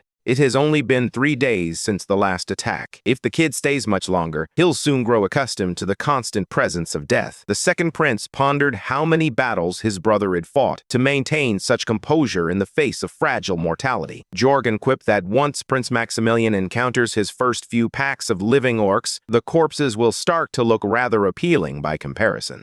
The young man found the dark humor entirely unamusing. Upon reaching the castle's grand entrance, they were greeted by a welcoming party, led by Count Bael Valorhard himself. The northern warriors paid their respects to the second prince. With a firm salute, he introduced himself and honored the Unberger royal family. Prince Maximilian approached the shield that guards against the north wind, paying his respects. His admiration for the kingdom's famed Silver Lion was evident. This collaboration would undoubtedly fortify the steadfast bond between House Valorhard and the royal family. When given the podium, the second prince spoke earnestly, expressing his gratitude to each soldier for their struggle, devotion, and sacrifice. He may be young, but he certainly knows how to speak. Even Big Bro quietly approved. With the formalities behind them, Bale invited the newcomers into his castle. It had been a long time since Adrian last saw his little brother, who had grown and changed beyond recognition. As they shared a meal at the dining table, the officers accompanying Maximilian appeared wary of the first prince. Prince Adrian's intensely glistening gaze fixed on his brothers sent a shiver down their spines. Feeling a bit uncomfortable, Maximilian ventured to ask if Big Bro had something on his mind, but Adrian simply shook his head. He was just enjoying the sight of Lil Bro eating. Shifting the conversation, the second prince inquired about how Winter Castle compared to the royal palace. Adrian sprang up with delight, proclaiming his love for the north. Battles occur almost daily, allowing him to slay as many monsters as he desires. Maximilian was taken aback by such a brutal response, especially considering his brother's past reputation. In a display of brotherly affection, Adrian piled more food onto the little one's plate. It's wise to fuel up now while he has the opportunity. He would surely regret stepping onto the front lines with an empty stomach later. The second prince had been raised to be polite, always mindful of the comfort of others while they ate. His stubbornness struck Adrian as a familiar echo of his old friend. They shared the same tenacious spirit. Before heading out to the field, the second prince was eager to understand the exact situation at Winter Castle. He and his men had witnessed a grim sight upon their arrival. An estimated 1,000 orc corpses lay frozen and decaying near the walls. Count Valerhard reported that they had been under relentless assault every 4 days. While the scale of the attacks varied, the number of orcs never fell below 500. Vice Captain Erheim viewed these persistent attacks as a positive sign. By now, the enemy forces should have suffered significant losses. Unfortunately for them, that assumption was far from reality. The number of orcs had not diminished at all. In fact, the Greenskin army had actually expanded and continued to swell as they spoke. Vincent had been dispatching scouts daily to monitor the orc hordes around the mountains, and so far, they had identified at least 9 distinct Legion units. The initial report tallied only 16,000 orcs, but the updated count has surged to 18,000. The situation is far more dire than anyone anticipated, yet the people of Valerhard remain remarkably undeterred. There's no hint of panic or fear in the air. Prince Adrian, in particular, appears to have adapted seamlessly to this new, harsher reality. Little Bro never had much time with his big brother. Most of what he knew about the first prince came from rumors, but the man standing before him was nothing like those tales. Noticing Prince Maximilian's intrigue, Vice Captain Erheim recounted the story of Prince Adrian's visit to Iron Lion Castle. During that visit, the prince sparred with the Iron Lion Knights dozens of times in succession, emerging victorious in every single match. The current first prince appears to have grown even more formidable since that time. Rumors of his impressive achievements have remained largely under wraps, as the first prince prefers to keep them hidden. Maximilian knows that true talent doesn't emerge overnight. It's far easier to conceal an existing skill than to conjure one from thin air. One thing is certain, his older brother harbors many secrets, tightly held and carefully guarded. After a hearty meal, the Winter Castle officials and the reinforcements convened in the conference room. Antoine and Erheim opened the strategy meeting with a pressing question. Did the King of Orcs truly exist? Perhaps they were merely facing a particularly fierce and cunning orc. After all, no one had actually laid eyes on this so-called king. Instead of beating around the bush, Prince Adrian pointed the newcomer's gaze toward a massive pillar visible outside the window. One glance at the colossal spear, the very weapon the king had wielded in his attempt on Adrian's life, should serve as undeniable proof of the beast's existence. Given the considerable distance from the mountain range to the castle, no mere orc, no matter how fearsome, could have thrown that. A ballista could have done it. It's up to them to decide whether they believe a mere monster somehow learned to operate siege engines, or if an incredibly powerful beast hurled it with sheer strength. If they doubt the latter's possibility, it would be best for them to return to the mainland. The North needs warriors prepared to face impossible odds, not a team of nagging interrogators. Vice Captain Erheim offered a sincere apology for his earlier doubts. It was difficult for him to grasp the idea of something so immensely powerful. He humbly acknowledged that he had nagged the first prince unnecessarily. To alleviate the tension in the room, Count Valerhard called for a break. As everyone else filed out, only the 2 brothers remained in the conference room. Prince Maximilian learned that Big Bro was the first to notice the changes among the orcs and the existence of their king. With a keen interest in primeval stories and myths, he was eager to find out if Big Bro had uncovered ancient texts that guided his discovery. Adrian, however, had never thought to use his fascination with myths and legends as a clever excuse to conceal the truth. given his body's notorious reputation, stealing the founding king's treasured sword, and even stabbing himself while attempting to show off with an outdated mana heart technique. He could easily reframe others' perception of him as a fool obsessed with the legends of the founding kings. His little brother, on the other hand, had a good head on his shoulders. Adrian understood why the king viewed him, the eldest son, as such an eyesore.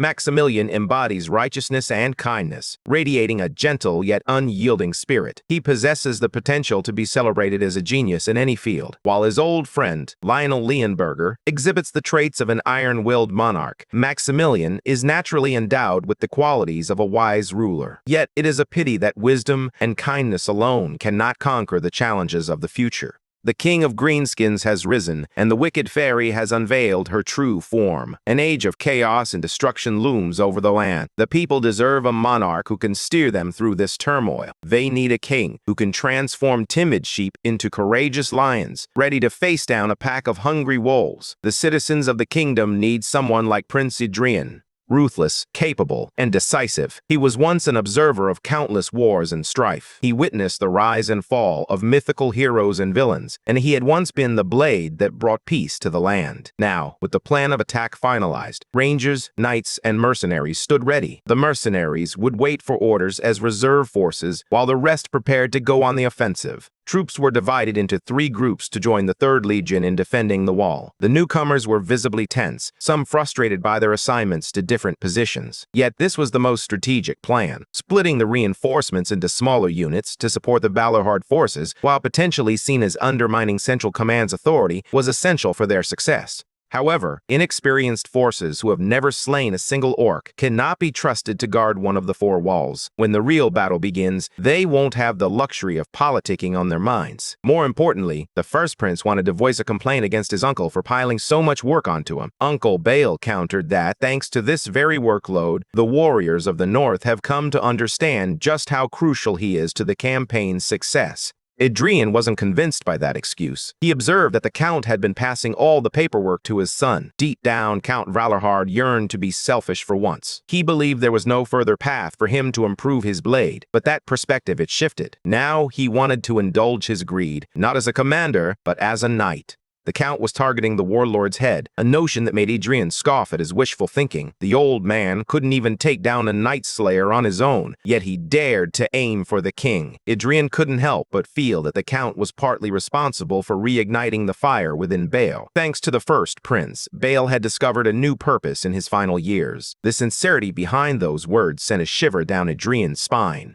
Finally, the ground trembled beneath the marching feet of an orc legion. The air was pierced by the blaring of a horn, heralding the arrival of a fresh wave of orcs. The walls stood ready to welcome their green-skinned guests, having maintained a constant state of combat readiness. As the veteran soldiers of Valorhard hurried to their positions, the first prince pulled his overwhelmed younger brother back to reality. Maximilian's gaze was fixed on the Crimson Orc banner, drawing nearer with each passing moment. Following their usual protocol, the wall defenders launched massive rocks at the orcs daring to scale the castle walls. Prince Adrian took a hands-on approach to command, meticulously overseeing every detail of the siege defense. He worked tirelessly to keep morale high, inspiring his men to give their all and keep the enemy on edge. The archers, too, had upgraded their arrows, now using fire to inflict even greater damage. Second Prince Maximilian watched in awe, captivated by his brother's brilliance. It's clear they've been engaged in relentless battles. He was so captivated by the impressive siege defense that he nearly got struck by a loose battle axe. Daydreaming on the castle wall is a rookie mistake. Big Bro had warned him that anyone in fancy clothes and armor becomes an immediate target. If he falls, the orcs' morale will soar, shifting the tide of the war entirely.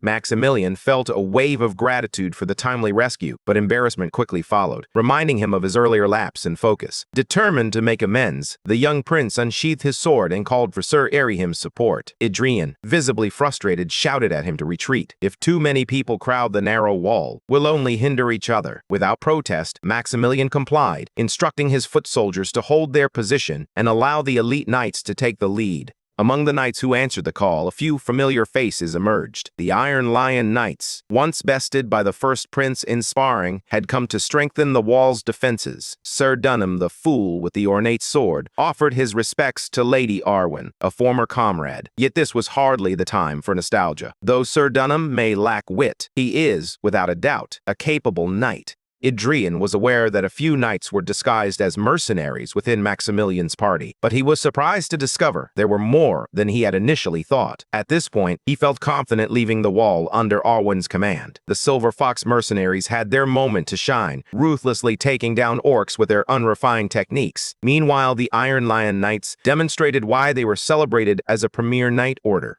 Despite the rapid accumulation of kills, the orc invasion showed no signs of abating. With everyone engaged in the fight, there were still around 1,000 furious beasts to fend off. Prince Maximilian took a moment to catch his breath and noticed that the orcs had halted their assault on the wall. Even more puzzling, the Knights of Winter Castle had seemingly vanished from the fray. The young prince gazed down and spotted the northern knights gathered before the gate, with Big Bro at the forefront of their formation. It appeared they were preparing to open the gates and charge directly into the horde. As soon as the hastily repaired entrance swung open, dozens of slobbering beasts surged through. In response to their simplistic invasion, the first prince began to sing the song that united everyone under his command. It was the very same melody the patrolling platoon had sung when Maximilian and his party first arrived at the castle. As before, everyone joined in the chorus, their voices harmonizing with the rhythm of the commander's manhware. The second prince, along with the mercenaries and knights stationed on the walls, felt the effects of the mana resonance. They were instructed to channel their energy and allow the song to weave its magic. As the newcomers struggled to adjust to this unfamiliar sensation, Prince Adrian moved through the war zone with chilling precision, leaving chaos in his wake. The nobles of the royal capital were certain that the cunning first prince had stolen valor from his uncle. They claimed he couldn't catch a single goblin, let alone slay an orc. These gossiping elites labeled him a useless, violent scoundrel, a complete good-for-nothing brat. Prince Maximilian may not know the entire truth, but one thing is clear. His older brother is performing feats beyond what even the finest knights of the realm could accomplish. Inspired by his brother's relentless onslaught, Maximilian yearns to join the fray. Yet, he knows that would be an act of recklessness. Sending a weary battalion to the front lines would be a grave mistake. As Maximilian surveyed his battered and weary soldiers, a question nagged at him. What set him apart from Adrian? What made the first prince so different that he could lead an attack force and carve a path straight to the Orc Legion's banner, leaving destruction in his wake? Adrian seized his hard-won prize and let out a triumphant roar, declaring his victory. Antoine, the captain of the Silver Fox mercenaries and a skilled mana heart practitioner, had never witnessed a fellow knight wielding a mana heart dominate a battlefield with such sheer force. What had once been a fearsome warrior now seemed like an insufferable brat, as the first prince boasted to his cousin about claiming a staggering 19 orc banners for himself. Vincent confidently claimed he had 26, boasting a solid lead over the prince. Undeterred, the prince shifted the goalposts, insisting that his legion flag should count for at least 10, which brought his total to 28. However, by that logic, Vincent's score would rise to 35. The Rangers chuckled at their playful banter, playfully urging the first prince to tone down his bravado, especially considering the Ranger commander had spent years amassing banners. Attempting to surpass him in just a few months was nothing short of shameless. Mildly annoyed, Adrian simply wanted to rest. However, the Rangers urged him to stay out a bit longer and join them in hunting down some stray orcs. From a distance, Lil Bro observed how his brother interacted with the soldiers of Winter Castle. Teased by his own men, Adrian boldly challenged the orcs to bring an army 10 times larger than the last. He was confident it would still be a piece of cake for him. Maximilian had never witnessed royalty engaging in lighthearted banter with low-ranking soldiers before, yet his brother did it so effortlessly. He interacted with these men without a hint of formality, and yet the eyes of the soldiers and knights shone with respect. They might tease him playfully, but none would ever dare disobey his orders. To them, the first prince inspired pure awe and a sense of camaraderie. On the contrary, Prince Maximilian's men were simply relieved that he had survived his first real battle. They praised him for his bravery, especially given his youth. Their pride in him was palpable, mirroring the admiration felt by the people in the royal capital. Noblemen from across the kingdom showered him with goodwill and admiration, as if they were merely praising a child for a clever trick. Comparing himself to his brother only deepened his embarrassment. Prince Adrian was already acknowledged as a dignified man and a capable leader. To further sting his wounded pride, the Iron Lion Knight sought his permission to pay their respects to the first prince. Naturally, he allowed them to proceed. Sir Dunham and his group rushed up to Prince Adrian, showering him with enthusiastic praise. Adrian was taken aback, struggling to understand why Maximilian's men were being so friendly. Meanwhile, Prince Maximilian had learned that these Iron Lion Knights had volunteered to come to the north. They willingly disguised themselves, concealing the esteemed name of the Iron Lions, and endured a treacherous journey just to be reunited with the first prince. Captain Antoine stood by, advising Prince Maximilian not to act too hastily. After all, he is a clever young man who understands the dangers of jealousy toward his older brother. At this moment, the royal capital enjoys a tranquil day, just like any other. None of the citizens seem concerned about the massive war raging in the north. The orcs, once dismissed as mere mindless monsters, have forged a kingdom of their own and established a formidable military force, poised to strike at any moment. In the snowy expanse of Winter Castle, the Leonberger bloodline is taking root, growing into a steadfast pillar of hope. If Maximilian hadn't come here himself, the royal capital would remain blissfully unaware of the brewing storm. One night, Prince Adrian set up camp in the mountains and summoned Antoine, the leader of a modest mercenary group, to his tent. He inquired whether the mercenary company had secured a contract with the royal family. Antoine confirmed that they had indeed entered into a long-term employment agreement, but there were no plans for what would happen once the contract expired. After all, mercenaries can't afford to think about the future when death could be just around the corner. With that in mind, Prince Adrian extended a new contract to take them in. However, Antoine politely declined. Despite his group being made up of a motley crew of lowlifes, they certainly don't come cheap. To persuade the captain to abandon ship, he criticized their mana accumulation method as primitive. If they joined Adrian's camp, the first prince himself would refine that technique. They would no longer be looked down upon for relying on low-level practices. He could see the crude, wispy mana heart pulsing in the man's chest. At best, it was crafted using an intermediate refinement method. The foundation built with such mediocrity resembles a sandcastle constructed from impure mana. Although Antoine and Adrian exist within the same realm, the disparity in their status is nothing short of astronomical. Even after revealing his mana heart to the captain, Antoine remained resolute in his refusal. If he could have accomplished everything with mere words, he would have become a swordmaster long ago. His distrust of the first prince lingered. However, he did present a counteroffer. Instead of seeking employment, perhaps a peerage would be a more suitable arrangement. Adrian couldn't help but feel amused. Unlike those stubborn knights, this Antoine fellow might actually prove to be useful. He was certainly more astute than the sheltered nobles who merely played with swords. With that in mind, the prince established term limits for the peerage. They would enter into a contract and collaborate until he ascended to the throne. To kick things off, he asked Antoine if he truly understood how to wield a mana heart. The captain unsheathed his twin blades, showcasing his meticulously honed mediocrity. While his technique was merely adequate, his choice of swords designed to sever other weapons was truly clever. However, after only a few seconds of channeling his mana heart, Antoine found himself drained, running out of energy in a rather anticlimactic fashion. It turned out he was far weaker than the prince had initially anticipated. Even so, Antoine took great pride in his sword song. After all, it was one of the most renowned in the industry. He had pursued a high-ranking mercenary for 6 long months just to learn it. The poor man had to spend his entire fortune on the technique, but it had saved his life on multiple occasions, so he had no regrets. Among his mercenary troop, everyone else's sword songs were mostly variations of the same theme. Just a few differences in efficiency here and there. Hearing that soured Adrian's mood. This was madness. War songs, poems, and epics were typically reserved for the progenitor's bloodline. This practice aimed to safeguard the technique's prestige from being tarnished by the unworthy. Even among bloodlines, worthiness was rigorously tested and scrutinized. In the current era, poetry has been reduced to a mere commodity, bought and sold for a few coins. Nothing diminishes the status and power of a poem quite like capitalism. Prince Adrian initially believed that a peerage contract would be advantageous, but after witnessing such a travesty, he realized the terms needed to change. Rather than binding the Silver Fox mercenaries to his service until he ascends the throne, he opted for a fixed contract of 20 years.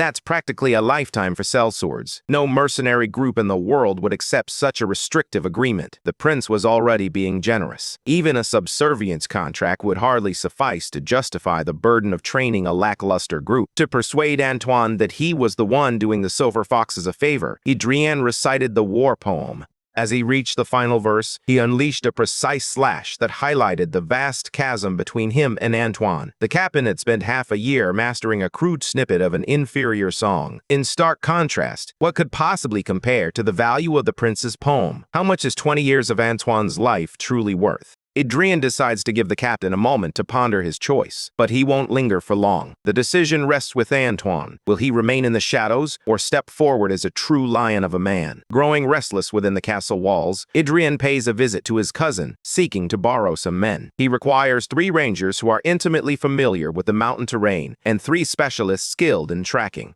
He typically has a squad of regular soldiers by his side during patrols, but this time, he has something different in mind. Rather than staying cooped up in the castle, waiting for the next invasion, he decides to venture out for a hunt. After all, the mountains aren't exclusively the domain of the orcs. Curiously, the king of the orcs has ceased sending legions for nearly 2 months now.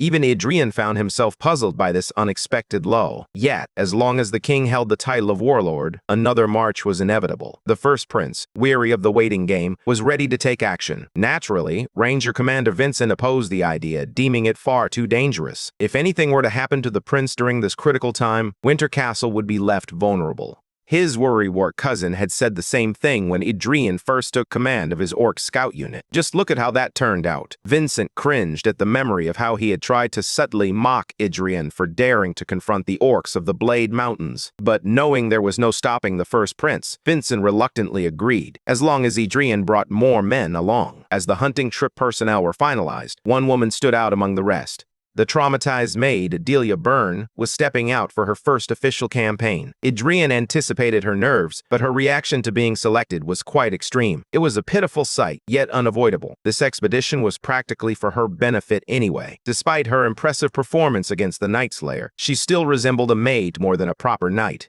Her sword remains unpolished, unfit for just any battle. In addition to the extensive supporting cast Vincent provided, a few more individuals decided to join the fray. The Iron Lions, under the orders of the second prince, were summoned for the hunting trip. Adrien didn't mind their presence, but even a couple of Antoine's mercenaries chose to tag along. Among them were the high-ranking mercenaries Roquet and Jean.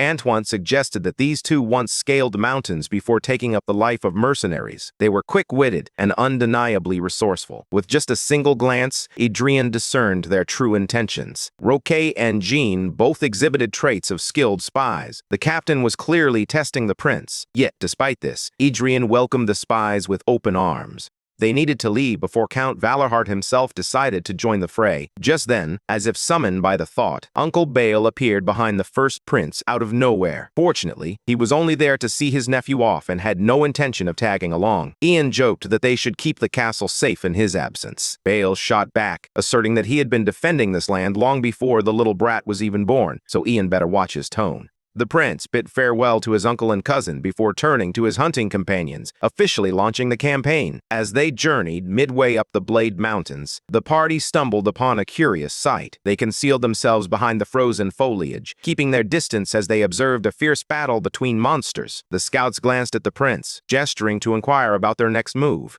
Ahead loomed a gluttonous ogre fiercely battling a horde of orcs. The hunting party remained poised, prepared to spring into action at the prince's command. The enormous ogre fought with brutal efficiency, effortlessly crushing an orc with its bare hand, showcasing its overwhelming size and strength. Despite the odds, the leader of the horde urged his warriors not to fear a mere beast, as if they weren't beasts themselves. Tired of his incessant bravado, the ogre turned his attention to the horde leader, delivering a devastating chokeslam that sent him crashing to the ground. With the leader dead on impact, the remaining orcs halted, confusion washing over them as they found themselves lost and directionless. The next highest-ranking orc seized command, seething with rage. Ignoring all sense of safety, he charged at the ogre's knees. Prince Adrien couldn't help but feel impressed. This orc was remarkably skilled in battle, even among his noble peers. It certainly didn't hurt that these noble orcs would do anything for the honor of their king. With sheer grit and desperation, the orc noble managed to slice a piece from the ogre's kneecap.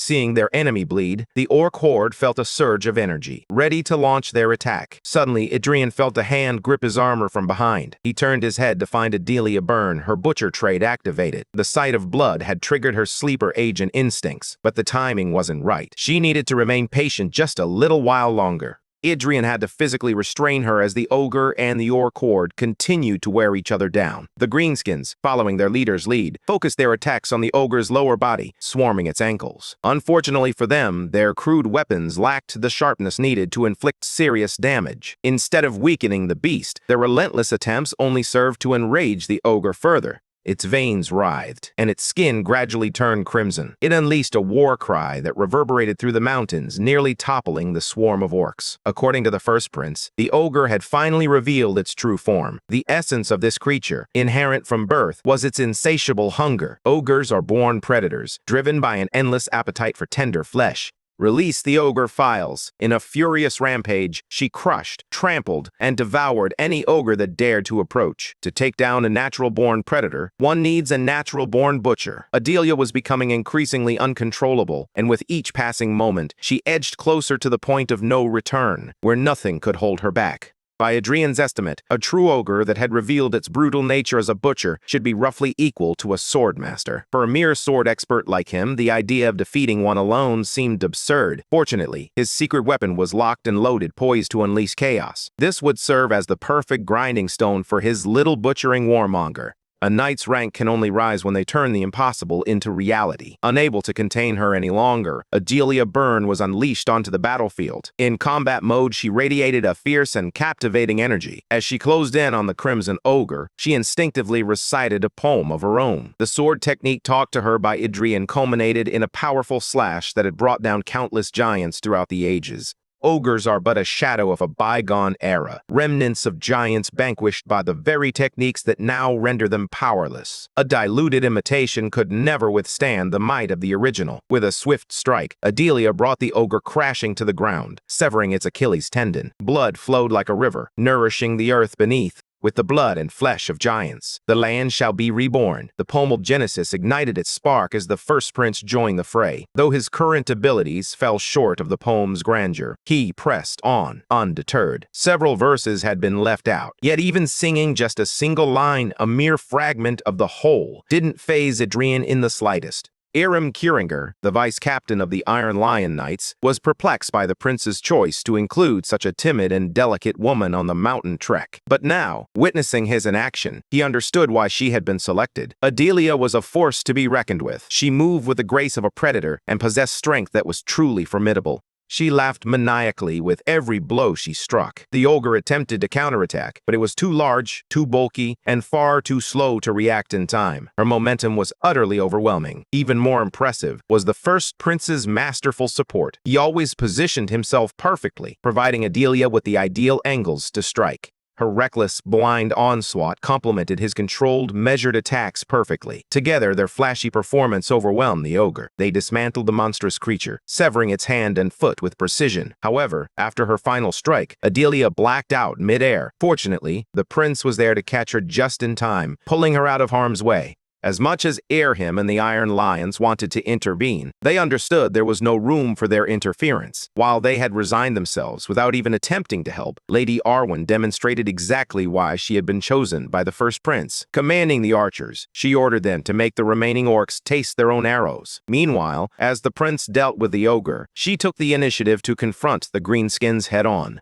Vice-Captain Erem is truly a disappointment. He didn't even consider targeting the disorganized orc horde. All he seems capable of is praising other fighters for their excellent judgment. It's only been a few months since Lady Arwen left the Iron Lions, and she has already surpassed her seniors. The Royal Guards and Rangers are no slouches either. They fought their way through a significant portion of the horde. After inflicting serious damage to their numbers, the last remaining orc noble confronted Arwen. He snarled and roared, as if his cries could resurrect his fallen comrades. It was strange. The orc seemed to be attempting to communicate something. According to the prince, the only one fluent in the orc tongue, the noble was asking to settle their conflict through an honorable duel. He was not one to shy away from a challenge. With confidence, he instructed everyone to step back. As for the ogre, there was no need for concern. Adelia was already dismantling it, limb by limb and organ by organ. With each stab and slice, her insane grin widened and her wild eyes sparkled with excitement. Abraham couldn't help but kick himself for ever doubting that he would be a liability.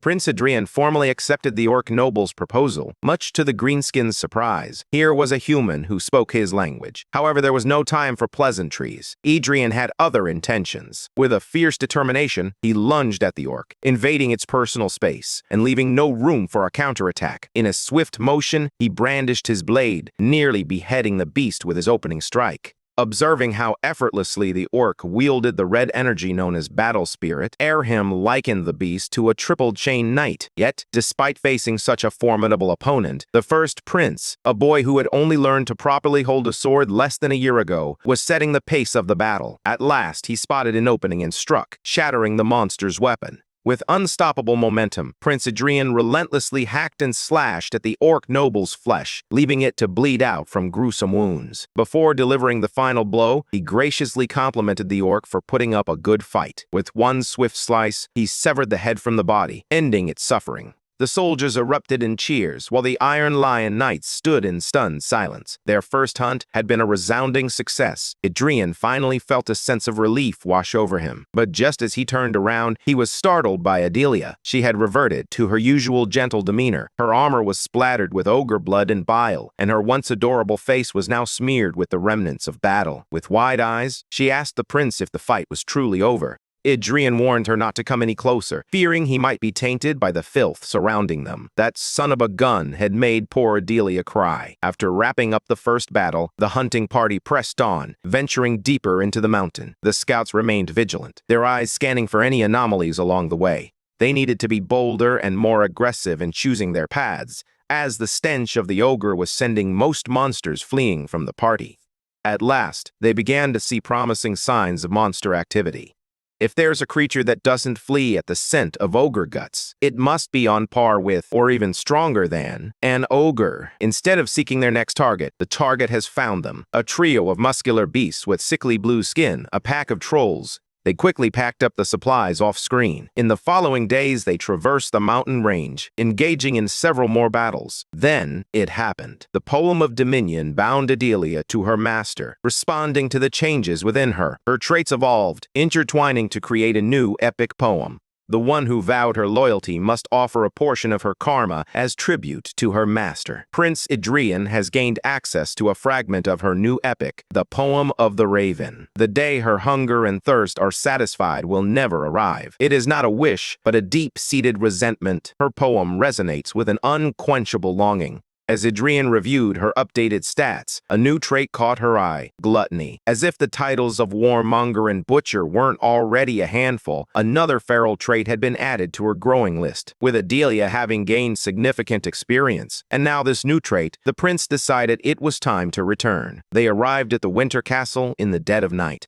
From a distance, they spotted a massive legion of orcs, a chaotic blend of multiple hordes surging toward the walls. The rangers and knights turned to their prince, awaiting his command. True to form, Adrian favored a straightforward approach. He proposed they charge into the clearing and break through the orc ranks by sheer force. The first prince would lead the charge. Rangers will be positioned in the center. Abraham, Dunham, and Arwen will guard the flanks and rear. From his elevated vantage point, Adrian spotted the Legion commander, zeroing in on his high-value target. He charged forward at full speed, determined to eliminate the leader right from the start. Up close, the orcs boasted overwhelming momentum in this assault. Ranger Commander Vincent Valorhard fought to rally his men, determined to slay as many orcs as possible. He promised his rangers 4 days of rest after today's battle, but their weary eyes barely registered his words. Exhaustion weighed heavily on them, and they felt as though they were hanging by a thread. In their hearts, they couldn't help but think that if the first prince were here, everything would be so much different.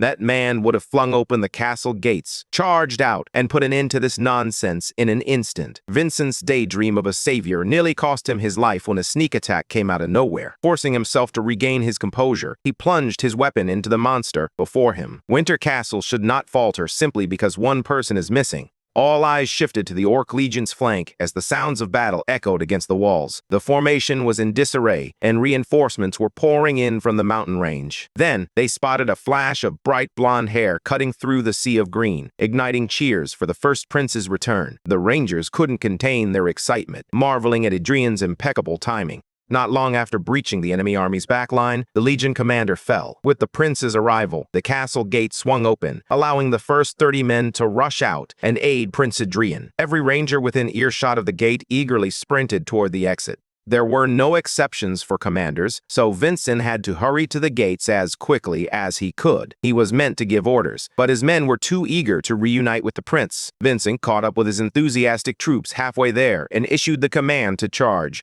Perched atop the walls, Second Prince Maximilian observed as his older brother entered the fray, his mere presence shifting the tide of battle. The morale of Winter Castle, previously waning, surged to new heights. The relentless orcs, once fierce, now quaked in fear and began to retreat in terror. Tearing through enemy lines from opposite sides, the cousins converged in the middle, surrounded on all sides. By the time the sun rose, the invasion had been effectively thwarted. Those who made this comeback possible basked in the warmth of the morning light. The knights and rangers erupted in cheers, celebrating their hard-won victory. Caught up in the festive spirit, Maximilian led the chant, shouting, "Long live the first prince!" Adrian reveled in the cheers and laughter, savoring every moment of his triumph. However, their celebration was abruptly interrupted by a deep rumbling that shook the very foundations of Winter Castle. The bloodlust Adrian sensed was all too familiar. He had felt it before. There was no doubt. The king of the Orcs was trying to rain on their parade. The ominous presence affected everyone differently. While those with stronger mental fortitude managed to hold their ground, most knights and soldiers were overwhelmed by debilitating pain. Count Valahard was deeply alarmed by this menacing turn of events. Adrian could sense it. The king had moved closer to the castle. In an instant, the triumphant victory chants turned into anguished cries. The first prince was both astounded and horrified by the devastating impact the warlord's mere presence had on his troops. After a night filled with relentless battle, Adrian and his hunting party returned to report the results of their expedition. He had slain 14 ogres and 11 trolls. If he had more time, he could have wiped out the entire population in one fell swoop. His claims were grand and impressive, yet he returned with only a single severed ogre head as proof. He didn't want to haul back a pile of useless trophies. That would have been far too much of a hassle. Vincent believed him completely, but their haul amounted to just 4 beasts' worth of pelts. While they could have brought back more, Adelia had a penchant for mangling corpses beyond recognition, leaving few pelts intact. More importantly, Adrian had managed to claim a couple more orc banners. He had wiped out an elite orc combat unit and seized their flag. With the Shaman Legion banner he acquired last night, which counts for 10, his score soared to a total of 39, surpassing Vincent's 36.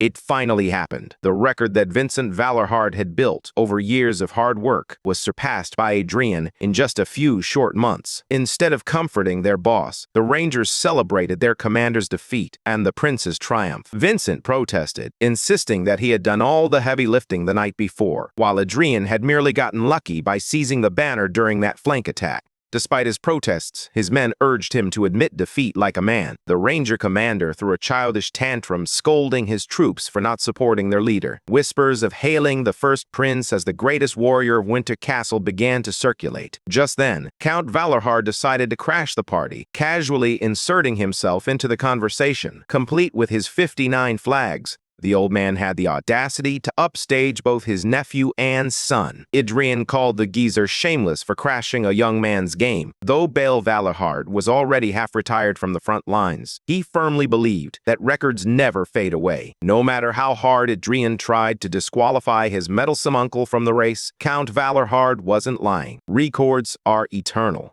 Second Prince Maximilian observed as the debriefing transformed into a light-hearted contest over orc banners. The atmosphere, once heavy with dread just moments before, shifted to one of laughter and camaraderie. Is this the cleverness of a field commander at work? After the meeting, the patrol rotations resumed. Rangers, mercenaries, knights, and soldiers alike took their positions, diligently carrying out their duties. The morale at Winter Castle had seen a slight revival. Prince Adrian was eager to learn if more reinforcements would be arriving from their northern neighbors or the central region. The king's orders had been unmistakably clear. The lords from the south should have dispatched their troops by now. However, Prince Maximilian found himself in the uncomfortable position of having to explain that additional aid might not be forthcoming. According to the latest reports from the stranded troops who recently joined the wall, the lords of the neighboring houses have no intention of aiding Winter Castle. They believe Count Valerhard is merely making a fuss, even going so far as to criticize him for hoarding the kingdom's troops to defend the castle. Those stubborn nobles remain unmoved, despite the king's clear mandate.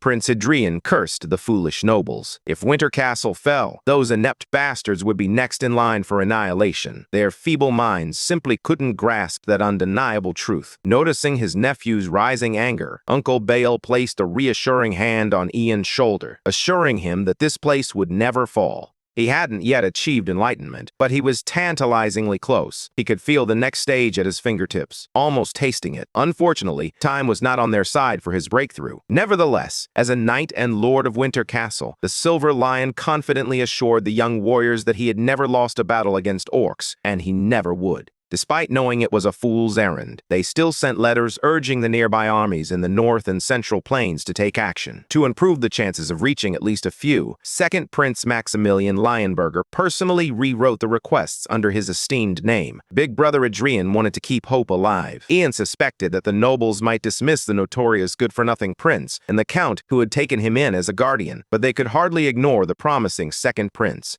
Whether they arrive in time to make a difference is another matter entirely. If things go awry, Ian expects his little brother to hold the fort and establish a new defensive line below the castle. There simply aren't enough troops to shift the odds in their favor. Regardless of the outcome, the men of Winter Castle will never abandon their home. Maximilian gently reminded his older brother that he doesn't have to make the same sacrifice. He wasn't a man of Winter Castle either, but Maximilian believed that, if the worst came to pass, the soldiers would need his big brother more than some inexperienced kid to lead them. Ian tried to conceal his amusement, but a smile broke through as he heard Lil Bro's concern for his well-being. In the midst of the utterly tainted Leyenberger bloodline, he was just grateful that at least one good seedling remained. From the outside, Winter Castle appeared to be in a state of normalcy, blissfully unaware that it was on the brink of its most turbulent period. Everything seemed business as usual, like the calm before a storm. The relentless orc attacks had ceased just 4 days prior, but beneath that fragile tranquility, tension was steadily mounting.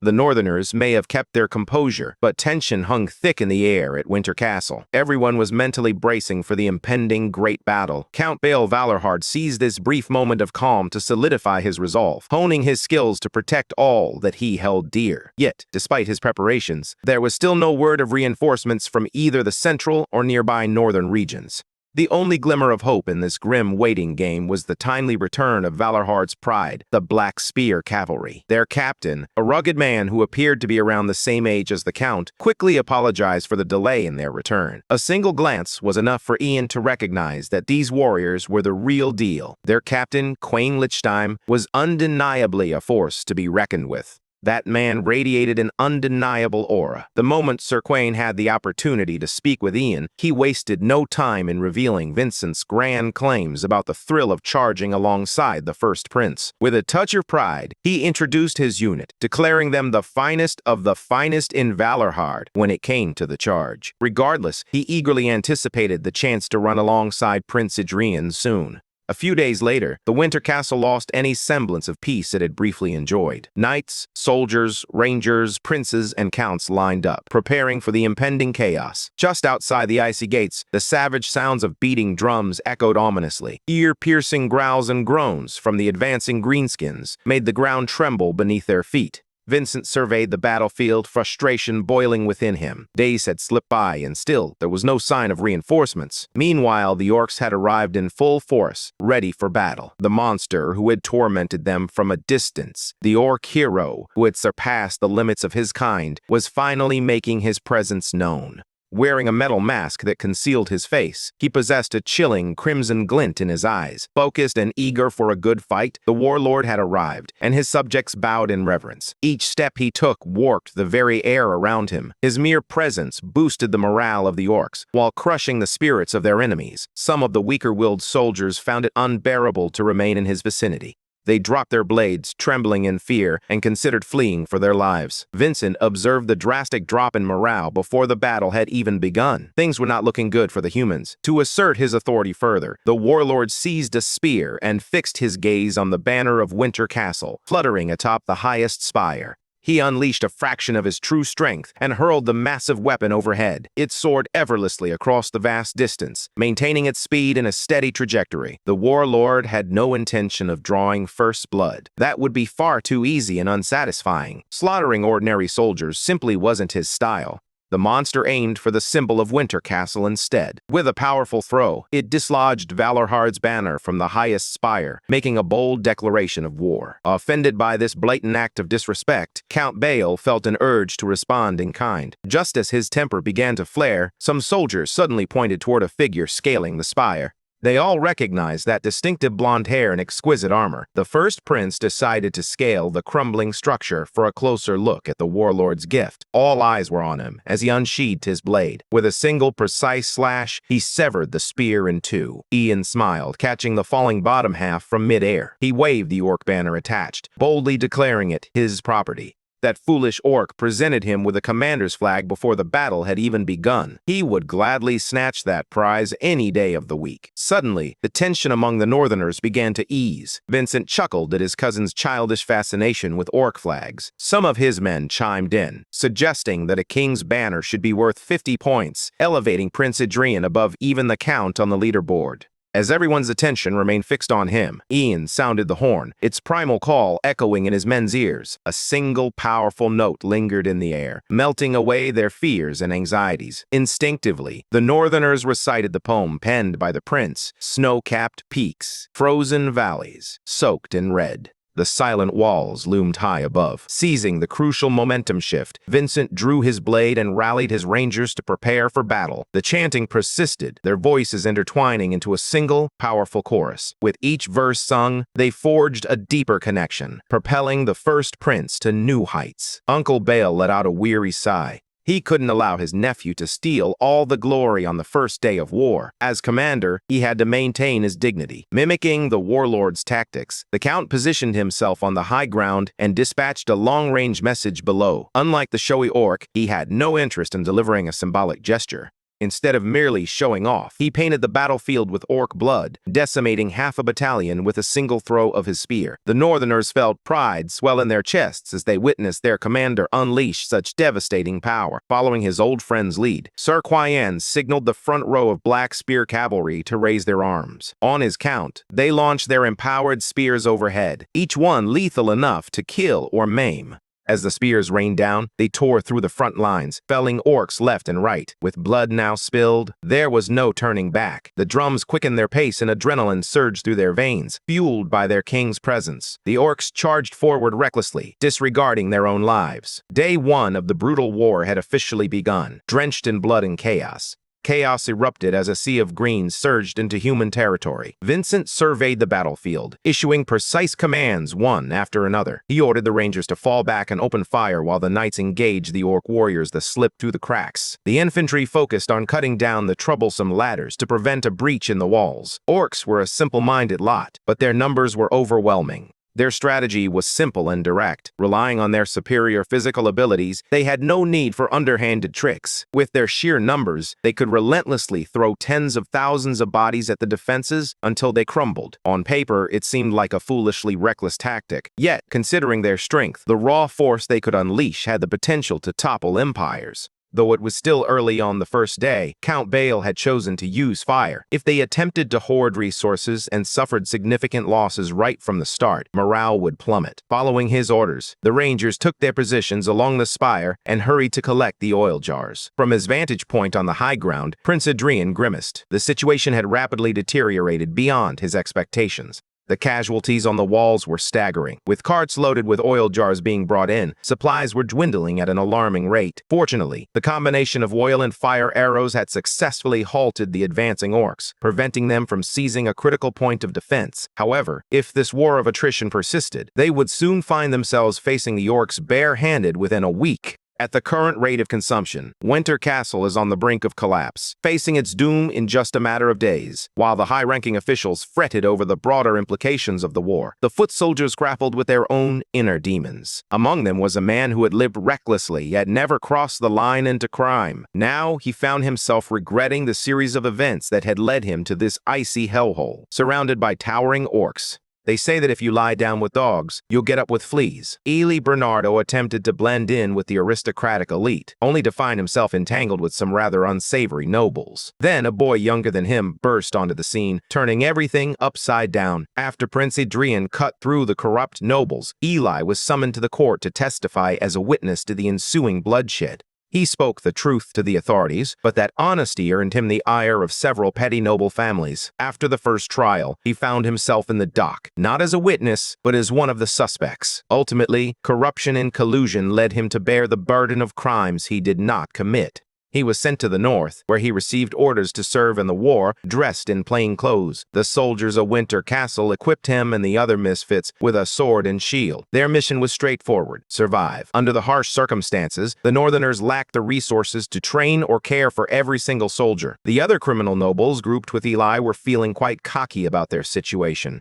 They committed all sorts of crimes, yet all they needed to do to clear their records was kill some orcs. Most of them had trained with swords since childhood and were confident in their skills. The same could not be said for Ely Bernardo. On his first deployment, he quickly realized that Winter Castle had earned its notorious reputation for a reason. Life in the north was anything but sweet. In less than a month, all the other inept nobles in his group had met gruesome ends. Among the reckless nobles dispatched to support the war effort, Ely stood as the sole survivor. The conflict had reached its peak, and he was determined not to succumb on the very first day, ending up like his decaying peers. Ely had managed to survive for so long by relying on his own mana heart, a burden he couldn't bear to abandon even after his family's downfall. It had become his only lifeline in a filthy world where rotten luck seemed to follow him. What a goddamn life it was. His mana heart fueled every swing of his weapon, yet the gap in strength between a human and an orc felt insurmountable. No matter how skilled he had become, or how much experience he had gained over the past few weeks, brute strength was an undeniable force. With a single strike, he was sent flying like a rag doll, losing his grip on the blade. Pain coursed through his entire body.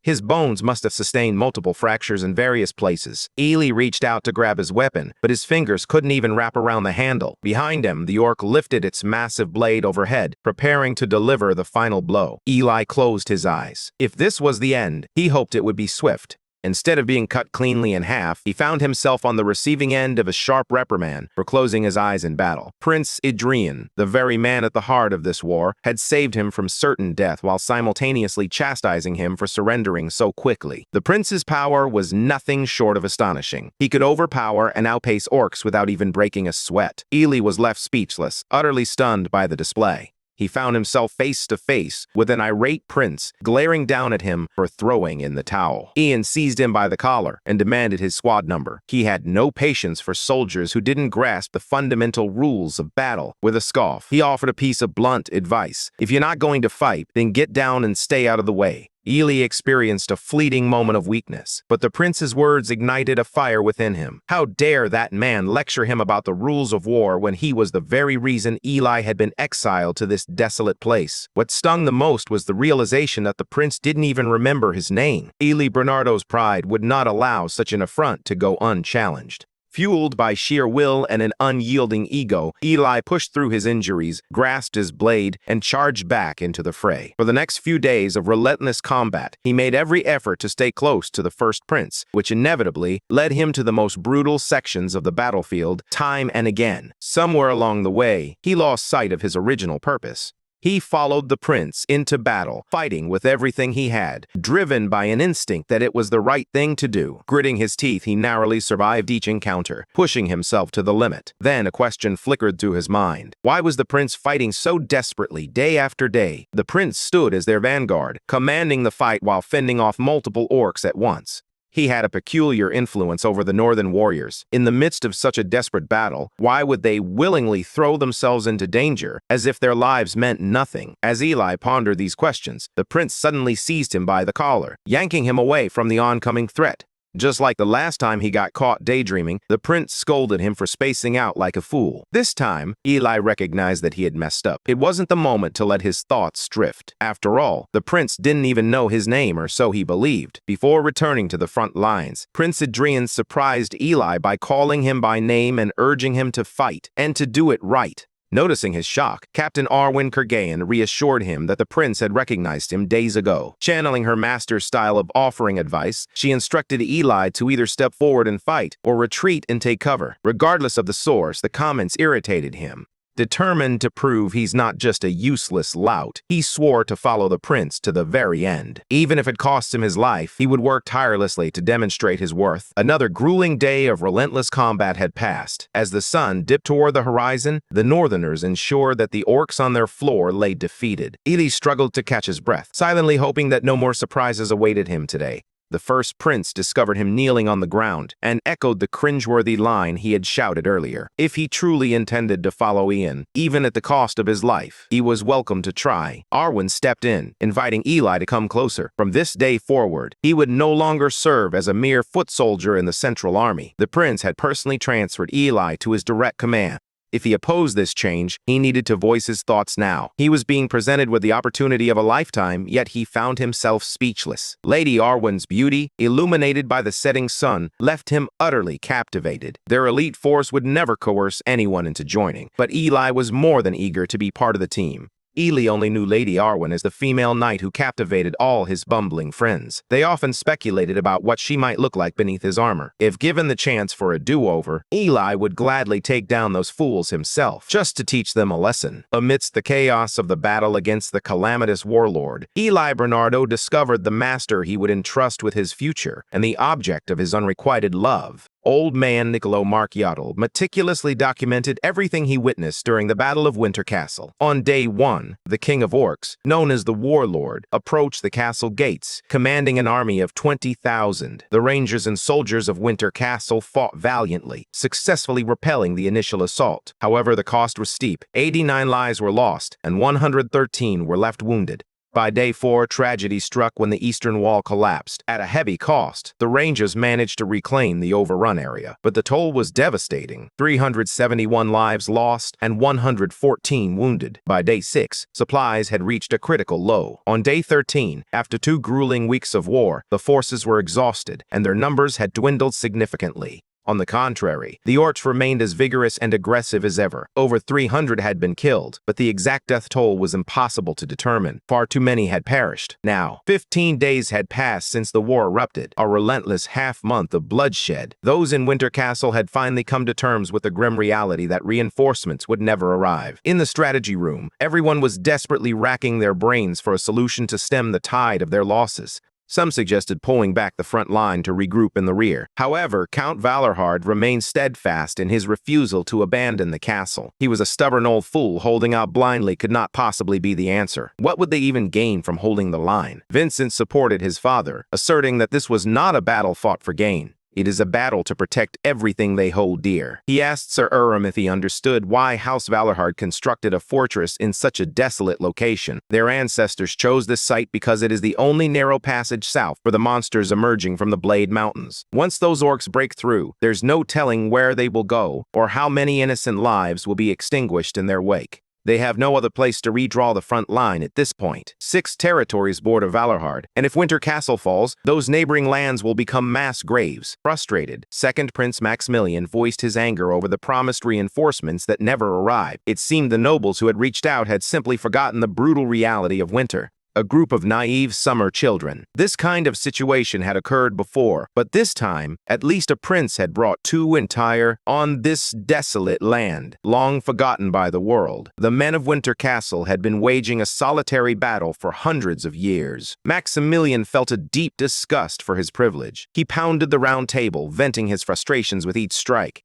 They allowed him to vent his frustrations before Big Bro intervened, reminding Maximilian that it isn't over until it's truly over. The situation was dire, but the Northmen had no intention of simply waiting to be slaughtered and losing the castle. A prolonged war of attrition would only lead to more casualties. Instead of bleeding out and facing a slow demise, they decided it was better to open the gates at dawn, bet on themselves, and take a chance. They would no longer waste their time and energy on small fry. Tomorrow, their target would be the warlord himself. But to reach that son of a bitch, they had to break through at least 3 legions. To make the impossible possible, Count Bael Valorhard would lead the charge himself. The Black Cavalry would provide support from the rear, while the heavy infantry would drive the assault forward. With this gamble, only half of the already depleted infantry would remain to defend the walls. As Maximilian listened to the adults casually devise what seemed like a suicide mission, he felt a surge of determination to volunteer. However, Ian swiftly quashed that idea before he could even voice it. After all, there was no need for 2 Leonberger bloodlines to partake in such a reckless charge.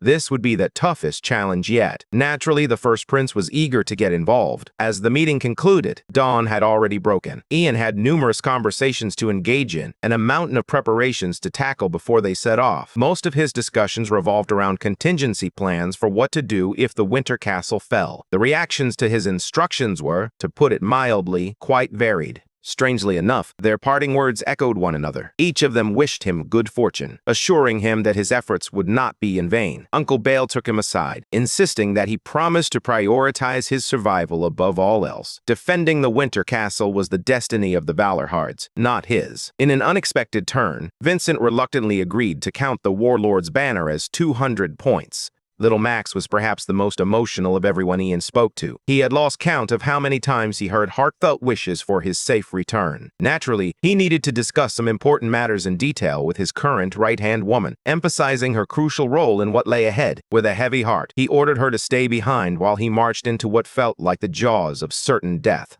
It was a difficult decision, but there was no other choice. Only with her in the castle could he leave with peace of mind. He would be relying on Arwen to understand and carry out his wishes. With a heavy heart, she accepted her role, vowing to obey her master's commands. Meanwhile, Eli, hiding behind a nearby wall and failing to remain unnoticed, caught Ian's attention. Though he had accepted Eli's determination to follow him even in death, this time he wouldn't be allowed to shadow the prince. It was best to cast aside those bravely futile thoughts. Finally, the first prince made his exit, retreating to his own room. He believed he was done for the night, but it seemed there was one last visitor waiting to be entertained. Ian sensed a presence in the room and urged the visitor to reveal herself instead of lurking in the shadows. In her bird form, the mysterious figure insisted she was merely biding her time, waiting for the perfect moment to make her entrance. He had called for her some time ago, yet she seemed to take her sweet time in responding. She might resemble an owl with sinister intentions, but within that feathery exterior was none other than the dancing magic swordswoman, Elder High Elf Sigrun. By the time the sun rose, our hero was fully equipped, his attire now free of the orc blood that had stained it the day before. As she made his way out of the castle, Adelia timidly handed him his sword, her voice soft as she wished her master to stay safe. Unfortunately, the blade he had painstakingly forged would not see use this time. Adelia had yet to reach a state where he could rationally carry out orders in the heat of battle. Sure, unleashing her to mow down 3 legions of orcs would be cinematic, but her reckless abandon, devoid of any self-preservation instinct, would spell disaster. If only they had reinforcements, Ian could have found a way to put her talents to good use.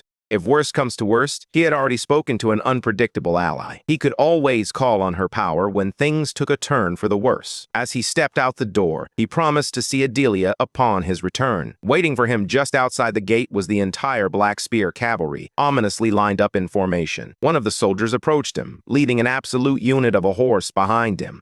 It turns out that Massive Beast is a pure-blooded northern steed, a breed known for its unwavering courage in the face of monsters. As long as he returns with it alive, even a scratch or two would be seen as a badge of honor. The cavalryman who lent him the horse spoke in a way that reminded him eerily of Vincent. It seemed all these northern men shared the same bold spirit. At the forefront of the attack force, Captain Quan paid his respects to the prince and willingly stepped aside to allow Prince Adrian to take his rightful place. The prince would ride alongside Count Valorhard himself, enjoying the best view of the charge. Ian calmly guided his stallion to the vanguard, ready to lead the way. Now that everyone had gathered, it was time to begin. The first prince mounted his steed and eagerly commanded the gates to open. For the first time in over 2 weeks, Winter Castle lowered its drawbridge. On the walls, the ballistae were primed and ready, prepared for any unexpected attacks. As the drawbridge descended, orcs attempting to exploit the opportunity were swiftly eliminated by the powerful shots raining down from above.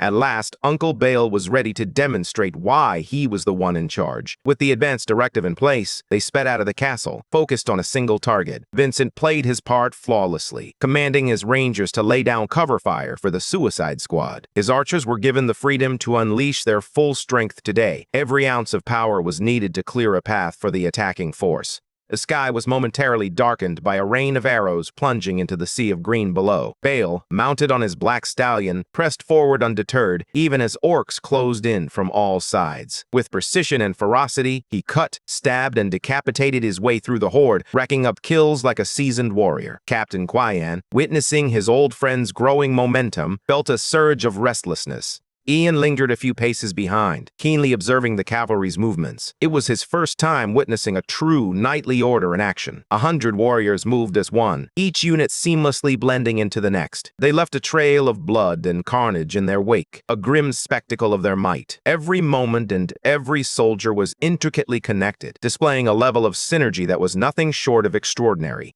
Ian was lost in his thoughts at the back, envisioning a new path unfolding before him. However, that path led to an enemy shrouded in mystery, with little information to guide them. As the charge continued, Ian could no longer contain himself. He felt compelled to join the fray. He brandished his blade and plunged into the chaotic work massacre. They rode relentlessly, knowing that like sharks, halting meant death. This desperate, all-out push served their purpose well. At last, they arrived at the location where the largest banner billowed in the wind. There, seated upon a menacing throne, was the king of the dark green clan, exuding an aura of power as if he were harvesting it like a madman. Before they could gain a bloody audience with the king, they had to face his personal guards first. Without hesitation, Uncle Bale expertly maneuvered his horse and swiftly slit the throat of one of the guards. The only way forward was through. The elite Black Spear cavalrymen targeted the guards, concentrating their firepower on bringing down the armored behemoths. Eventually, they breached the line of defense and confronted the king. It was impossible to discern the warlord's emotions beneath that mask. As he rose to greet the humans who dared to face him directly, an explosion of fierce battle spirit filled the air, thick with bloodlust. The intensity was so overwhelming that even the count nearly toppled from his mount.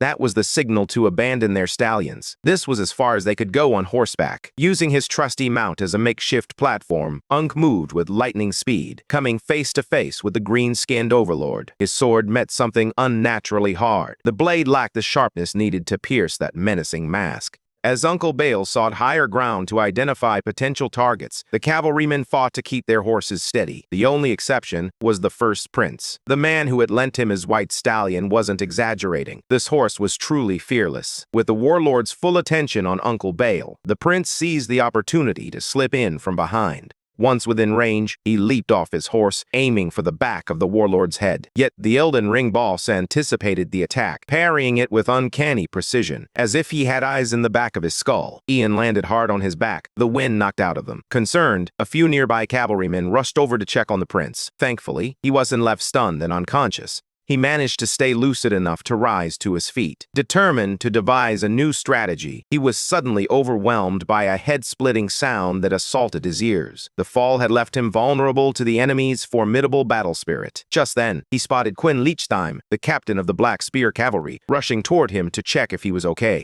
Ian initially thought the old man was just squinting, but as he drew closer, he realized that one of the captain's eyes had been gouged out. Surprisingly, Quan didn't seem fazed by the blood streaming from the empty socket. His focus was solely on the first prince. Fortunately, the captain's unsettling appearance jolted Ian out of his daze. That gruesome sight had certainly cleared his head. Calm and prepared to rejoin the battle, Prince Adrian stepped onto the grand stage alongside his uncle. Even in the midst of a life-or-death situation, his uncle couldn't resist teasing him for being late. Though slightly behind schedule, their game plan remained intact. They all agreed that a 2-on-1 strategy would provide their best chance at taking down the king. In that moment, it felt as if they were cut off from the outside world. In that surreal moment, the prince and the Unk fought with reckless abandon. Despite the strength of family, friendship, and the spirit of anime rallying behind them, defeat seemed inevitable. The prince and the count launched a relentless assault on the massive orc warlord, fighting as if there were no tomorrow. Un led the charge, while nephew delivered some devastating strikes from behind.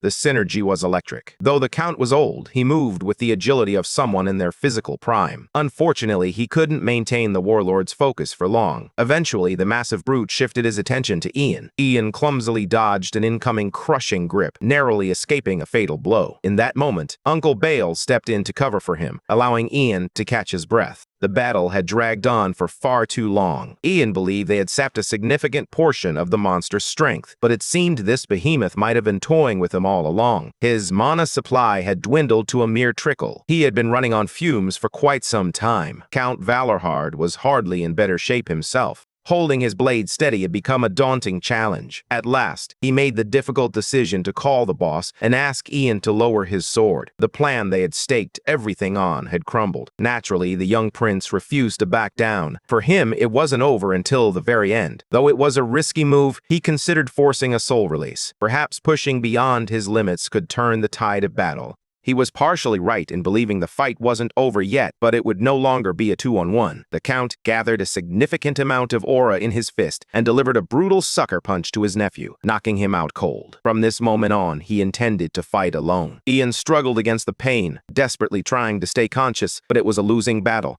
After everything that has transpired, someone must remain to clean up the mess. Count Valorhard would be relying on him to take on that responsibility. Cradling the unconscious prince, he summoned Sir Quian to take over the babysitting duties. The two old friends exchanged a few words, their mutual respect evident in the air. For Sir Quian, it had been an honor to serve Commander Bale all these years. With heavy hearts, they exchanged wishes of good luck. Aware of the grim reality ahead, the captain and his men paid their final respects to Commander Bale Valorhard. Hoisting the prince onto his shoulder, the captain and the remaining members of the Blackspear Cavalry made a swift tactical retreat, their foremost priority being the prince's survival. Moments later, Ian awoke, only to find he couldn't move any of his limbs. With the last of his strength, he looked up to see his uncle confronting the warlord alone. But his view was soon blocked by a horde of orcs surging toward the escaped crew from behind. Sir Quian seized the nearby stallion and offered a quick apology for what he was about to do. With a swift motion, he lifted Ian like a princess and mounted the horse in a single masterful leap.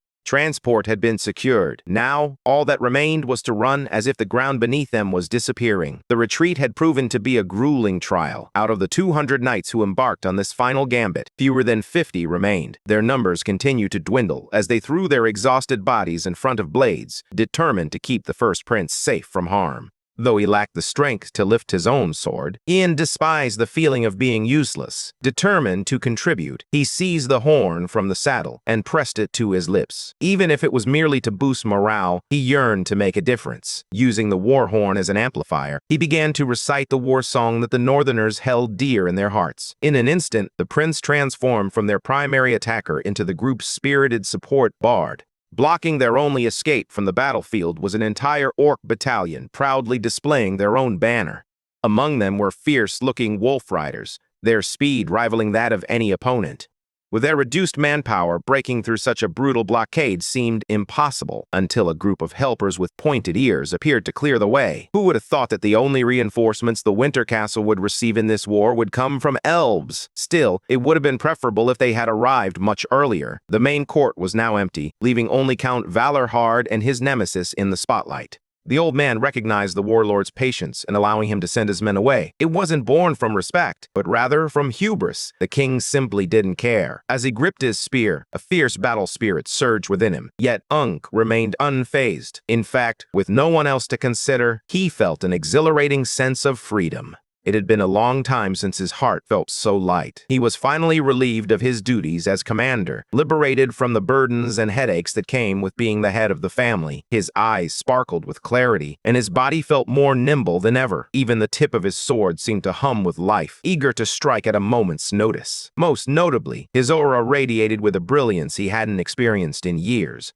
Freed from the shackles of everyday life, his long-awaited breakthrough had finally come to fruition. All his senses heightened, transforming him into a sword-wielding force of destruction. He had ascended to the supreme realm that all Knights of the Chain could only dream of, the legendary Pentachain. Uncle Bale's mana surged within him, and he had never felt so powerful in his life. It was a new and intoxicating sensation, yet a part of him felt regret. If only he had broken the barrier just a little earlier, things might have turned out very differently. He had been battling the strongest enemy he had ever faced for hours, and his body bore the weight of numerous injuries. A broken body could hardly withstand such immense power. He could manage to swing his sword just once, at most. In the end, it all comes down to one final clash. Aware of the consequences that come with wielding such immense power, Bale is determined to go out with a bang. His first and final strike as the Knight of Penta will be nothing short of legendary. This sword swing, the culmination of a lifetime of dedication, is dedicated to his nephew, Prince Adrian Leonberger. It's almost amusing. Antaine didn't even dedicate this moment to his own child. It was the finest swing he had ever executed. While the war in the north reached its peak, the sunny central plain remained blissfully unaware. The nobles, who could have averted the looming disaster, gathered for their routine meeting, focused on acquiring more land rather than addressing the imminent orc invasion. The only noble genuinely concerned about the situation was Count Schurtelbert, a lord from the north. When he proposed sending reinforcements to the Winter Castle, his fellow lords regarded him as if he had just spoken nonsense. Count Gurin bluntly told him to stop ruining the mood. They all seemed convinced that sending forces to the north would only bolster the Valarids, deeming it a poor political move. The ambassador of the Montpellier Empire had already advised them to wait and see how events unfold. The kingdom teetered on the brink of a catastrophic crisis, yet these fools were more concerned with the opinions of a foreign envoy. Count Schurtal felt the urge to protest, but he couldn't shake the memory of Count Eli's family. Once celebrated as the kingdom's greatest sword family, they had fallen from grace in the Empire's eyes and paid the ultimate price for it. He couldn't bear to see his own family suffer the same fate. Another lord chimed in, noting that Valorhard's soldiers were renowned for their bravery, assuring everyone that they had nothing to fear. Just then, a messenger from Winter Castle arrived. The greedy lords grimaced, anticipating yet another request for reinforcements. Ever since Count Bale pledged his support for the treacherous First Prince, their criticism of him had only intensified. As they always do, they'll concoct an excuse and send the messenger back empty-handed. Yet Count Schurtal was determined to hear what the envoy had to say. The messenger rushed to the central plain, bearing a grave message. Winter Castle has fallen, and the commander, Count Bale Valorhard, is missing in action. The messenger burst into the room, determined to deliver his report to the gathering of corrupt politicians. Count Gurin cursed at the disheveled messenger, demanding he leave this assembly of noblemen unworthy of even foot soldiers. Undeterred by the count's threats, the messenger quickly recited the grim statistics that had been racing through his mind since he left the north. In the 3rd Legion alone, 343 rangers, 215 infantry warriors, 492 light infantry, 79 Black Spear cavalrymen, and 88 Winter Knights had fallen. Among the hastily assembled support legion, 198 heavy infantry, 323 light infantry, 172 archers, and 64 knights would never see the light of day again. The commander and lord of Winter Castle, head of the Valorhard family, Count Bale Valorhard, had fallen in battle. The messenger dropped to his knees, overwhelmed by the weight of the news. The remaining survivors were now in full retreat. As the messenger sent by Count Vincent Valorhard, he arrived with an urgent warning. All nobles must prepare for war and conscript as many soldiers as possible. They needed to brace themselves for the impending onslaught of a legion of monsters, 10,000 strong. When the walls of Winter Castle fell, the retreating soldiers who lagged behind were mercilessly slaughtered. Despite his reluctance, Vincent faced the heart-wrenching decision to abandon their home. He urged those who could still move to keep running, not to look back. As he watched Winter Castle burn and crumble, something deep within him shattered. His emotions swirled in chaos until one of his rangers pulled him from his daze. Leaving behind the place his family had protected for centuries was the hardest thing he had ever done. The Valorhard warriors, renowned for their pride and valor, found themselves reduced to a desperate band of stragglers fleeing for their lives. As the demoralized command of Winter Castle faltered, the Silver Fox mercenaries rose to the occasion, guiding the lost warriors along a carefully planned retreat route. They bought precious time, setting traps and positioning hidden troops, all before chaos erupted. Arwen and her unit were still fresh, brimming with energy as they dispatched every pursuer that managed to break through. The escape unfolded so seamlessly that it felt as if it had been the plan all along. Just weeks ago, their numbers had been in the thousands, but now they had dwindled significantly. Once they were safely out of the danger zone, Vincent turned to Commander Antoine and inquired about when the traps had been set. Antoine revealed that the first prince had instructed him to prepare the escape route before the final battle. Speaking of the first prince, he remains in a state of unconsciousness. The relentless days of fighting and evading death have clearly worn him down. He has been out cold for an entire week now. Adrian desperately needs professional medical attention, and time is of the essence. If the trek goes smoothly, they should reach the second defensive line established by the rear by the end of the day. There, they can regroup, unite with other northern troops, and devise a counterattack to eliminate every last one of those damned orcs. Until then, rest stops will be kept to a minimum. However, upon arriving at the supposed second defensive line, Vincent quickly realized that his plan to turn the tide was nothing more than wishful thinking. In that camp, a dismal assembly of the 5 families' combined forces stood gathered. The northern nobility was truly a collection of incompetent fools, woefully unprepared for war. Judging by the hastily assembled troops, most were conscripted youths lacking proper training. The weapons they wielded were rusty, battered, and barely functional. This entire camp wouldn't last a day on the front lines. To make matters worse, the welcoming committee was led by the very same incompetent nobles who had made this entire ordeal unbearable from the start. They had the audacity to smile and shower the survivors of Winter Castle with praise, all because second Prince Maximilian was among those who had survived. Ignoring their sycophantic flattery, Maximilian insisted that a professional healer attend to his brother's critical condition. Count Gurin vowed to personally ensure that the first prince received the best possible care, hoping to ease Prince Maximilian's worries. He selected 3 soldiers from the bottom of the barrel to carry Prince Adrien to one of the tents. When he thought no one was watching, he scowled and clicked his tongue in frustration. The second prince caught the disrespect loud and clear. He snapped, nearly losing control before being pulled back from the brink of violence, ready to tear that insufferable count apart for sneering at his big brother's efforts. Vice Captain Aram stepped in, reminding the young prince to rein in his anger and exercise caution. Now was not the time to stir the pot. As pathetic as they were, they needed the support of these wretched nobles. Among the lot, Count Shurtal approached the second prince, offering a sincere assurance that many of the other nobles were doing everything they could to gather funds for mercenaries to strengthen their inadequate forces. It was fortunate that some individuals were genuinely taking action and behaving responsibly. Prince Maximilian made a mental note of the names and faces of those who came merely to engage in political games. 5 different scouts had reported the same alarming news. The Orc army had been sighted at the northernmost border. Meanwhile, the resistance had yet to assemble a full force.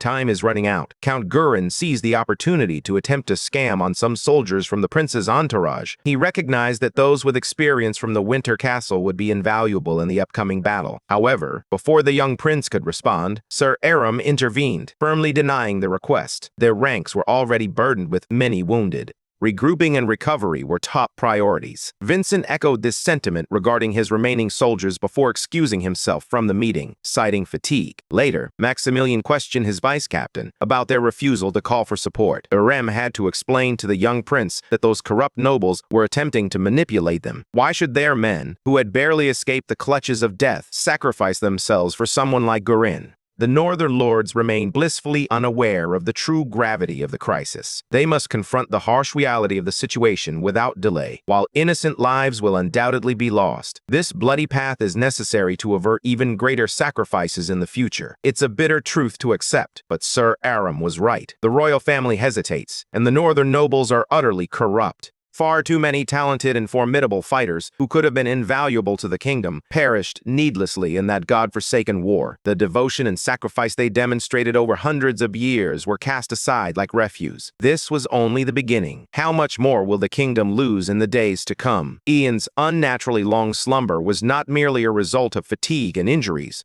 His body was on the brink of crafting a new epic poem. The last thing he remembered was being carried out of a burning castle, half-conscious. A sharp pain gripped his chest, his heart throbbing as if it were being torn apart. Heat surged through him, his body ablaze with fever. He couldn't shake the feeling that this unbearable agony was a punishment for his own foolishness. He had become far too arrogant for his own good, intoxicated by his past glories, and dismissive of the present. Throughout his first incarnation, he had witnessed countless deaths, yet not one of them was his own. Still, he had the audacity to walk around as if he had transcended death itself. He was a foolishly conceited blind man, and his arrogance had directly led to the death of someone he deeply cared about. Seeing the first prince in pain while unconscious stirred concern in Adelia, who had been vigilantly watching over him. He had slept for an entire week, yet exhaustion lingered in his eyes. A new martial hymn and a new trait had awakened within him. With great effort, he forced himself to sit up, prompting worry in his loyal servant. Those orcs had taken a heavy toll on him.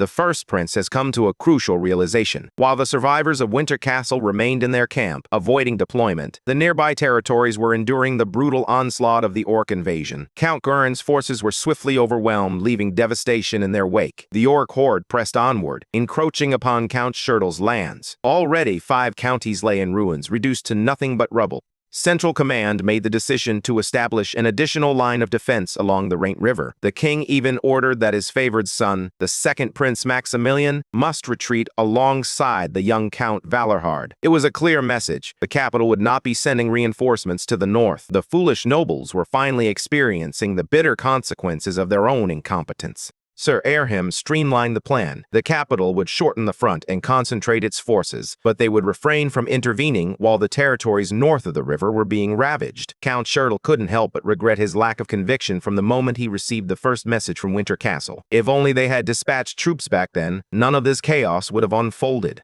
With his county on the brink of destruction, Count Heston's signature smugness vanished. You know what rhymes with Heston? Desperation. He clung to hope and pleaded with Vincent to lend them troops to salvage what little remained of their doomed territories. But Vincent, unyielding, slapped away Heston's desperate hand. When his family had sought help, they had turned a blind eye. Not one of them had offered a hand. The animosity ran deep. Count Heston surveyed the room, adjusting his beggar's facade to appeal to the well-meaning but naive second prince. He dropped to his knees, confessing his ignorance that had led to a grave mistake. If given the opportunity, he vowed to dedicate his body and soul to ensuring the stability of the North. Prince Maximilian felt his blood boil at the sound of those hollow promises. The kind and understanding young prince unleashed a torrent of venomous words, branding the nobles as disgusting bastards. Just then, Big Bro arrived, witnessing his little brother bravely confront the trashy nobility. He had Adelia help him to the command center, his steps still wobbly and unsteady. Fortunately, all the insufferable nobles he wanted to meet were conveniently gathered in one tent.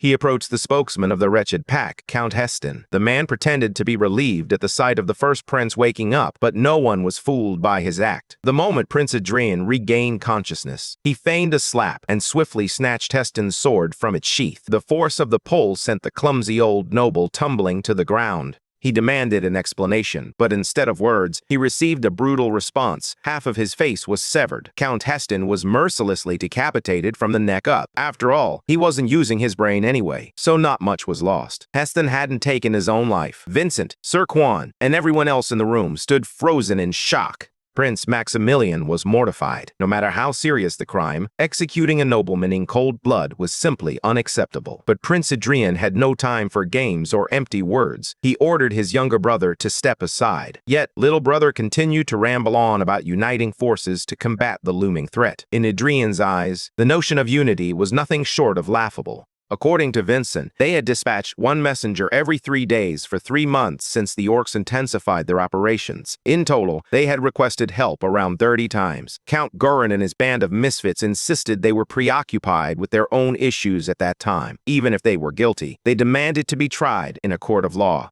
Everyone kept saying that Winter Castle had fallen, but Ian refused to accept that notion. Winter Castle had been abandoned to die. There's a significant difference. He turned to Vice Captain Erhem, seeking to identify those who truly deserved punishment. Sir Erhem promptly listed 4 names: Count Schertl, Baron Ayrton, Baron Cardane, and Baron Barheim, all ordered to step aside. They are the only ones who have managed to gather funds, troops, and mercenaries in preparation for war. The rest are nothing but freeloaders lounging in their luxurious mansions, parasites unworthy of being called human. Gurin cast aside any pretense of virtue and ordered the royal guards to seize and subdue Count Heston's murderer. He demanded protection, but no one paid attention to his desperate pleas. His own guards stationed outside the tent were swiftly dealt with by the elven girls. If he was finished whining for help, that would never arrive. The nobles, gripped by fear for their lives, attempted to beg and bargain. Their efforts were met with swift and brutal consequences, as their throats were cut open without mercy. Even if they had tried to kiss his feet and plead for mercy, it was far too late.